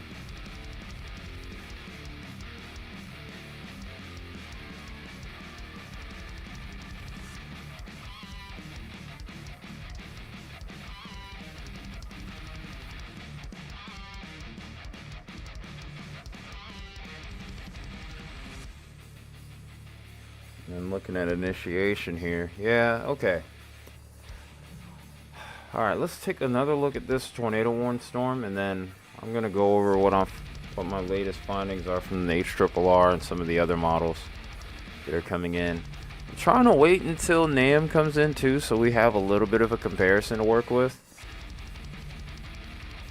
Well, there's still a lot to talk about actually. We still gotta talk about the upcoming days as well.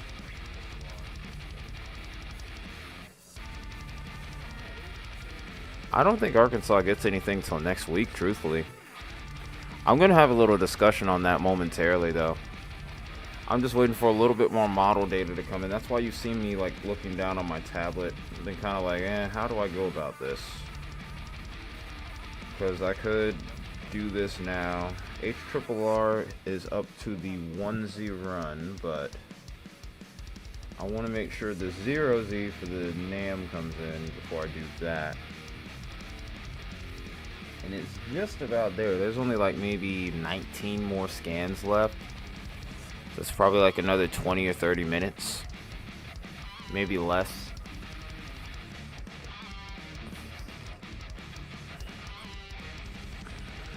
So there's that.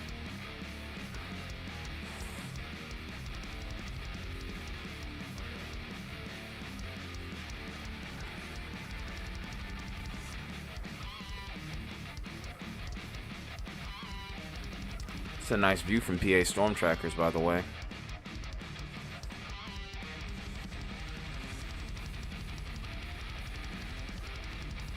Yeah, a few more scans. I'll let a few more scans come in and I should be good to go. Because this next week is going to be pretty active in general. And I would see potential for maybe even a couple more days beyond that to still also be pretty busy. So, trying to make sure I have all my ducks in a row so I can knock out everything for you guys. That's probably after this. Probably calling it a night.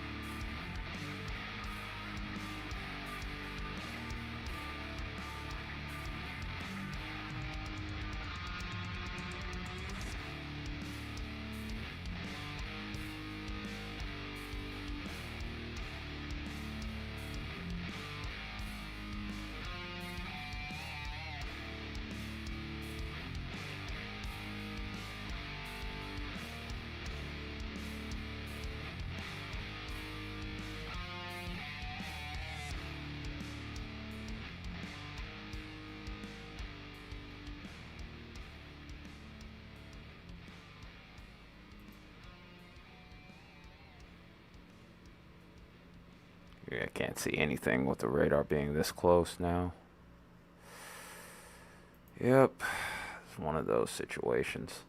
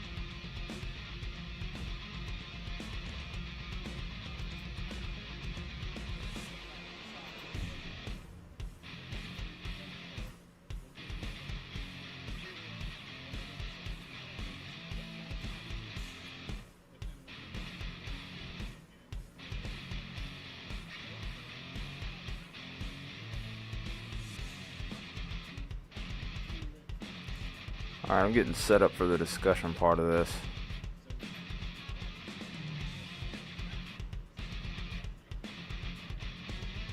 Because we can at least go over tonight and kind of get started at least.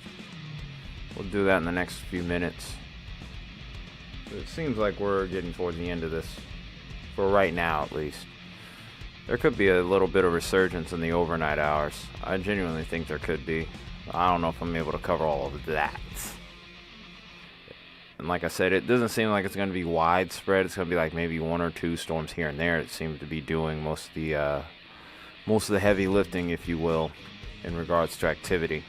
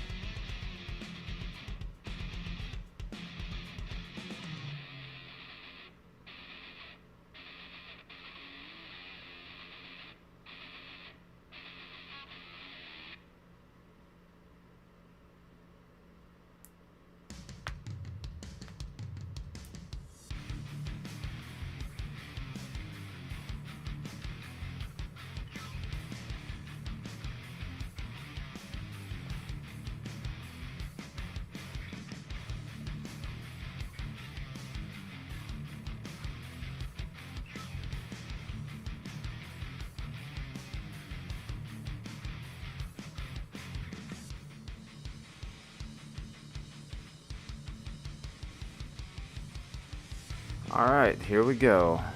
It's 9:30. Well, let's look at the radar, make sure we got everything. Voting poll's done. Pretty even split for the most part. Few more of you voted for yes versus no, but it's not by much.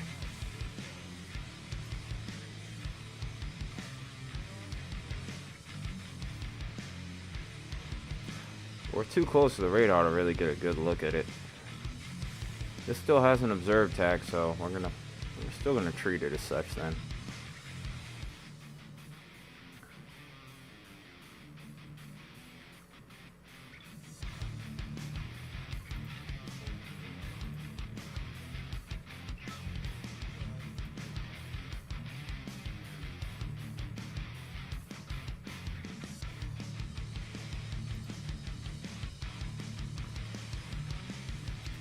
We're probably gonna take these feeds off.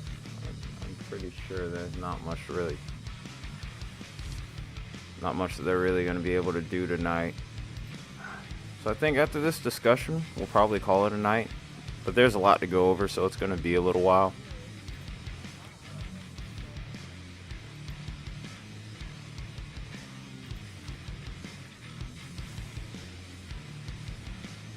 Okay, so while we're at it, we are going to still have the radar up, though. It's just going to be in a smaller window.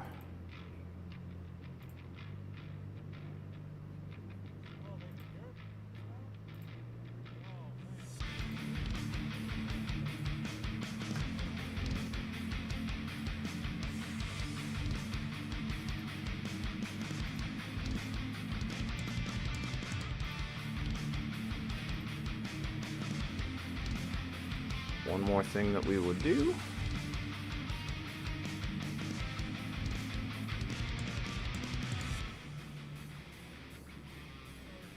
Gonna shrink that down just a little. keep that going.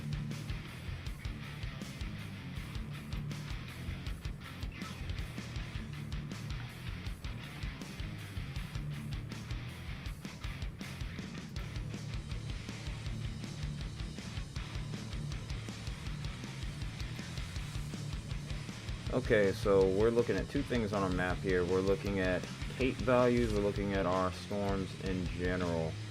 So we'll start with the one on the right here. This is what our storm outlook for tonight looks like. I haven't seen much in the way of more discrete supercells as we get later into the evening. We do get a little bit of resurgence here about 11, 12 o'clock, but like I said, it all forms in a line amongst the dry line, QLCS with probably limited severe potential. Instability by that point starting to really diminish.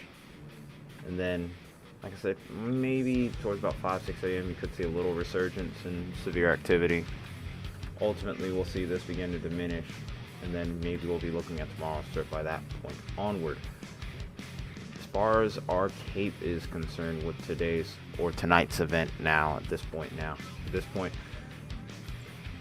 if we could get this to go, there we go. Keep things rolling with this. You see that we have plenty of instability available. It holds up all the way until probably about maybe even 5 to 6, potentially even 7 a.m. Central Time before all said and done. I just really think at this point the forcing and to a point the lack of instability, maybe off to the west, I guess. Hang on, let me do this. Let me look at this again. Instability seems to be there. I think it's more with lift. Because kinematically speaking, we're actually gonna, I think we would actually improve just a little bit. Or maybe it's more so convection and forcing. That's the issue. This one kind of has me a little stumped, I can't lie. Shows you that there's still some stuff for me to learn.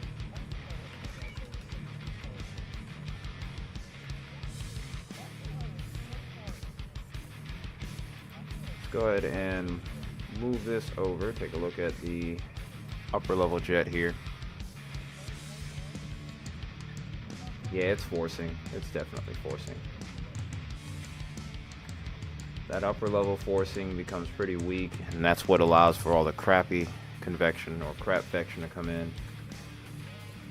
And then this mitigates that discrete threat.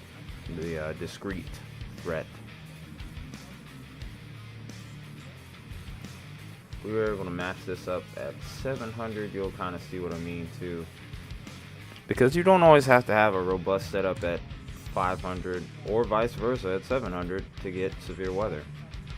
You just need a little bit of something from all sectors, and I don't really see that as much. I have a decent shortwave that hangs around into the overnight, but it just doesn't strike me as something. Well, contingents, when I show you this long-range weather pattern, you're going to be like, well, this is going to be fun. Because I haven't even shown you the outlook, the SPC outlooks. Don't look. I don't want you to be spoiled. I just want you to see it when I show it to you. Because you're going to be like, man, well, this takes me back. Hello, 2023. Hello, 2024. Because it's kind of one of those, really, if I'm being completely honest. Before we do that, let's quickly take a look at the NAM. Make our comparison.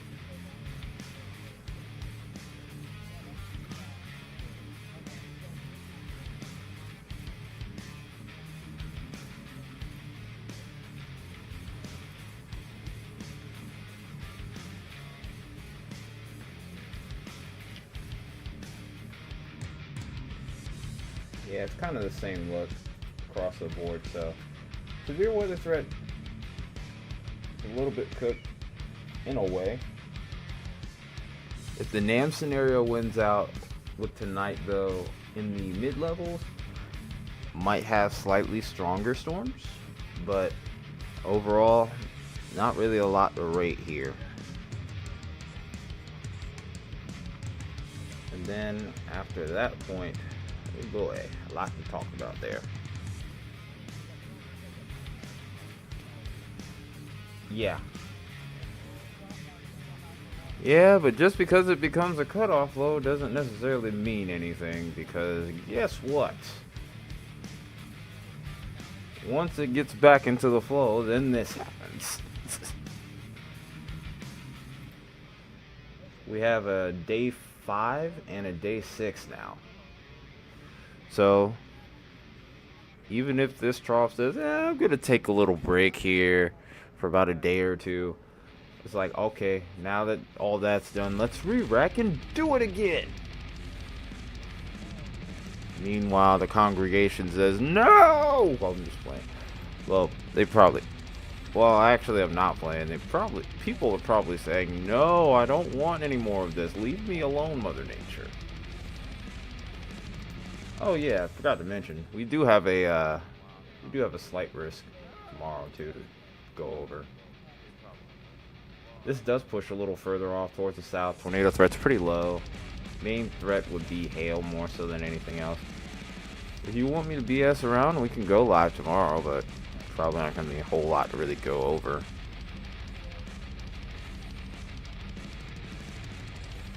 But as far as tomorrow's threat, not a whole lot to talk about immediately. Let's quickly go over it though.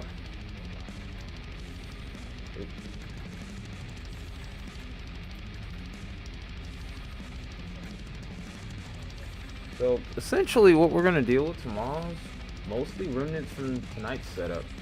Got a nice little squall line that's going to hold itself together. Probably earlier in the day we'll see the biggest threat for weather. You may see a little bit of resurgence over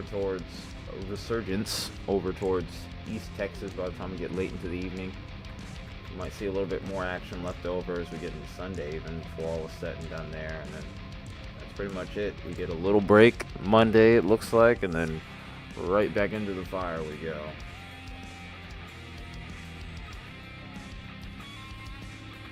Then Tuesday and Wednesday. Boy, oh boy. Tuesday and Wednesday. So, we're in range of both the GFS and the Euro at this point, so we're going to do our little thing again.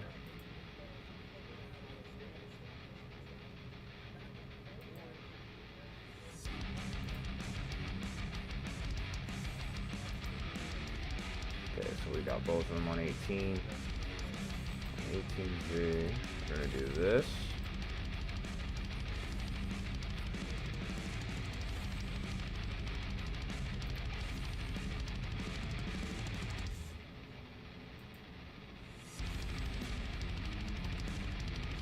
Alright, so start out looking over here, both of these. So this is the GFS scenario right here. This is the cutoff. This is when it gets reoriented with the flow once again, and look at that. We're going neutral, maybe even flirting with negative tilt there.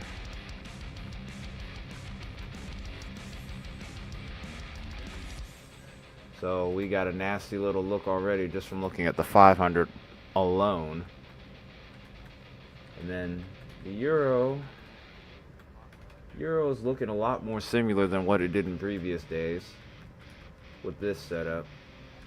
Maybe just a tad bit weaker, but a similar outcome it looks like.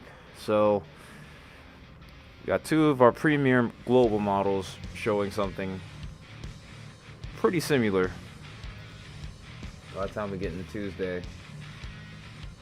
And then if we go into Wednesday, well, it doesn't get that much better. If anything, kind of worse.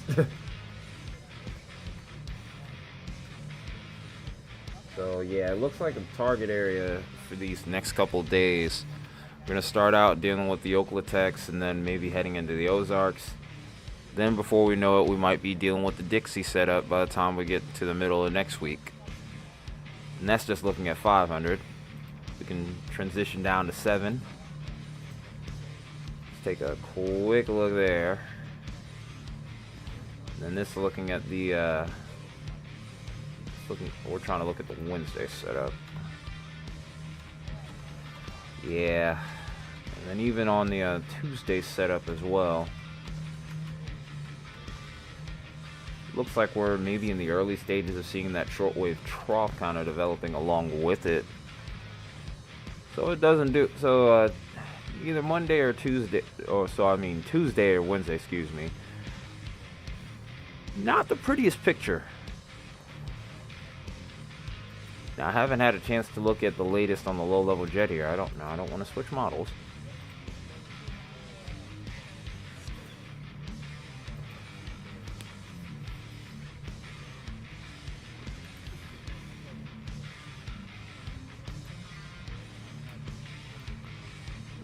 Taking a quick look at the tornado threat here.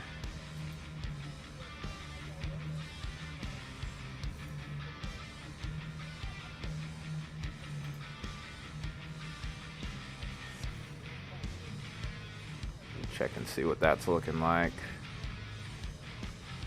Yeah, it still looks like there's something going on there. You see it on the bottom left corner. I know it's a small screen. But let's look at the low-level jet, because here we go. And well, that didn't take long for me to figure it out. See that southerly flow? Already tells me that moisture is going to be there too if we're looking at it from the low-level jet more often than not. Because usually what we see here often will translate all the way down to the surface.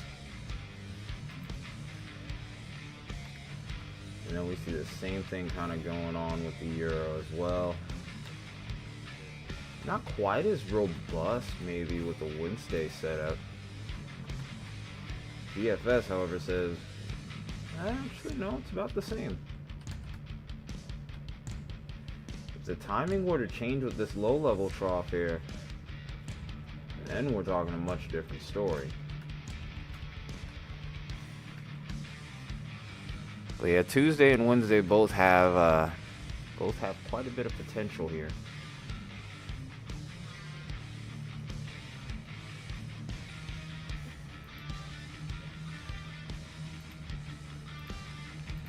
Let's move back just a little bit behind 72 hours here.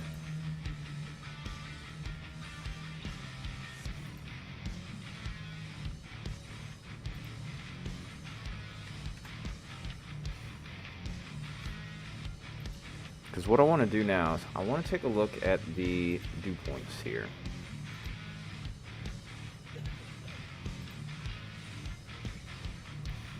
Still can't tell what the hell's going on there.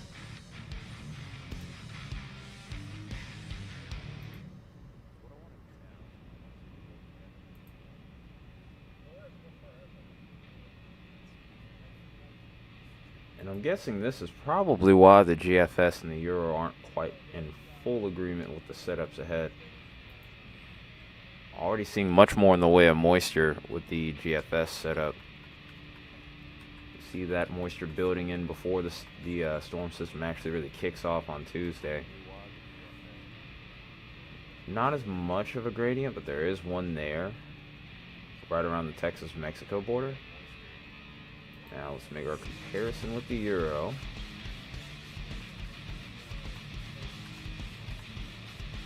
About the same, maybe a little bit better gradient with the GFS. Even then, it's not like an extreme one or anything like that. So, not particularly looking at a dry line setup, just troughing more so being the main lift source.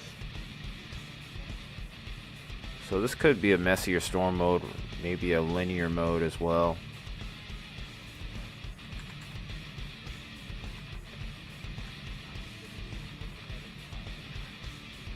Good moist sector though on Wednesday though.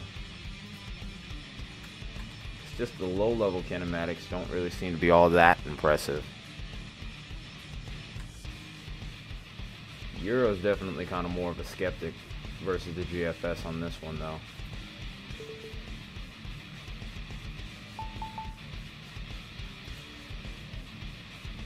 Okay, they've downgraded the tornado warning to radar indicated. Finally. Been a long time coming. 43 minutes till it expires. Sheesh.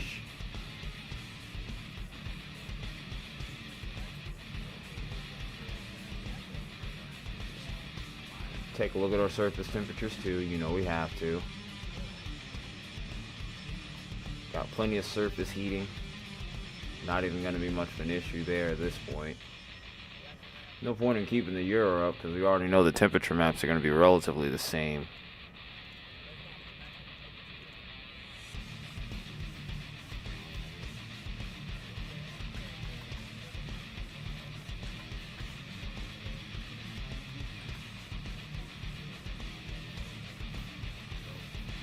Decent little temperature gradient for Wednesday, so that could lead to some potential there.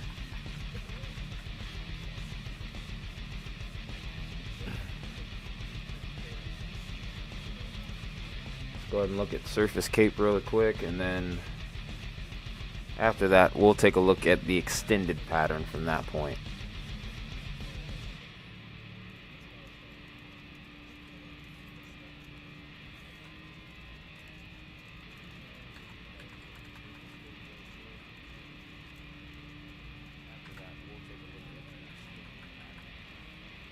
You're excited to see the warm temperatures? Yeah, y'all have had it pretty rough this season, I'd say, so it's about right.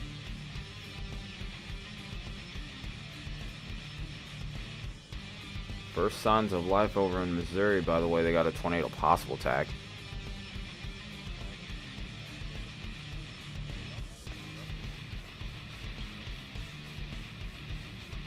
Got a nice little bulge here. That bulge is really starting to get itself going now, though. Pause. But yeah, this little surge with the QLCS is really starting to get itself going here. Dare call it a bow echo almost. 70-mile-per-hour winds, so that's to be expected as well. Yeah, we have a decent little signal for Cape here, at least in the early goings for Tuesday's setup. It looks like you could even have a little bit of action earlier in the day if you can get a storm to fire. There's plenty of energy to go around. And if we go to the, or actually, I was looking at the wrong day. Monday might be interesting in its own right. Yeah, that was the one you were talking about way earlier. Look at the surge that it's had now.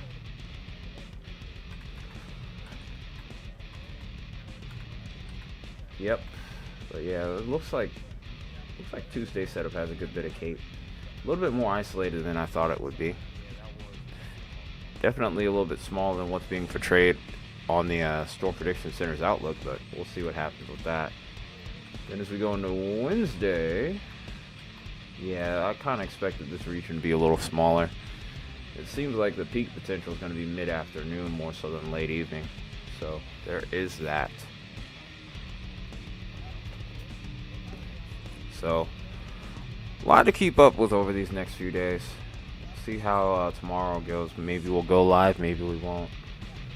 But we're gonna figure. You're gonna have something up, that's for sure.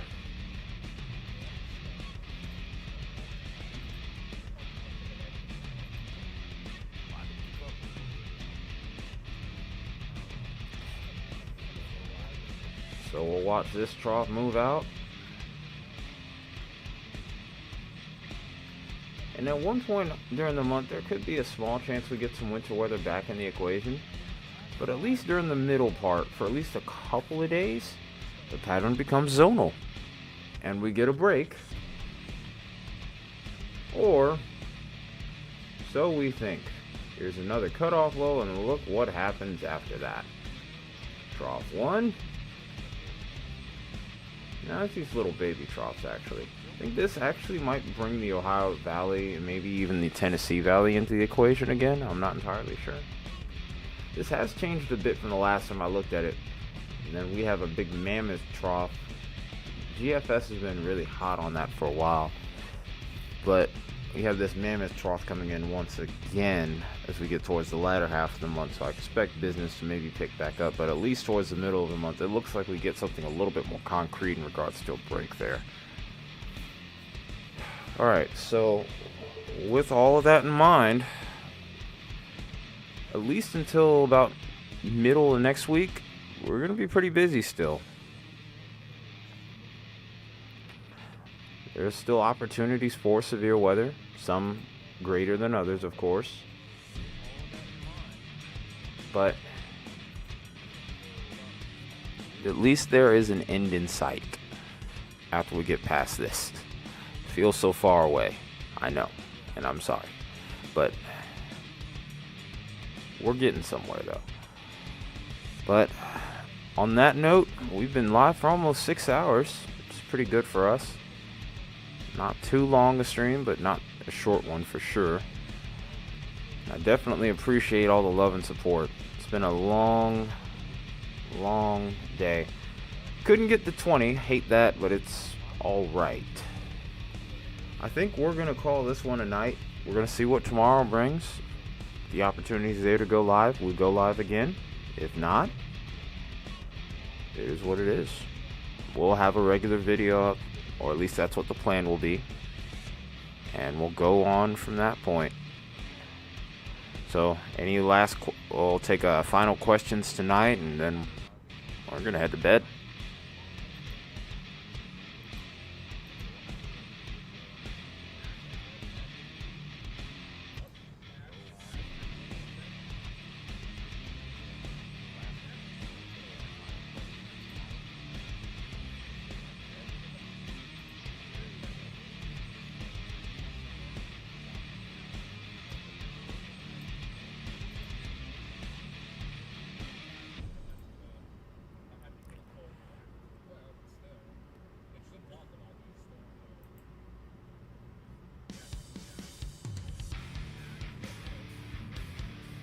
Pretty strong shear line right there. There's a small pocket outside of Greenfield where we have those strong winds occurring. That's one thing we would probably expect tonight, and then kind of go on from there.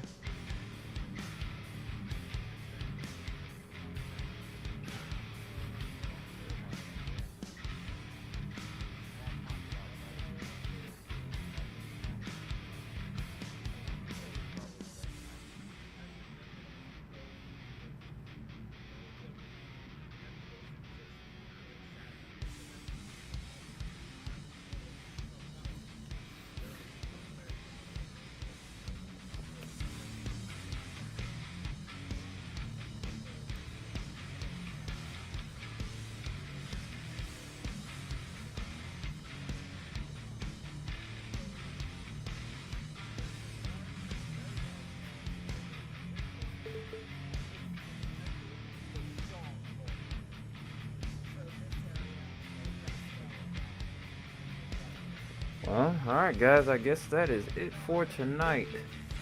I appreciate you guys being here. I'm gonna turn it in. I'm tired. Appreciate you. Again, can't say it enough. Appreciate you guys, and I will see you next time. Good night.